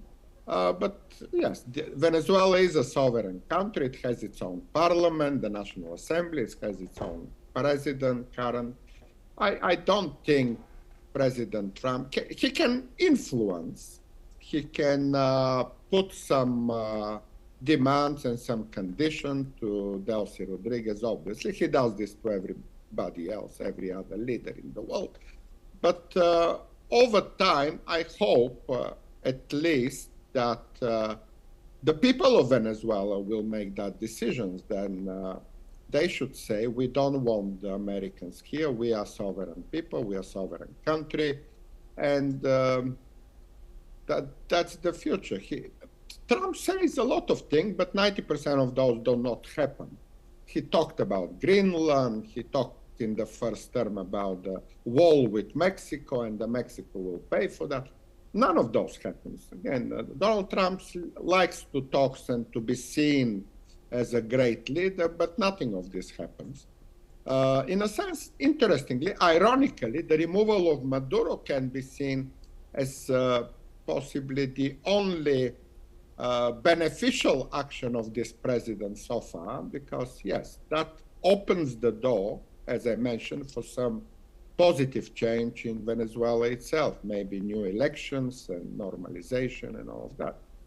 So the removal of Maduro, which was, by the way, planned already for a long time, for months, and apparently also happened with the help of some internal people, including possibly in the government. Some even conspiratorially say Delcy Rodriguez might have known about that. We have absolutely no proof or verification, but generally the more time goes, I think there is a more justification for the removal of Maduro from power. If that brings liberty and prosperity back to Venezuela, by the way, used to be the most prosperous Latin American country, and Maduro turned it the most miserable one. Yeah. So it might work, although it's a violation of international law. I'm not saying anything different, but it might turn, that this violation of international law might turn into something positive long term. Okay, Professor Popovsky, thank you very much, as always, for talking to us. It's always a pleasure to get your insights on these issues. We now move on to a related development, and Venezuela has slammed the United States for imposing what it calls punitive measures against Cuba. This comes after the US issued threats to impose tariffs on countries continuing to supply oil to Cuba. Venezuela's foreign ministry condemned the action, stating that the tariff order signed by US President Donald Trump targets countries maintaining legitimate trade relations with Havana. The Venezuelan government is calling for collective international action, urging countries to address the growing humanitarian consequences of these US actions, which they claim are hurting Cuba's ability to survive economically. Now we turn to North Africa, and Tunisian President Kais Saied has extended the state of emergency in Tunisia for another 11 months, now lasting until December the 31st of 2026. The state of emergency has been in place since 2015 following an attack that killed several presidential guards. This decision was published in the official Gazette on January the 30th, and despite protests from activists and political opponents calling for a return to democracy, the state of emergency continues as part of Syed's ongoing policies. Meanwhile, this extension marks the continuation of Tunisia's heightened security measures. Major General Dr. Rajan Kochar joins us now. He's an international relations expert, joining us live from New Delhi. Thank you very much for joining us. Tunisia has extended a long-standing state of emergency now until the end of this year, almost 11 years after it was first imposed. What does this prolonged emergency law signal about Tunisia's political trajectory? Thank you, Thomas. This Tunisia, if you see its location also, it's a part of the MENA, is Middle East, North Africa, as it's called, and it's at the tip of North Africa and next to the Mediterranean Sea, and bordering Libya. So if you look at it in that context, since 2021, we have seen President Syed, he has suspended and later he dissolved the parliament.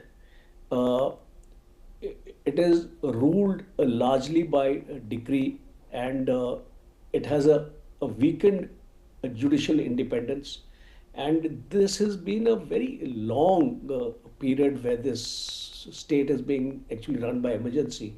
And any country which runs its affairs in a dictatorial manner, disregarding democracy and the way we have seen Tunisia.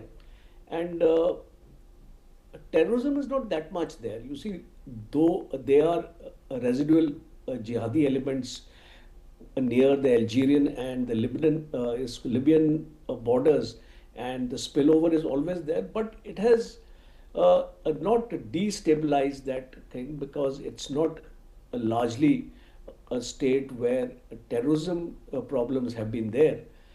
Some attacks have happened where this, on the pretext of that, the emergency was declared a long time back. But what I think that there is a larger problem. One is the civil liberties has been severely curtailed in this region. There is a freedom of expression, a freedom of assembly, and the press also has been largely controlled by this government.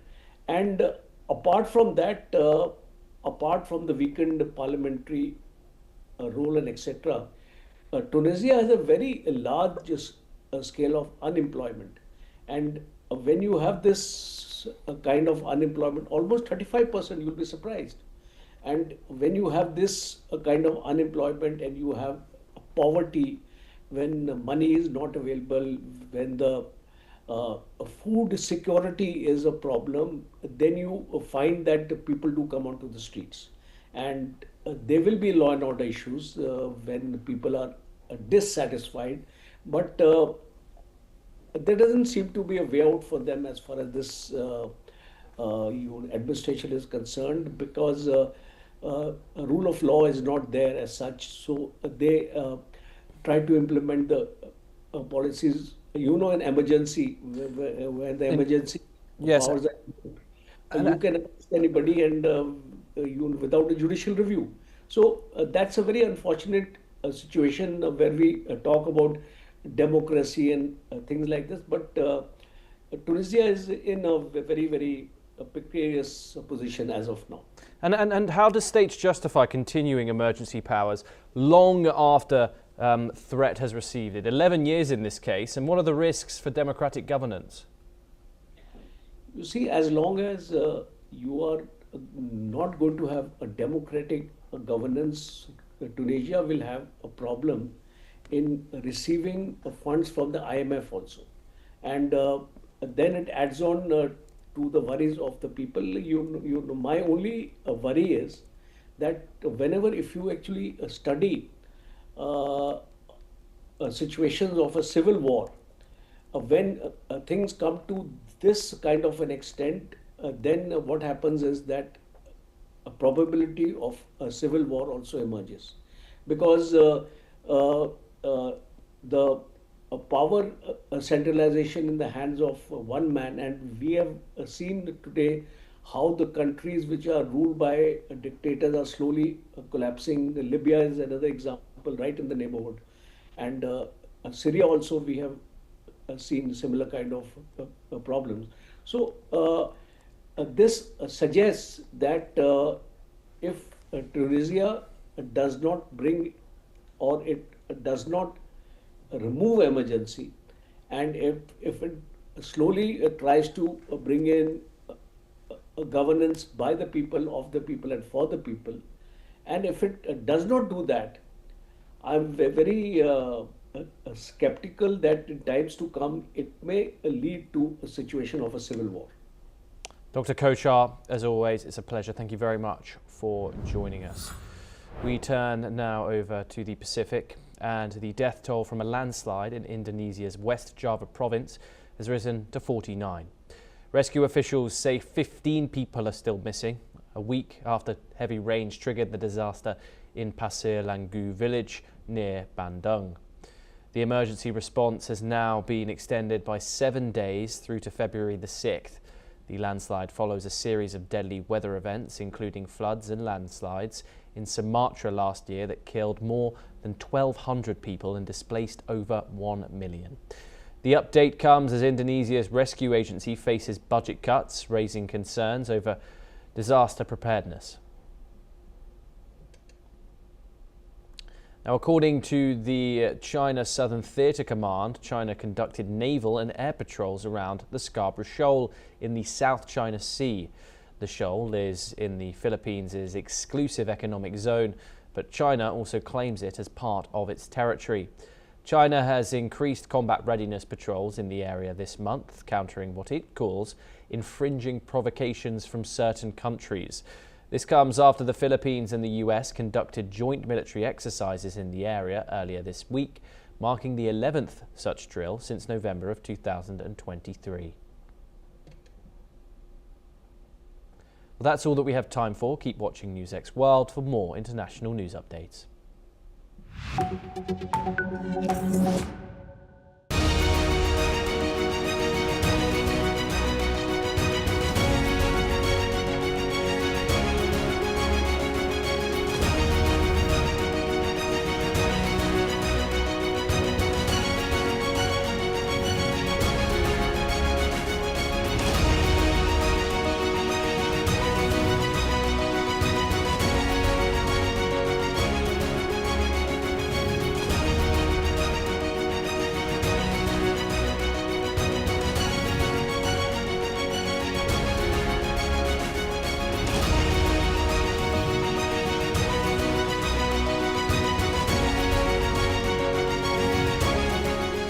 In the midst of this, life persists.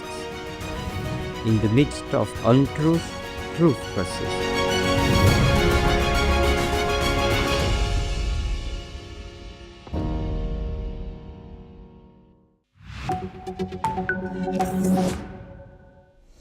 Hello and welcome. I am Ellie Richardson and you are watching The World Report on NewsX World. Let's take a look at the top headlines of this hour.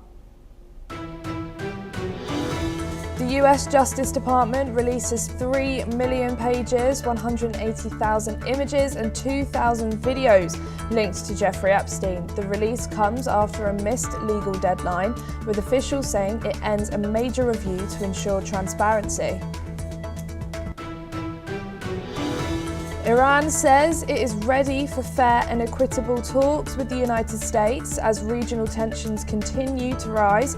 President Donald Trump refuses to rule out military action, while Tehran says negotiations cannot occur under threats.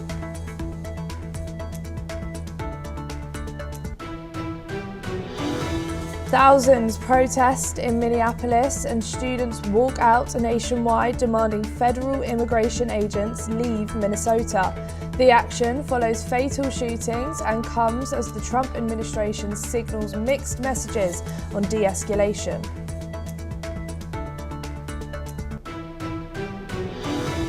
Washington approves $6.67 billion in arms sales to Israel amid fragile Gaza ceasefire. The package includes 30 Apache attack helicopters and infantry assault vehicles, according to the State of Department. More than 200 people are killed in a collapse at the Rabaya coltan mine in Eastern Democratic Republic of Congo. The site produces about 15% of the world's coltan and has been under M23 rebel control since 2024. The United Nations warn it could run out of money by July as member states fail to pay their fees. The warning comes after the United States withholds funding and other countries fall into areas. Acting President Delcy Rodriguez announces an amnesty bill that could free hundreds of political detainees. The ruling party-led assembly is set to fast-track the measure. China conducts naval and air patrols around Scarborough Shoal in the South China Sea. The feature is claimed by Beijing but lies within the Philippines' exclusive economic zone. And for your top story this hour, newly released Jeffrey Epstein files include a reference to acclaimed filmmaker Mira Nair, the mother of New York City Mayor Zohran Mamdani, in a 2009 email sent to the late financier by publicist Peggy Segal. The email, which appears in a fresh tranche of documents released by the US Department of Justice, describes Segal leaving an after-party at the Manhattan townhouse of Ghislaine Maxwell following an event tied to Nair's 2009 film Amelia. The email goes on to comment on the reception of Amelia, writing that the film received a tepid reaction, before describing other industry events Segal planned to attend. The message was one of hundreds of thousands of documents unsealed as part of the Justice Department's latest disclosure related to Epstein's crimes and his interactions with prominent figures. We are now being joined by Ross Fingold in Taiwan, who is a political analyst. Thank you so much for joining us here today on NewsX World. So after these release of over 3 million pages of these Epstein files, what does the mention of Mira Nair in these newly released Epstein files actually tell us? And most importantly, what doesn't it tell us? First, congratulations on joining NewsX. Yeah, as far as this release of additional files, it's going to be negative publicity for some of the prominent people who are mentioned. It doesn't matter who it is, whether it's a politician or a business person or people who span the worlds of business and politics, whose name appears, like Commerce Secretary Lutnick or X's Elon Musk. Or relatives of politicians. From the perspective of were powerful people friendly or famous people friendly with Jeffrey Epstein and interacted with him and continued to attend events with him or seek his counsel or financial support after his first conviction way back in 2008. We knew that was the case. Now we have a few more names and evidence that people who could have easily checked whether or not Epstein had a criminal record, they didn't bother to check, or if they knew, they ignored it. So for any of the prominent people whose name appears in the latest release, there will be some negative publicity and say, why were you still interacting with someone as despicable as this, even after he pled guilty to a crime back in 2008? But does it really indicate that these people were involved in criminal activity themselves? Of course it doesn't. So there'll be negative publicity, but I would expect all the prominent people whose names have appeared will probably survive this release of their names. And does the political connection that Mira Nair is the mother of New York City Mayor Zohran Mamdani change how these files are being perceived and discussed in the public sphere? I think it just confirms for the public that Epstein had a very wide social network, people from different walks of life, whether the arts or academia. I mean, clearly he had a very close relationship with a number of academic institutions, including Harvard, among others, very prominent, obviously, academic institutions. Politicians, both in the United States as well as from outside the United States. So he had this very wide social network of prominent people. And again, it's going to be a negative for any of them, no matter who they are. You know, as far as Mayor Mamdani goes, I mean, he literally just began his term a few weeks ago. So there's nearly 4 more years of Mayor Mamdani. There's nearly 4 more years of opportunities for him to demonstrate that he's an effective mayor, or for him to demonstrate that he was a bad choice by the voters. There's going to be a lot more issues, positive or negative, for Mayor Mamdani than this. So I don't think the public in New York City is going to hold this against him personally. And obviously there's been names and names released as these files are also being released to the public. Should names from old social events be reported differently to names that are linked to clear allegations?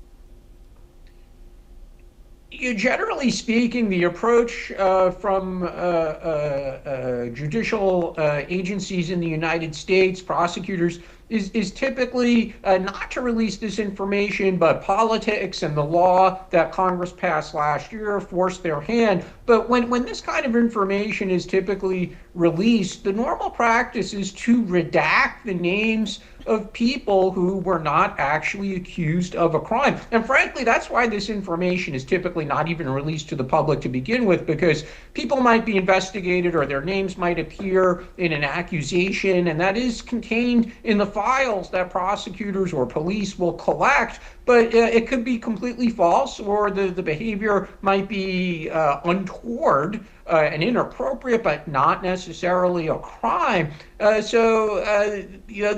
Typically this info isn't released. When it is, normally the authorities would redact the names of people who were not charged with a crime. But the reality in this situation is the names of many prominent people have been released or through these multiple tranches of documents that have been made public. There are other people who we've known for many years associated with Jeffrey Epstein.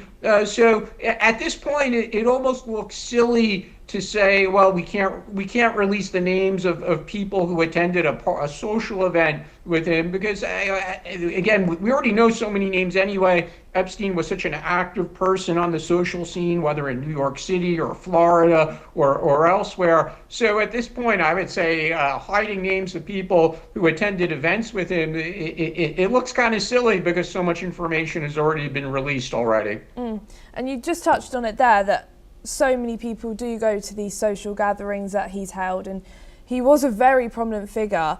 But do you think, does the constant focus on who attended past Epstein-linked gatherings distract the accountability for the actual crimes?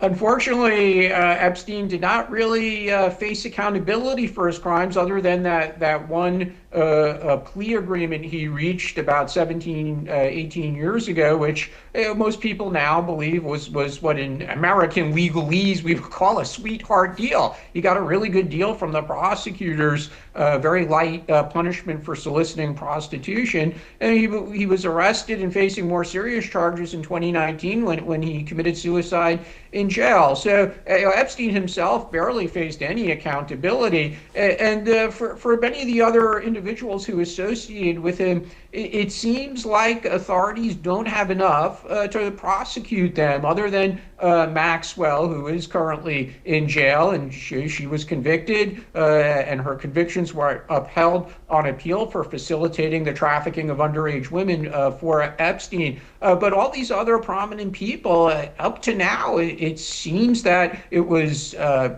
distasteful and foolish that they associated with someone who, especially after he was already convicted of a crime, and they continued to do so for many years. But again, it appears, at least as of now, that these other prominent people have not engaged in any criminal behavior. Thank you, Ross, for joining us, but don't go too far. We'll be back with you later.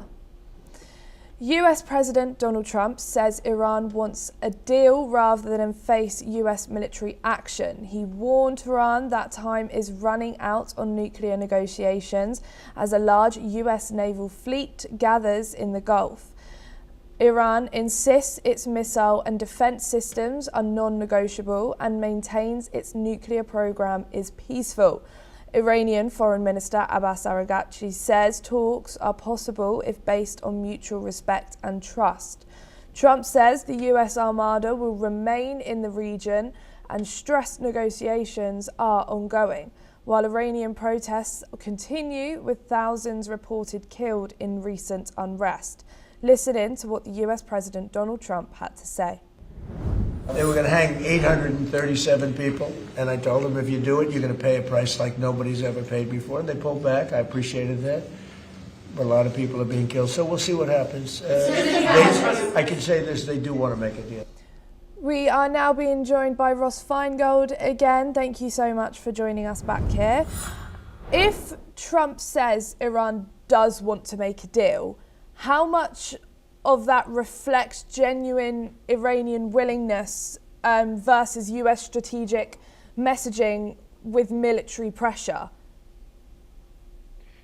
At the moment, it's difficult to see what the deal would be. The United States and many other countries, frankly, they want or demand that Iran give up its nuclear research program. Iran says it's civilian and peaceful, and nobody believes them. It's clear that this program is designed to research and develop nuclear weapons. And that's why the United States joined Israel in bombing the Iranian nuclear facilities last year. So on that issue alone, there's clearly a huge gap between what Iran is willing to do and what the United States wants. Similarly, the issue is with its missile program as well. Iran has developed missiles that are not for its defense, but are actually for offensive purposes, and they've used those to attack Israel. And it's been a longstanding demand of the United States and its closest allies that Iran also give up that program. So those two issues alone show that there's a huge gap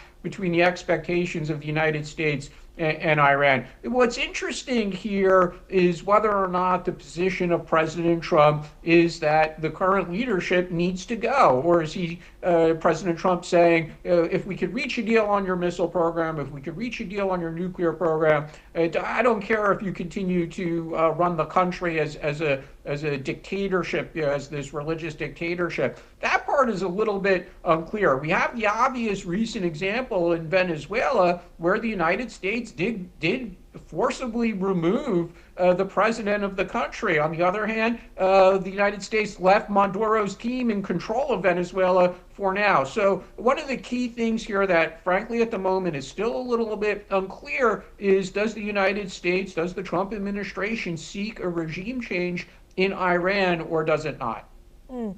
And does linking a deal to Iran's nuclear program and protests make an agreement harder or easier? Well, it probably makes it harder. It seems at the moment that despite the demands of the United States and its partners, including Europeans or the Gulf countries, that Iran bring to an end this nuclear program. For the current regime in Iran, this seems to be something they insist on continuing to do. And as long as they continue to insist on their nuclear program, then there is a risk not just of continued sanctions, but possibly additional military action, whether by Israel, the United States, or both of them working together. So as long as this regime stays in control, it seems that they will continue their nuclear program. I think that is a terribly stupid mistake on their part. They're hurting their own people because of the international sanctions that have been imposed on Iran over this issue. But again, as long as they stay in power, it seems that they think they need to have nuclear weapons, and they will pay the price, because if the United States and Israel come to believe that Iran is continuing to research and develop nuclear weapons, they will strike again. And is Trump's claim that Iran wants a deal meant to open talks or increase pressure?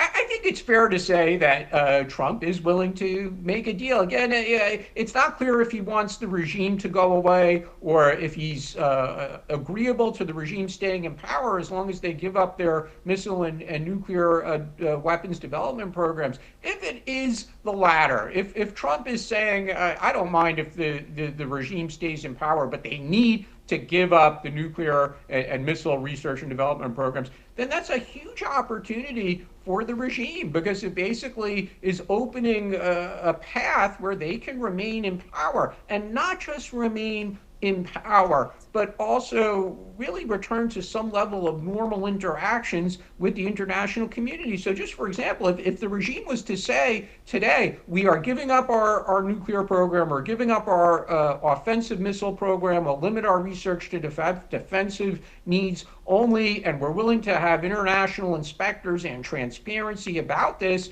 then a number of countries will remove sanctions. The United States might also remove sanctions as well. So again, to be fair to President Trump, it does seem at the moment he's willing to make a deal, which might include letting the regime stay in power.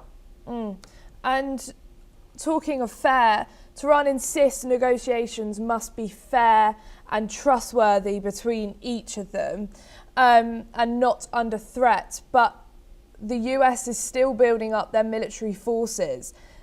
How tough for these conditions meeting each other?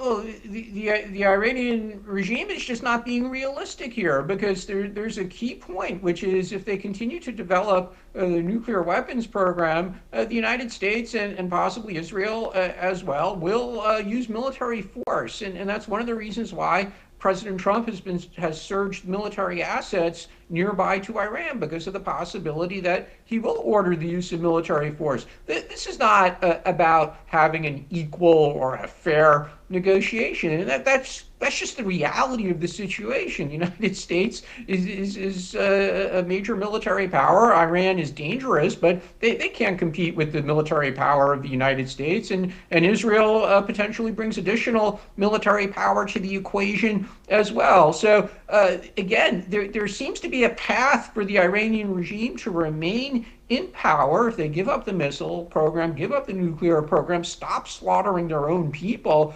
and they're just being very, very foolish, as they have been for decades, with so many stupid decisions they made over the years to support terrorist groups around the region and try to develop nuclear weapons. So they have a chance here. President Trump is offering them a chance, and it's up to them to take it. Thank you so much, Ross Feingold, for joining us here on NewsX World today. US President Donald Trump has endorsed Kevin Warsh as his pick for the next Federal Reserve chairman, highlighting Warsh's strong stance on lowering interest rates. Trump emphasized that Warsh is eager to reduce rates, a position Trump has long advocated. While Warsh supports the Fed's independence, he has also been outspoken in criticizing current Fed leadership and its approach to inflation, arguing that its policies are outdated and hinder economic growth. Warsh's approach could signal a shift towards a more pro-growth, lower-rate strategy. Trump also said he is not worried about Warsh's confirmation and mentioned that he will likely discuss rate cuts with him. I am now being joined by Dr. Ajay Dua, who is a senior economist joining us from Singapore. Thank you so much for joining us here on NewsX World today. Could Trump's comments about rate cuts put pressure on the Federal Reserve and affect its independence? Thank you for having me in the discussion, Melly. I'm sure that President Trump is confident that his nominee, Kevin Warsh, would be able to get a confirmation from the Senate. That is why he's got him going immediately to start holding discussions on what appears to be Mr. Trump's highest priority, that is the interest rates fixed by the Federal Bank. But find that as it is, he comes, let me just be a little personal there, that Mr. Walsh comes from a family of billionaires. He is related to the Estee Lauder family. We all know about the Lauders. So he can be expected to believe in lower soft interest rates, something which President Trump believes in. So that the choice was probably also his choice over others was probably influenced by this factor. But can the President of the United States do it through just having the chairman of his choice? So in that context, I like to just mention that there is a the Fed's appointed committee for monetary policy, which consists of 12 members. The last, and that means all the governors who are there are members plus some experts. The decision taken 3 days ago when it was decided not to further lower the interest rates in the economy was by this committee, and the voting pattern there was 10 people endorsing that there is no need for further cuts, while 2 voted for it. The majority prevails. So unless this system, and it's not a decision of the US administration, but it is a decision of the Fed, the bank itself. So unless they are ready to change the decision of how to arrive at a well thought out way of fixing the rates of interest, one man, even if he or she happens to be the chairman of the Fed, probably cannot on his own change the effect, bring about the lower interest rates which President Trump is talking about. So I'm a little perplexed. He can influence it. He's, after all, the chairman. He can be talking to the other governors, etc. And the other governors may toe his line. He can be talking to experts. He can be influencing the country's decision-making process by talking about, or the demands of the country by talking freely to the press, etc. All that is possible, but it certainly is not going to be a one-man show. And could these public comments influence markets even before Walsh is officially confirmed? I hope not. The markets are run by people who are very knowledgeable, far more knowledgeable than you and me, because they see the market functioning, how it gets, historically, how it has got influenced by the Fed's decisions, how it's got influenced by such announcements about the proclivities of the chairman. I think the market will take note of it, but it is not going to get in any way impacted by it merely because the president has appointed a person who may be willing to suggest a lowering of rates and who probably could also, to an extent, compromise. I'm making a very tall comment or a material comment, who may be willing to compromise the independence of the Fed Bank, which is certainly not what the market is going to relish. And could Walsh's expected support for rate cuts help Trump's economic agenda or undermine Fed credibility?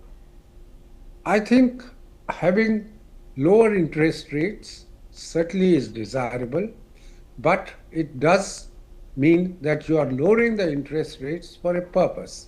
That means to be there greater borrowing of money from the institutions and down the line from the non-banking financial institution companies and others. But is that the situation currently? The inflation in the US economy, which was a real threat when President Trump started demanding of Mr. Powell and others to lower the rate at that point of time, and it was also there was employment had become an issue. The unemployment figures were not favorable. But what did that lead to? 3 consecutive rate cuts, the quarterly rate cuts by the Fed under Mr. Powell. But the fact that it was said a few days ago when the last review took place by Powell and the governors who attend the press conference or who had attended the press conference, saying that things are no longer so bad. The unemployment data is steady, not increasing, and also in the economy we are finding that it is no longer kind of inflation is not increasing. There has been a check on it, and that we would like to revisit the issue in our next meeting, which is only in the month of June, by when probably Mr. Powell may not be there because his term ends in May. So I do think that whether it's good for the economy, desirable or not, it is too early to talk about it.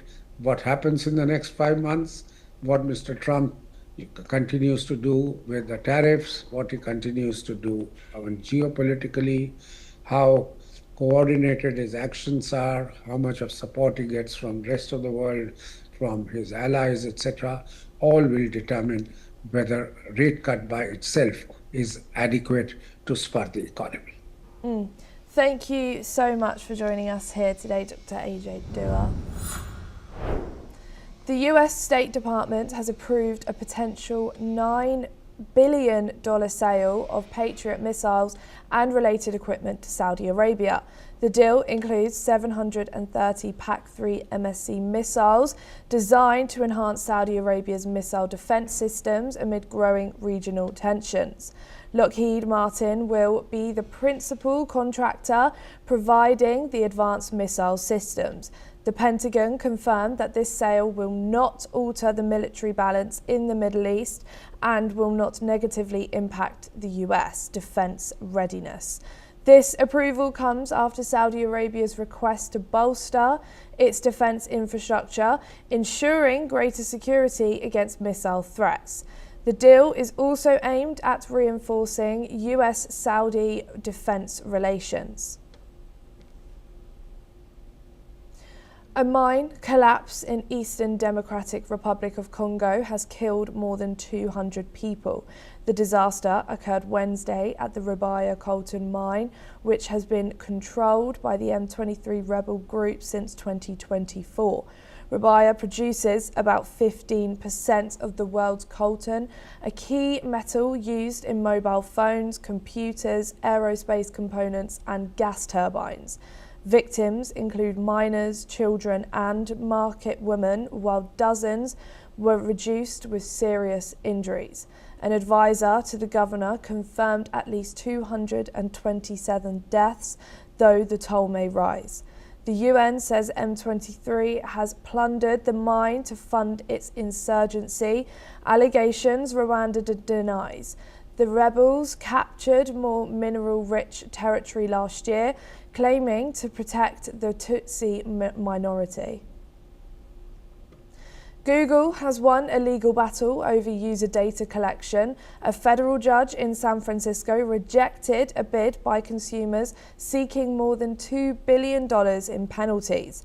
The case stems from allegations that Google collected app activity data from millions of users who had turned off key privacy settings.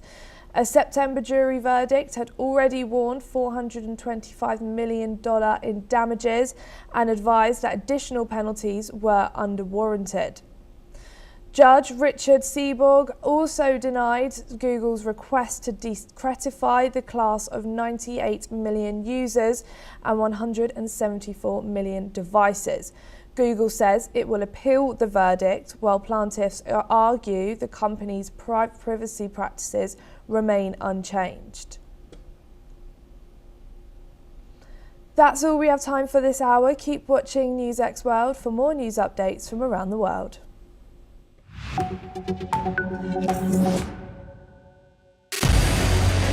What we can do as the Interparliamentary Union to strengthen democracy, to promote human rights, to ensure that humanitarian law is respected. UN Security Council needs a makeover, a comprehensive reform, and India deserves a position there, a role there. Prime Minister Modi during Operation Sindoor made it amply clear that war has never been India's choice. We are with the side of peace. We are neither neutral nor indifferent. We are with peace.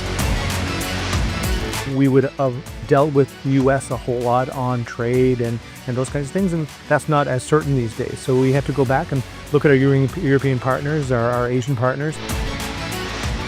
An opportunity to exchange, to have a dialogue, to have a debate on a different perspective on finding the solution of the conflict.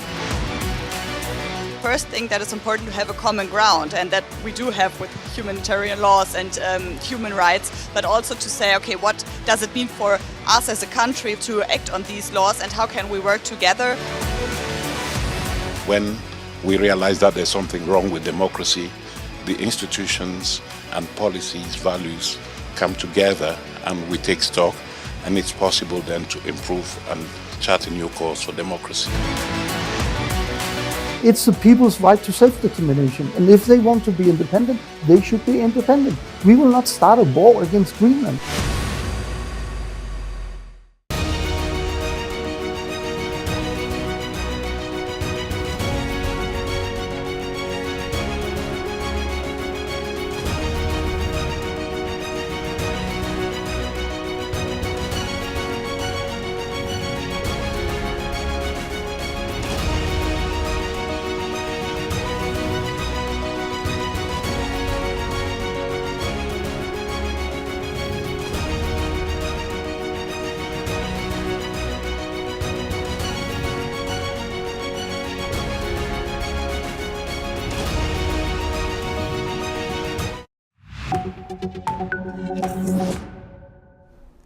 Hello and welcome. I am Ellie Richardson and you are watching the World Report on NewsX World. Let's take a look at the top headlines of this hour.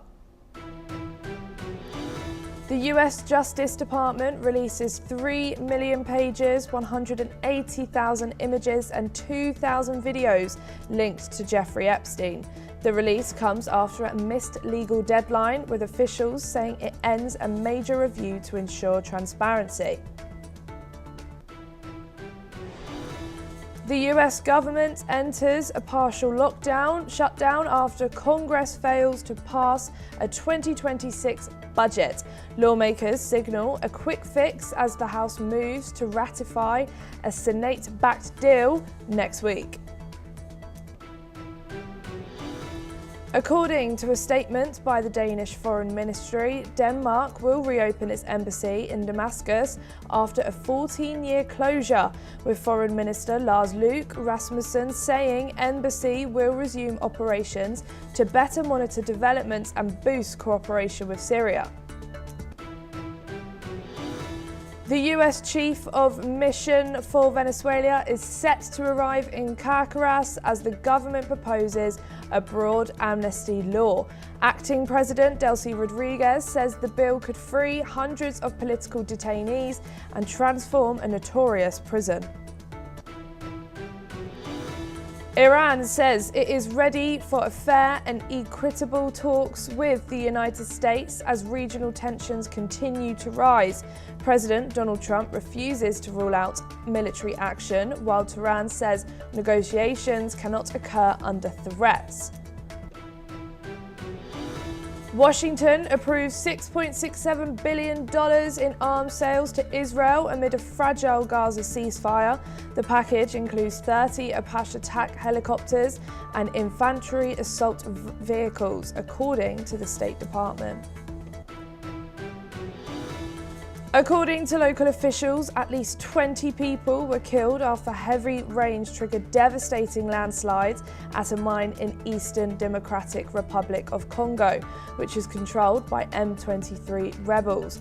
while authorities warned the toll could rise as rescue operations continue.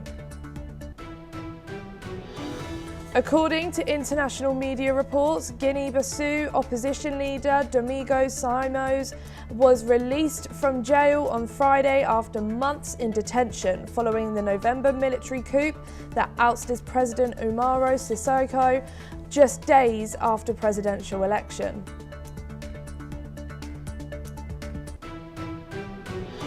And for your top story this hour, the US Justice Department has released over 180,000 new documents, including files, images, and over 2,000 new videos, totaling up to some 3.5 million responsive pages of documents relating to the Jeffrey Epstein scandal. The Department of Justice has stated that over 500 attorneys have been involved with the vetting process, and the release includes, quote, untrue and sensationalist claims about President Donald Trump. This rider to this latest release is causing some controversy, particularly since the Justice Department's preface to release doubles down on this claim, stating outrightly that the claims are unfounded and false, and if they have a shred of credibility, they certainly would have been weaponized against President Trump already. The outrage to this is quite strong, with the authors of the Epstein Transparency Act, Ro Khanna and Thomas Massie, demanding to see unredacted versions of the documents involving Jeffrey Epstein and Ghislaine Maxwell. In a letter to Deputy Attorney General Todd Blanche, they requested a meeting to review files they say are overly redacted. Khanna and Massie want to access to hundreds of thousands of pages, including emails, victim interviews, and key investigation documents. They argue that current redactions limit oversight and public accountability. The lawmakers seek to review these files in person, hoping to understand the full scope of the government's actions in the case. The outrage to this is quite strong, with the authors of the Epstein Transparency Act, Ro Khanna and Thomas Massie, demanding to see unredacted versions of the documents involving Jeffrey Epstein and Ghislaine Maxwell. In a letter to Deputy Attorney General Todd Blanche, they requested a meeting to review files they say are overly redacted. Khanna and Massie want access to hundreds of thousands of pages, including emails, victim interviews, and key investigation documents.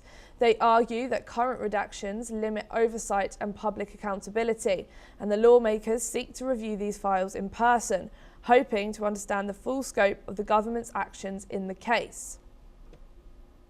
We are now being joined by Alison Mutler in Romania, who's the former AP Bureau Chief. Thank you so much for joining us here today on NewsX World. Hello, Ellie. If the Justice Department says the files contain fake and untrue pieces of information, all of these claims, does that justify withholding parts of the Epstein files, or does it undermine transparency? Well, it's an absolute mess. I mean, the people that want transparency should have access to these files, but then you have to say determine how much is fake in these files and who determines that, and how much is real. And then after that, it's who else has access to them. Are they given to the public? If they're given to the public, are they redacted to protect victims? And other things which are not, legal wrongdoing. So it's very, very complicated, but more than complicated, it's an absolute mess. There has been a lot of pressure, political pressure, I suppose public pressure for these files to be opened, and they are being made public. We now have another tranche of, I think, as you said, 3 million pages, but it's still not the whole picture. And the people who are behind pushing for this transparency want to see everything without the redactions. That doesn't mean, and redactions means just obscuring all the details. That doesn't mean that the public will have access to them. But the people who are behind this move, they do want to see the original documents. That said, if there is false information in those files, Who determines that? It's quite a mess, and I don't think we're ever going to have any satisfactory answers. We have had more transparency than we did a few months ago, and files have been open and made public, but then it's up to the public to decide, you know, what to make of these files, whether wrongdoing happened or whether it's just a huge embarrassment to very powerful people like Prince Andrew and other people who are mentioned in the files, like Mandelson, he's a British politician, and also Bill Gates. And how much actual legal wrongdoing, and if there is a legal wrongdoing, what happens after that? Does the Department of Justice pursue justice in these cases? There are a lot of unanswered questions here, and of course, what to do with these files and who can see them. Yeah, 100%. And we've obviously heard that this took a while to come out. These files were meant to be shown public quite a couple of months ago, and it's now late, and it's come back now, and now it's some majority of it is redacted. And now the Justice Department is saying it's untrue. But does labelling claims as untrue and sensationalist protect Trump, or risk dismissing legitimate allegations in the Epstein files? I think should the Department of Justice actually make those assertions? They probably shouldn't, but they are part of the Trump administration, and I think it does undermine allegations that wrongdoing may have occurred. Yes, I do think so, but and I think the Department of Justice shouldn't be making judgments on the files that they're fake. How do they know they're fake? In what way are they fake? It's very unclear, and calling them sensationally, that's something a politician should say, not the Department of Justice. And as the public you've briefly mentioned this, as the public receiving all of these millions and millions pages of documents, how can the public trust the handling of sensitive documents when politics and high-profile figures are involved? I think what's clear from what we've seen, what came out overnight with Prince Andrew, or the former Prince Andrew, what's he called, Mountbatten now, and also with Bill Gates and with Peter Mandelson, the British politician, it's quite selective. Obviously, it's the journalists who get hold of it, and they decide what's newsworthy. And so they will publish stories that the British, for example, in Britain, the British public know about, or in America the same. So it's also the journalists making a selection on what stories they think are interesting, because there may be some quite powerful people who are not public names. I don't know, business people or hedge funders or whatever, who aren't very well known. And so newspapers or online sites aren't going to make a story out of it. But that doesn't mean that they aren't in there. The only way the public can really have access is if there is a link within the articles, so that members of the public can access that link. Otherwise, the newspapers are just going to pick out the stories that they think their readers will be interested in, and to be honest, what will generate clicks. Yeah. Alison, don't go too far, as we will come back to you in just a moment. Newly released Department of Justice files show Elon Musk had more extensive and friendly communications with the infamous sex offender Jeffrey Epstein than previously known. Emails between the two moguls from 2012 and 2013 reveal a series of discussions about the Musk visiting Epstein's private island in Virgin Islands. These emails contradict Musk's long-standing denials about his connections to Epstein, in which he called Epstein a creep and claimed he repeatedly rejected Epstein's invitations to visit his island. In one exchange from December 2013, Musk asked, "We'll be in the Barts area over the holidays. Is there a good time to visit?" Epstein responded, "Any day, 1st to 8th. Play it by ear if you want. Always space for you." Musk and Epstein then discussed a specific visit in early January 2014, with Epstein expressing regret that Musk would need to stay in New York instead, ending the exchange with a disappointed message, "Hopefully we can schedule another time in the near future."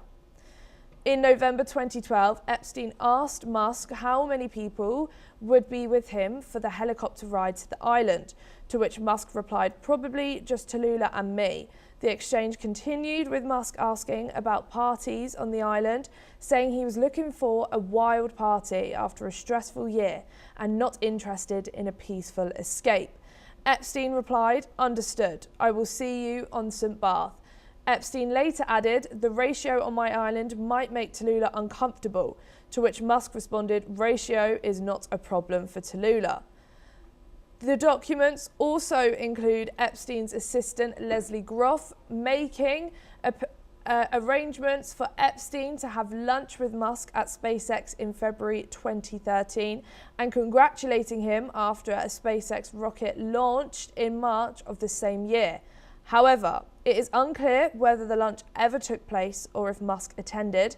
Musk had been under pressure to address his connections to Epstein after previously revealed documents, including a calendar entry from 2014 that stated, "Reminder, Elon Musk to island December the 6th. Is this still happening?" Musk denied the allegation, calling it false on a post on X, formerly known as Twitter. We are now being joined back again by Alison Mutzler. Thank you so much for joining us back. What challenges do these high-profile figures face in managing reputation and public perception when historical emails or invitations are now surfacing in these documents like the newly released files? Well, of course, that's it. But nobody's talking about legal wrongdoing here. But it is about, as you said, about public perception and social reputation. And the problem for someone like Elon Musk, and he's not the only one in this case, is that so far he's sought very assiduously to distance himself from Jeffrey Epstein and say that he barely knew him or he had nothing to do with him. And now those words are coming back to haunt him when we see a long series of emails. It's unclear from these emails whether he ever actually went to the island and took part in these parties, but it's clear that there was there was quite a significant exchange between the pair, and there were plans. So this is, for a start, socially embarrassing. It shows that Musk at best downplayed his interaction or his connections or relationship with Jeffrey Epstein, and at worst he lied, which means that does damage his reputation, because it means he can't be trusted, and that is damaging for him, whether or not he actually went there or not. But this is typical in this kind of case. Jeffrey Epstein was totally disgraced. He committed suicide. His former partner is in prison to do with people trafficking, sex trafficking, and nobody wants anything to do with him. At the time, they probably thought they were unassailable. They wouldn't be touched by justice. But as it began to come out, these people, I think, got scared, and including someone like Elon Musk. And so he tried to distance himself and said nothing happens. But now his data is coming out to contradict what he says.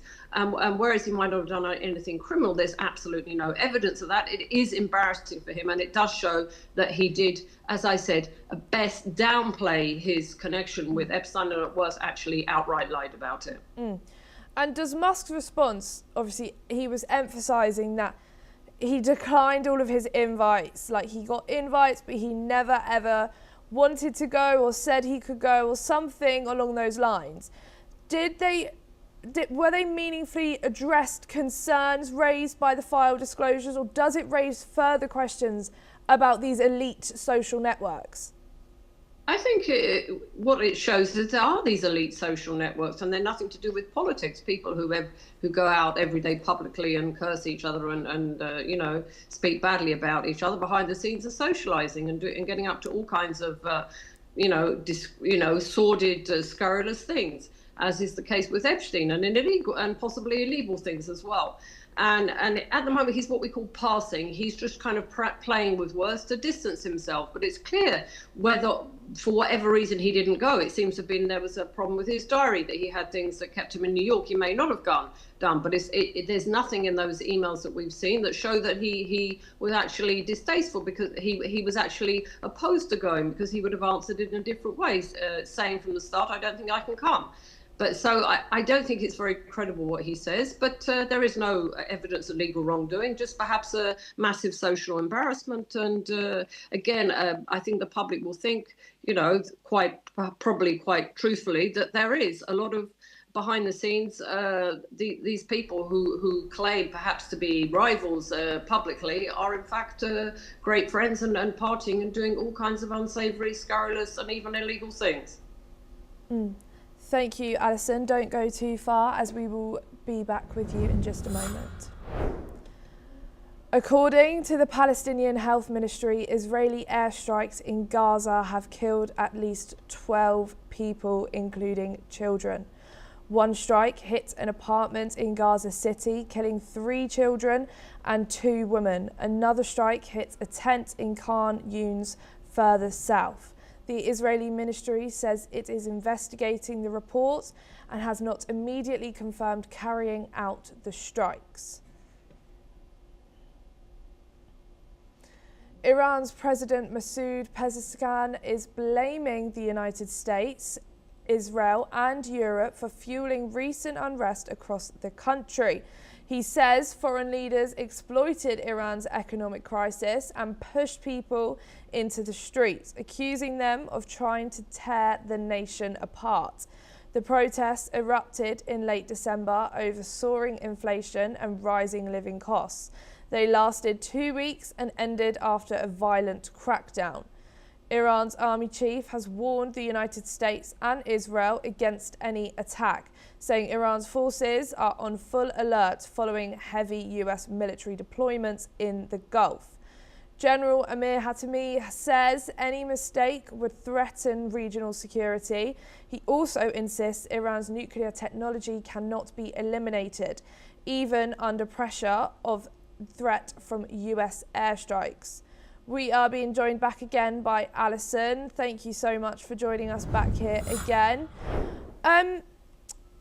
How does Iran's assertion that its nuclear technology cannot be eliminated shape the strategic calculus for the US, Israel and their allies, especially in terms of deterrence and potentially military options?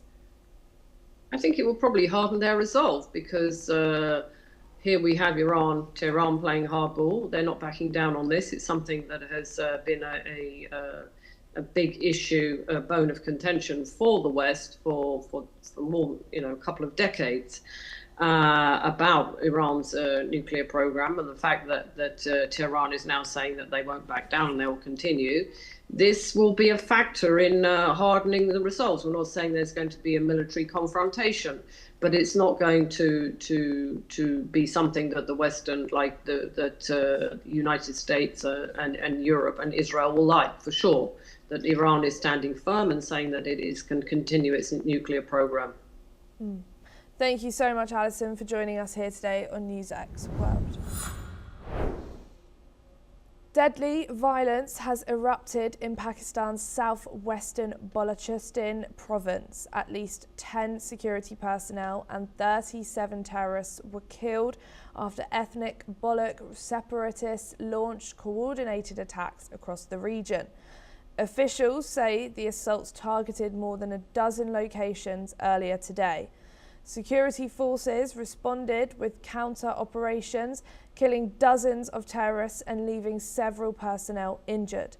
The attacks mark the latest escalation in the long-running insurgency in Balochistan, a province plagued by separatist violence and security challenges. I am now being joined by retired Colonel Sanjit Sorohi, who's an international relations and defence expert, joining us from New Delhi. Thank you so much for joining us here today on NewsX World. What does the scale and the coordination of these simultaneous attacks across multiple locations reveal about the current strength and tactics of separatist insurgent group in Pakistan's southwest? Thank you, Ellie, for calling me on your news channel and discussing something very, very important. If you see, the Balochistan problem is not something very new. This problem has been for decades long. And basically it is the insurgents, they follow the guerrilla tactics. And there are some areas in Balochistan where even the army personnel are scared of going there. So the simultaneous attack at 12 locations shows that there is a total coordination in the Balochistan Liberation Army, and they have been very, very active in some of the areas like Quetta, Pasni, Mastoon, Nushki, and Gwadar district. So I think this has been going on for too long, and they are asking for independence. And the basic reason, if you go into detail, is that the Balochistan is one of the richest states with lot of minerals, oils, and gases, but it is the poorest in the country. It has got the poor education, employment, and economic development. So there is a lot of frustration among the local inhabitants there.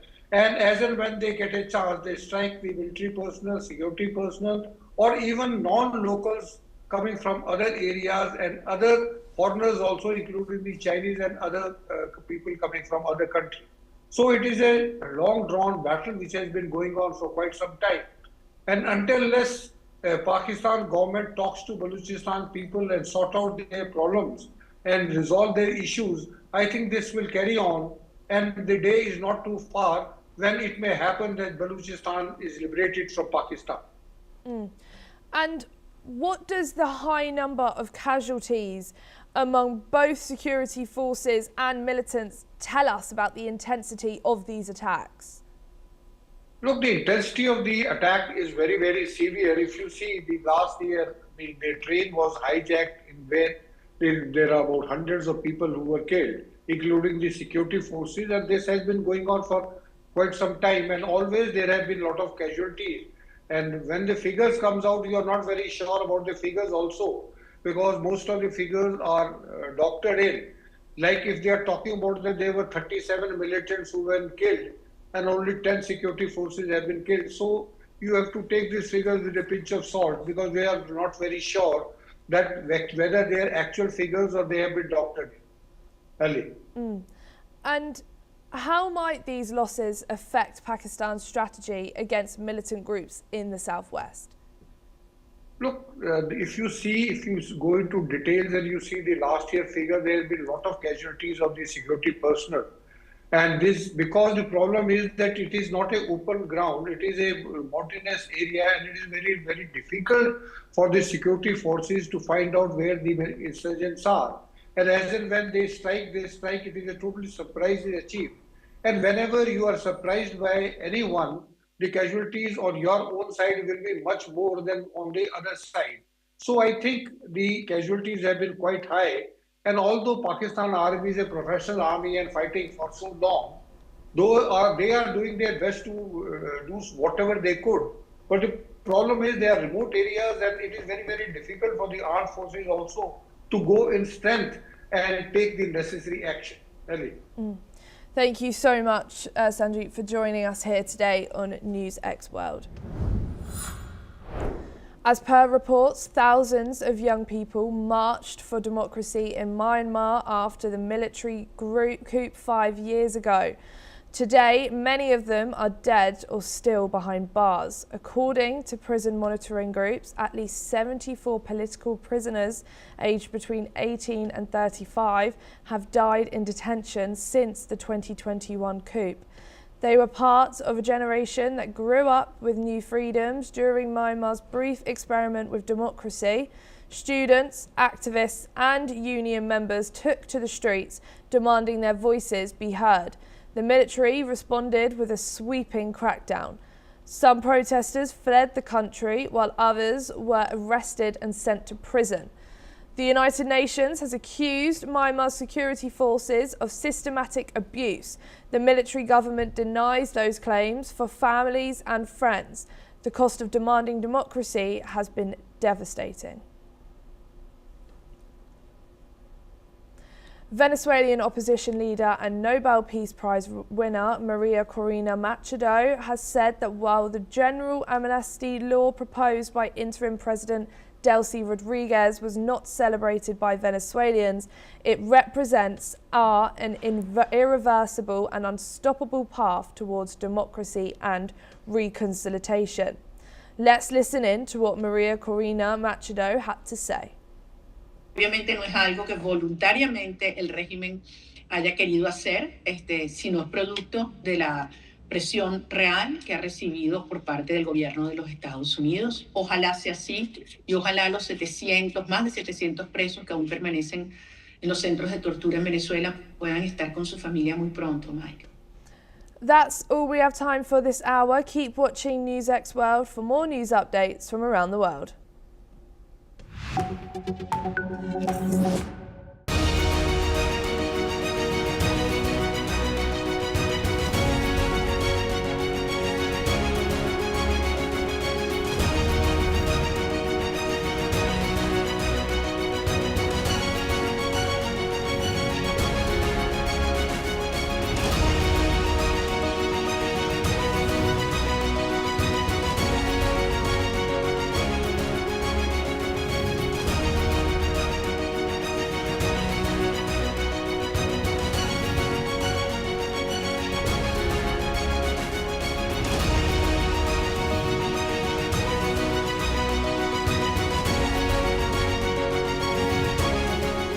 In the midst of death, life persists. In the midst of untruth, truth persists.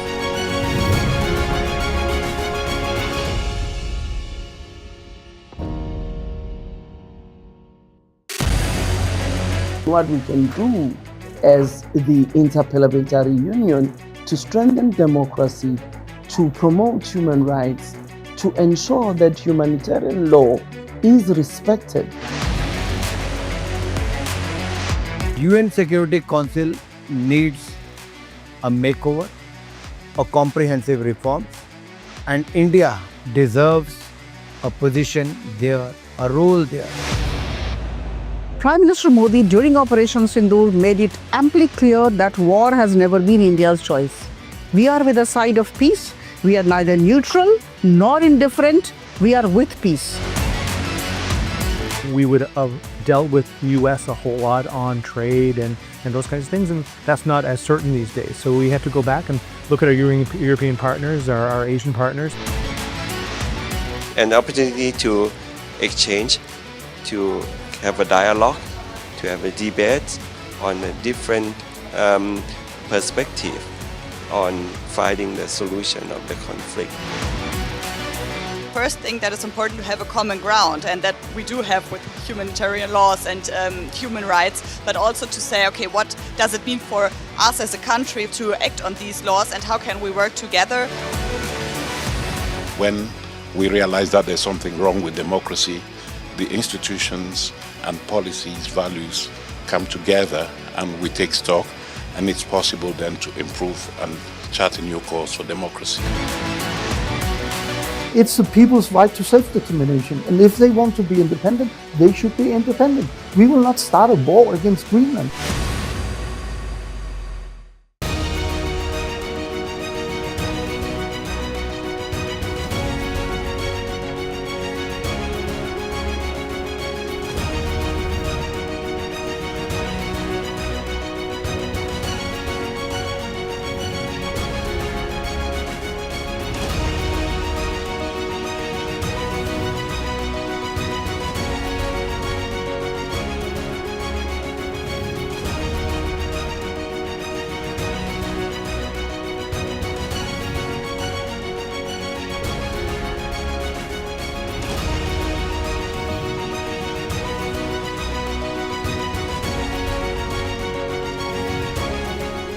In the midst of death, life persists.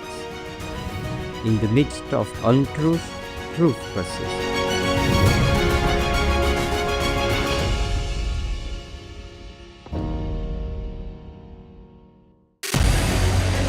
What we can do as the Interparliamentary Union to strengthen democracy, to promote human rights, to ensure that humanitarian law is respected. UN Security Council needs a makeover, a comprehensive reform, and India deserves a position there, a role there. Prime Minister Modi during Operation Sindoor made it amply clear that war has never been India's choice. We are with the side of peace. We are neither neutral nor indifferent. We are with peace. We would have dealt with the U.S. a whole lot on trade and those kinds of things, and that's not as certain these days. So we have to go back and look at our European partners, our Asian partners. An opportunity to exchange, to have a dialogue, to have a debate on a different perspective on finding the solution of the conflict. First thing that is important to have a common ground, and that we do have with humanitarian laws and human rights, but also to say, okay, what does it mean for us as a country to act on these laws and how can we work together?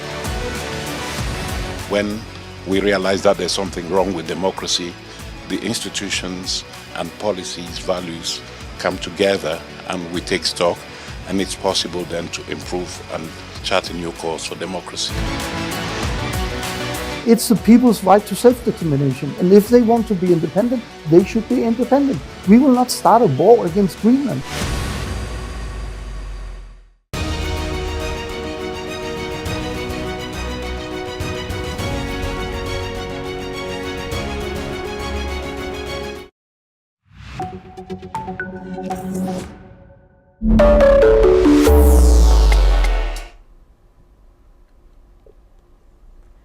Hello and welcome to Deep Dive on NewsX World. I'm Asuma Katauka. We're breaking down the latest sanctions on Iran as the US and the European Union ramp up pressure on Tehran. These measures have far-reaching consequences for Iran, the region, and global politics. Let's dive deep into the details. The US has ramped up its sanctions on Iran, focusing on top officials after the deadly crackdown on anti-government protests. Among those sanctioned are Interior Minister Eskandar Momeni, responsible for overseeing the lethal law enforcement forces in Iran that has killed thousands of protesters.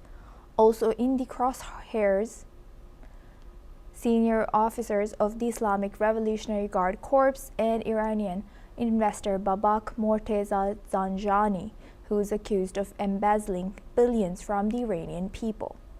For the first time, the U.S. Treasury has imposed sanctions on digital currency exchanges linked to Zanjani, exchanges that processed significant funds tied to the IRGC.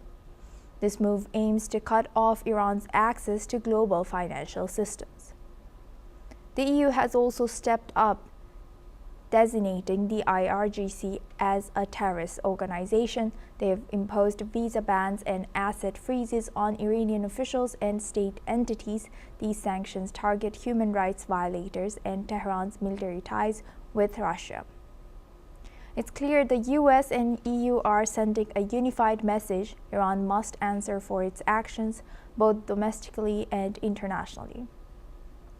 In response, Iran has retaliated, imposing its own sanctions on the EU. Tehran accuses the EU of interference in its internal affairs. This tit-for-tat exchange of sanctions has become a familiar pattern. Iran continues to resist pressure, using these sanctions as a rallying point to unite the country against the West. In a post on X, top Iranian security official Ali Larijani has wrote that under the resolution of Iran's Islamic Consultative Assembly, the armies of countries supporting the EU's move against the IRGC would be considered terrorist entities. The US and EU argue these sanctions are grounded in international law, backed by the September 2025 snapback and UN mandates. The EU's 2026 designation of the IRGC as a terrorist group provides legal authority for freezing assets and blocking trade. The US has also previously threatened secondary sanctions like a 25% tariff on nations trading with Iran, aiming to isolate Tehran. But there's an opposing view, the anti-legality perspective. Human rights groups argue these sanctions violate sovereignty, hurting civilians more than the government. Critics say they amount to collective punishment, which is illegal under international humanitarian law. But the suffering is not just political. The Iranian economy is already failing, and the regime is dealing with the aftermath of the nationwide protests that has resulted in the deaths of thousands. Now, in the final week of January 2026, Iran's economy has entered a state of accelerated freefall characterized by a catastrophic currency collapse and hyperinflation. The Iranian rial has plunged to a historic low of 1.5 million to the US dollar, while point-to-point inflation has surged to 60%, rendering basic staples like bread and meat unaffordable for the average household. So, do sanctions work? The results are mixed. While sanctions like those in 2012 to 2013 crippled Iran's economy and forced negotiations, they often fail to achieve their primary goal, regime change. Instead, they can unite the population behind their leaders, a phenomenon known as the rally around the flag effect. Iran's government has also found ways to circumvent sanctions, using smuggling shadow fleets for oil trade and alternative trade partners like China and Turkey. These evasions dilute the effectiveness of sanctions, as Iran can still find ways to keep its economy afloat. So what's the bottom line? Will the US and EU sanctions succeed in forcing Iran to change its behavior, or will they only harden Iran's resolve? The effectiveness of sanctions remains uncertain, but one thing is clear: they are reshaping Iran's economy and political landscape. Now, for this discussion, we welcome Mr. Yossi Cooper-Rosser. He's an intelligence and security expert, joins us live from Tel Aviv. Thank you very much, Mr. Cooper-Rosser, for joining us again. Thank you. Now, looking at this, with the EU finally joining the US in designating the IRGC as a terrorist organization, we have effectively seen the end of European middle ground diplomacy. Is this unified 2026 front a genuine strategy to force Tehran to the table, or is it simply the last remaining symbolic move in a toolkit that is running out of options? Well, I think first and foremost, the European move is a move of protesting against what happened in Iran in the last couple of weeks, when so many Iranians were murdered by their own regime. That's the move that made the European take this decision and include the IRGC in their terror list. And it was not a move that was supposed to put more pressure on Iran as a country. Not that was the purpose. It was the only thing that was left in the toolkit of the Europeans in order to show that they are unhappy with what the Iranians are doing, what the Iranian regime is doing, and that something needs to be done, because you cannot just go on with business as usual when something like what the Iranian regime did happen. And whether it's going to put more pressure on Iran, yes, because if there were any deposits that belonging to the IRGC in European banks, then this is going to hurt them. But I don't think much of that was the case anyhow, because of previous sanctions. And the snapback of the sanctions back in September, October made it clear that no Iranian would leave his money in European banks. So I don't think this is something that's going to have a factual impact on Iran. It's a symbolic move. Right. Thank you for highlighting that. Now, Tehran has retaliated by labeling Western armies as terrorist entities, creating a bizarre legal reality where both sides have now criminalized each other's state institution. In this environment of total legal paralysis, is there even a shred of gray zone left for back-channel diplomacy, or has the diplomatic bridge between them permanently burned? No, it is not permanently burnt. The Iranians have their ways of reaching out to not only the Europeans, but definitely even the Americans, in order to deliver messages that show readiness to negotiate. We are familiar with the Turkish channel, and there are probably others that the Swiss are involved in that from time to time. And if the two sides want to reach an agreement, they will find a way to negotiate with each other. We don't have to worry about that. The question is whether the situation is going to convince the Iranians to go to conduct negotiations that would include receiving and accepting the conditions put forward by the United States. And there are two demands that the Americans have. One is that the Iranians will stop killing their own people, and that is a very difficult ask from the Iranians because they don't have any other ways in order to deal with the unrest and the demand of the protesters to see a change in government. And the second demand is that the Iranians will give up the nuclear project and will stop demanding to be able to enrich uranium on their own soil. And this again is a very problematic ask from the Iranians by the Americans, because everybody understands that if they do that, the Iranians, this would mean a clear sign of weakness that might be interpreted by the people of Iran as an opportunity, especially if it is coincided with the commitment not to shoot at the public. They might see that as an opportunity to take action and remove the regime. And this is the problem that stands between having negotiations or not, and not the lack of channels. Thank you for highlighting that. While the EU and US point to the September 2025 snapback as their legal bedrock, major powers like Russia and China have labeled the move a legal fiction with no binding force. If the world's rising economic powers refuse to recognize these mandates, isn't the West's attempt to enforce a global blockade actually a recipe for a fractured, de-dollarized international financial system? No, first of all, the snapback was well based in the international law and well based in the Joint Comprehensive Plan of Action, the JCPOA, the agreement of 2015, that according to which the Europeans were conducting their attitude towards an Iran nuclear project. According to this agreement, it was clear that if one of the participants to the plan is going to decide that it is moving away from the plan, all sanctions are going to be put back in place, including all the sanctions of the United Nations, and there's not going to be a possibility for a veto by the main powers in the Security Council. And that's exactly what happened. At a certain point, it was the last minute, as a matter of fact, the three European partners to this agreement decided to leave the agreement and to snap back the sanctions. And China and Russia, in spite of their opposition to this move, were not able to stop it using their status as permanent members of the Security Council. And they became legal as of then, and that's the case.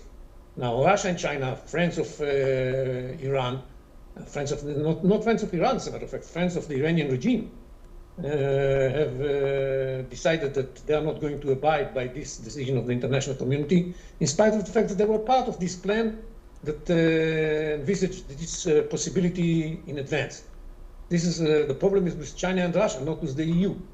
And that's a pity, because I believe that if they would have joined in putting the sanctions, the chances that the Iranian regime would give up this interest in continuing the nuclear project, the chances will be much higher.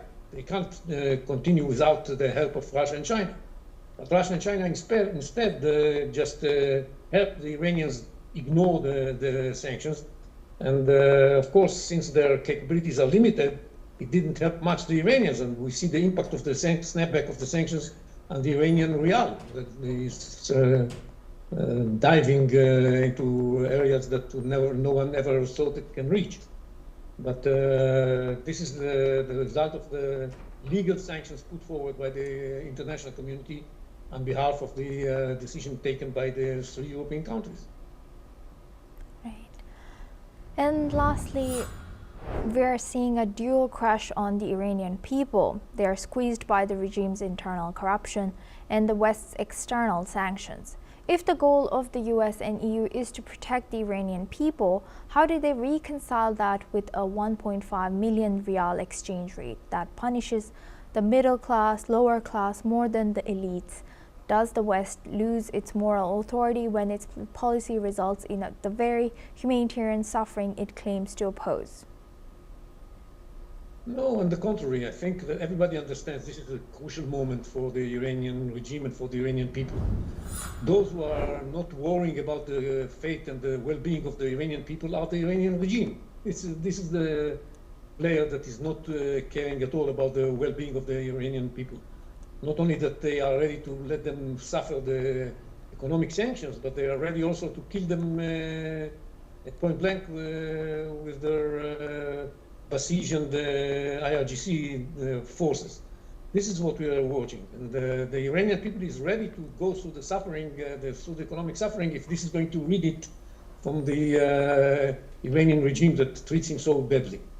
And yes, for bringing about a real change in Iran, the Iranian people has to go through suffering. This is not going to happen without any sacrifice. And they are ready to make the sacrifice. So you see that thousands, maybe tens of thousands of people were killed, murdered by the regime. And nevertheless, the people went out to the streets. So they understand that suffering, not only the economic suffering, but real sacrifice is necessary in order to bring about a change. And they really should be encouraged and praised for the courage they have shown so far.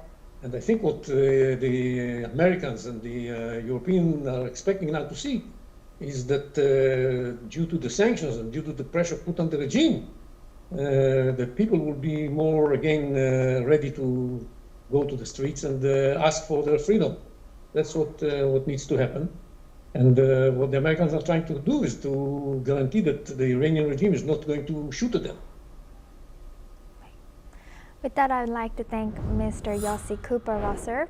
Thank you very much for joining us on Deep Dive. That was all for this episode of the Deep Dive. Stay tuned to NewsX World for more news and updates.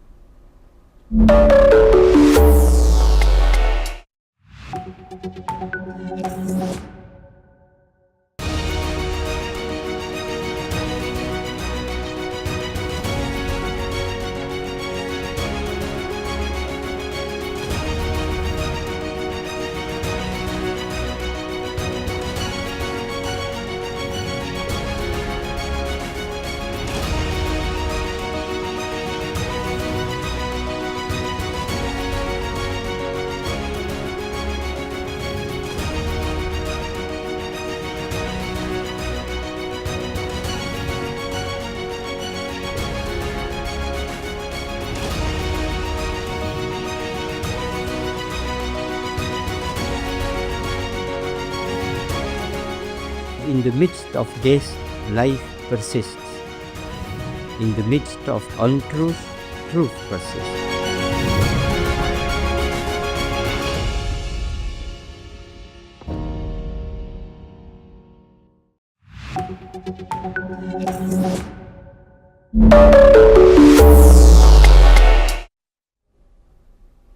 Hello and welcome to Deep Dive on NewsX World. I'm Asuma Katauka.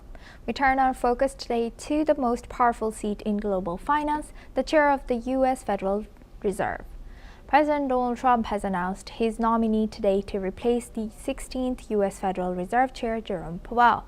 As Powell prepares to step aside in May, the race to lead the world's most influential central bank has now narrowed to a high-stakes shortlist. So who has Trump chosen? He has announced former Federal Reserve Governor Kevin Warsh to head the U.S. Central Bank. Mr. Warsh served on the Fed board during the 2008 financial crisis and has deep Wall Street ties. Trump previously passed him over for Powell 8 years ago, a decision he now reportedly regrets. The president had teased his choice last night, saying the pick is somebody that could have been there a few years ago. Mr. Kevin Warsh's rise to the top of the Federal Reserve is marked by a strategic move across finance, Capitol Hill, and economic policy making.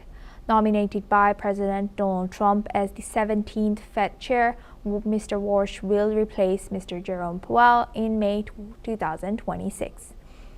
Mr. Warsh's career began at Morgan Stanley, advising major companies before joining President George W. Bush's administration in 2002. In 2006, he became a Fed governor, where his hawkish stance on inflation and interest rates set him apart, especially during the 2008 financial crisis. After leaving the Fed in 2011, Warsh continued shaping economic policy from the private sector. Now, as Fed chair, his leadership promises a shift towards stricter inflation control and closer ties to the White House. What was Trump's criteria for this job? The president has been blunt. He wanted someone who will slash interest rates. The stakes for this selection are monumental.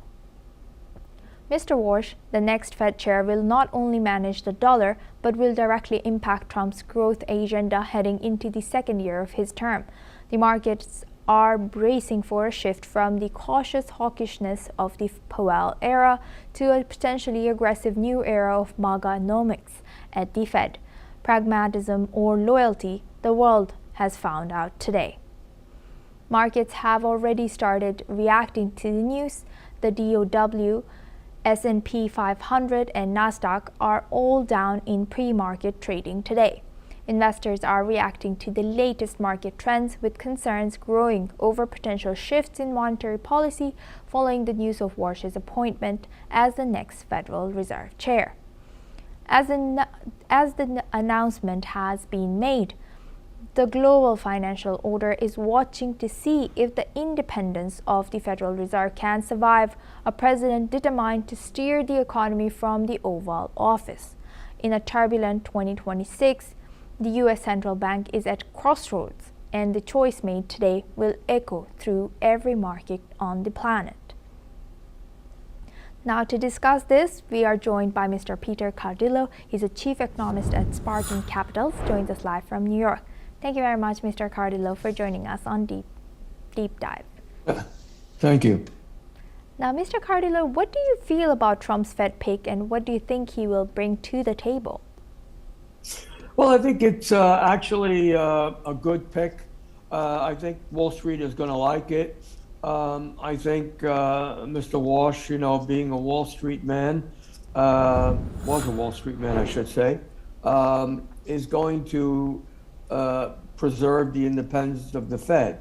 In the past, he was very much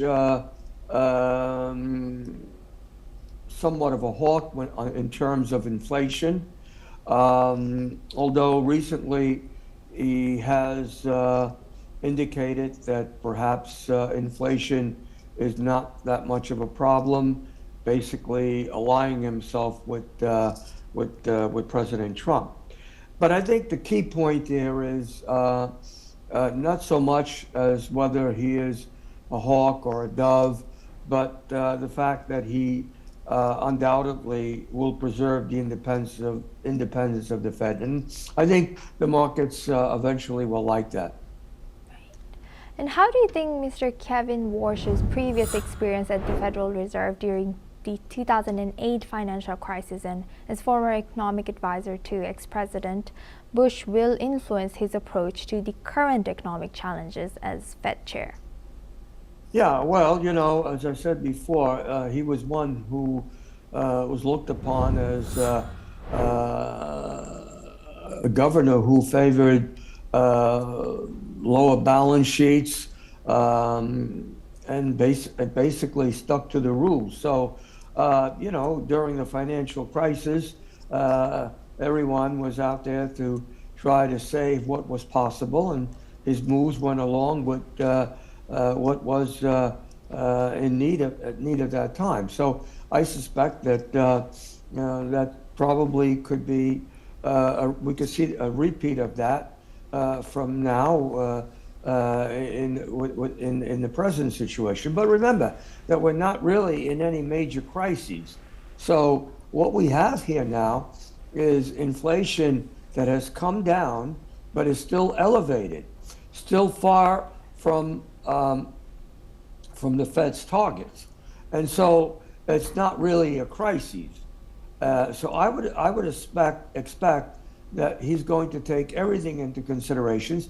And remember, his Yes. term doesn't start until May, so he has chance to see what are the inflationary effects from tariffs are at that time. They might be lower, and that would give him a free hand to loosen credit. Thank you for highlighting that, Mr. Cardillo. And now, with Warsh's shift towards supporting lower interest rates recently, how do you think his leadership will balance Trump's desire for a more rate-friendly policy with the Fed's traditional independence and focus on long-term economic stability? Well, like I said before, he was an ex-Wall Street man. He worked on Wall Street. He knows Wall Street. He knows what the markets want. And so I don't think he's going to do anything that would put the markets that would question the markets. And certainly he's not, his pick as nomination is not one that perhaps maybe the market was fearing. Total alliance to the White House. I don't think that's going to be the case. He might be a little bit more liberal in terms of lowering inflation, lowering rates on inflation. But I think bottom line is he's still going to do what's good for the economy and what the Fed's mandate is all about. And now, last but not least, we cannot ignore the ongoing investigation into Mr. Jerome Powell regarding Fed buildings renovations, which many see as a political pressure tactic. So, does this investigation serve as a warning to the incoming chair that any future defiance of the Oval Office could lead to personal legal scrutiny? Well, Mr. Trump is famous for speaking aloud what he thinks, and I'm sure that if Mr. Walsh doesn't do what Mr. Trump wants him to do immediately or would like him to do, that he'll criticize him. He just said something the other day. I happened to hear it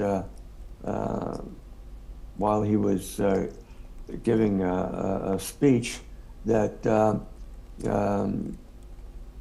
that when people get the jobs, they sort of change. So maybe he was already hinting that Fed nominee Walsh might not actually execute what his wishes are. So I think we keep that in the back of our minds. With that, I would like to thank Mr. Peter Cardillo for joining us today from New York and sharing that insight. Thank you.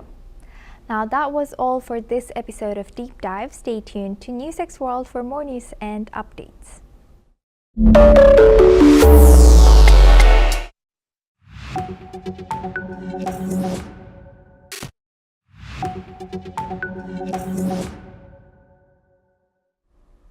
Hello and welcome. I'm Asuma Katauka and you're watching The World Report on NewsX World. Let's take a look at the top headlines of this hour.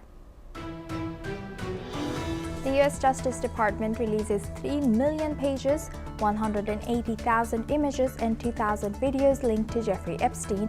The release comes after a missed legal deadline, with officials saying it ends a major review to ensure transparency.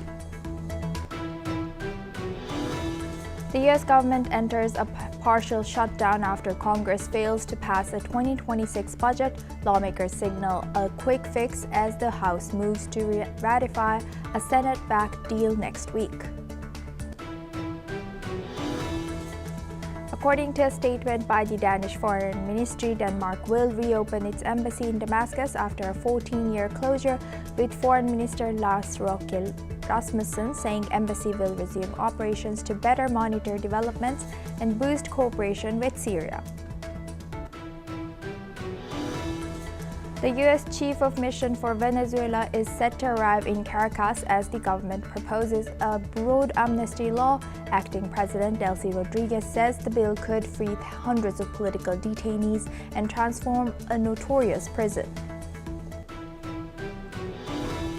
Iran says it is ready for fair and equitable talks with the United States as regional tensions continue to rise. President Donald Trump refuses to rule out military action, while Tehran says negotiations cannot occur under threats. Washington approves $6.67 billion in arms sales to Israel amid a fragile Gaza ceasefire. The package includes 30 Apache attack helicopters and infantry assault vehicles, according to the State's Department. According to local officials, at least 200 people were killed after heavy rains triggered devastating landslides at a mine in Eastern Democratic Republic of Congo, which is controlled by M23 rebels, while authorities warned the toll could rise as rescue operations continue. According to international media reports, Guinea-Bissau has opposition leader Domingos Simões Pereira was released from jail on Friday after months in detention following the November military coup that ousted President Umaro Sissoco Embalo just days after presidential elections. Now for this hour, we start with the U.S. Survivors of Jeffrey Epstein's alleged abuses have shared their outrage following the U.S. government's release of millions of pages from the Epstein's files on January 30 this year. In a powerful statement, the survivors claimed that the identifying information about them remains in the documents, while the men who allegedly abused them continue to be hidden and protected. The letter, signed by 19 survivors, some using aliases, demands the full release of the Epstein files and calls for Attorney General Pam Bondi to address these concerns when she testifies before Congress next month. The survivors asserted that while the files include explicit details about their trauma, the abusers remain safe, their names omitted or left redacted, while the victim's identity is exposed.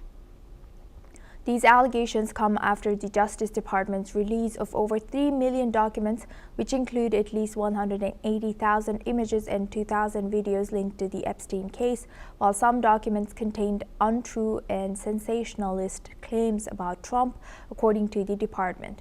The files have only further fueled the controversy surrounding the case. Survivors' call for full transparency highlights the lingering fears of victimization and the pain of seeing their suffering revealed without the protection they deserve. They demand that all the information be made available and that justice be served in their cases. Now for this discussion, we welcome Mr. Ben Aris. He's a former Moscow bureau chief of the Daily Telegraph, joins us live from Berlin. Thank you very much, Mr. Aris, for joining us again. Good to see you. My pleasure. Thank you. Now, what are we to make of this latest releases of Jeffrey Epstein files? It's a huge scandal, isn't it? I mean, the president, sitting president, has been accused of raping 13-year-old girls, and moreover, some of the other victims have completely disappeared. Don't know where they are. And in any normal country, this should have sparked a full investigation,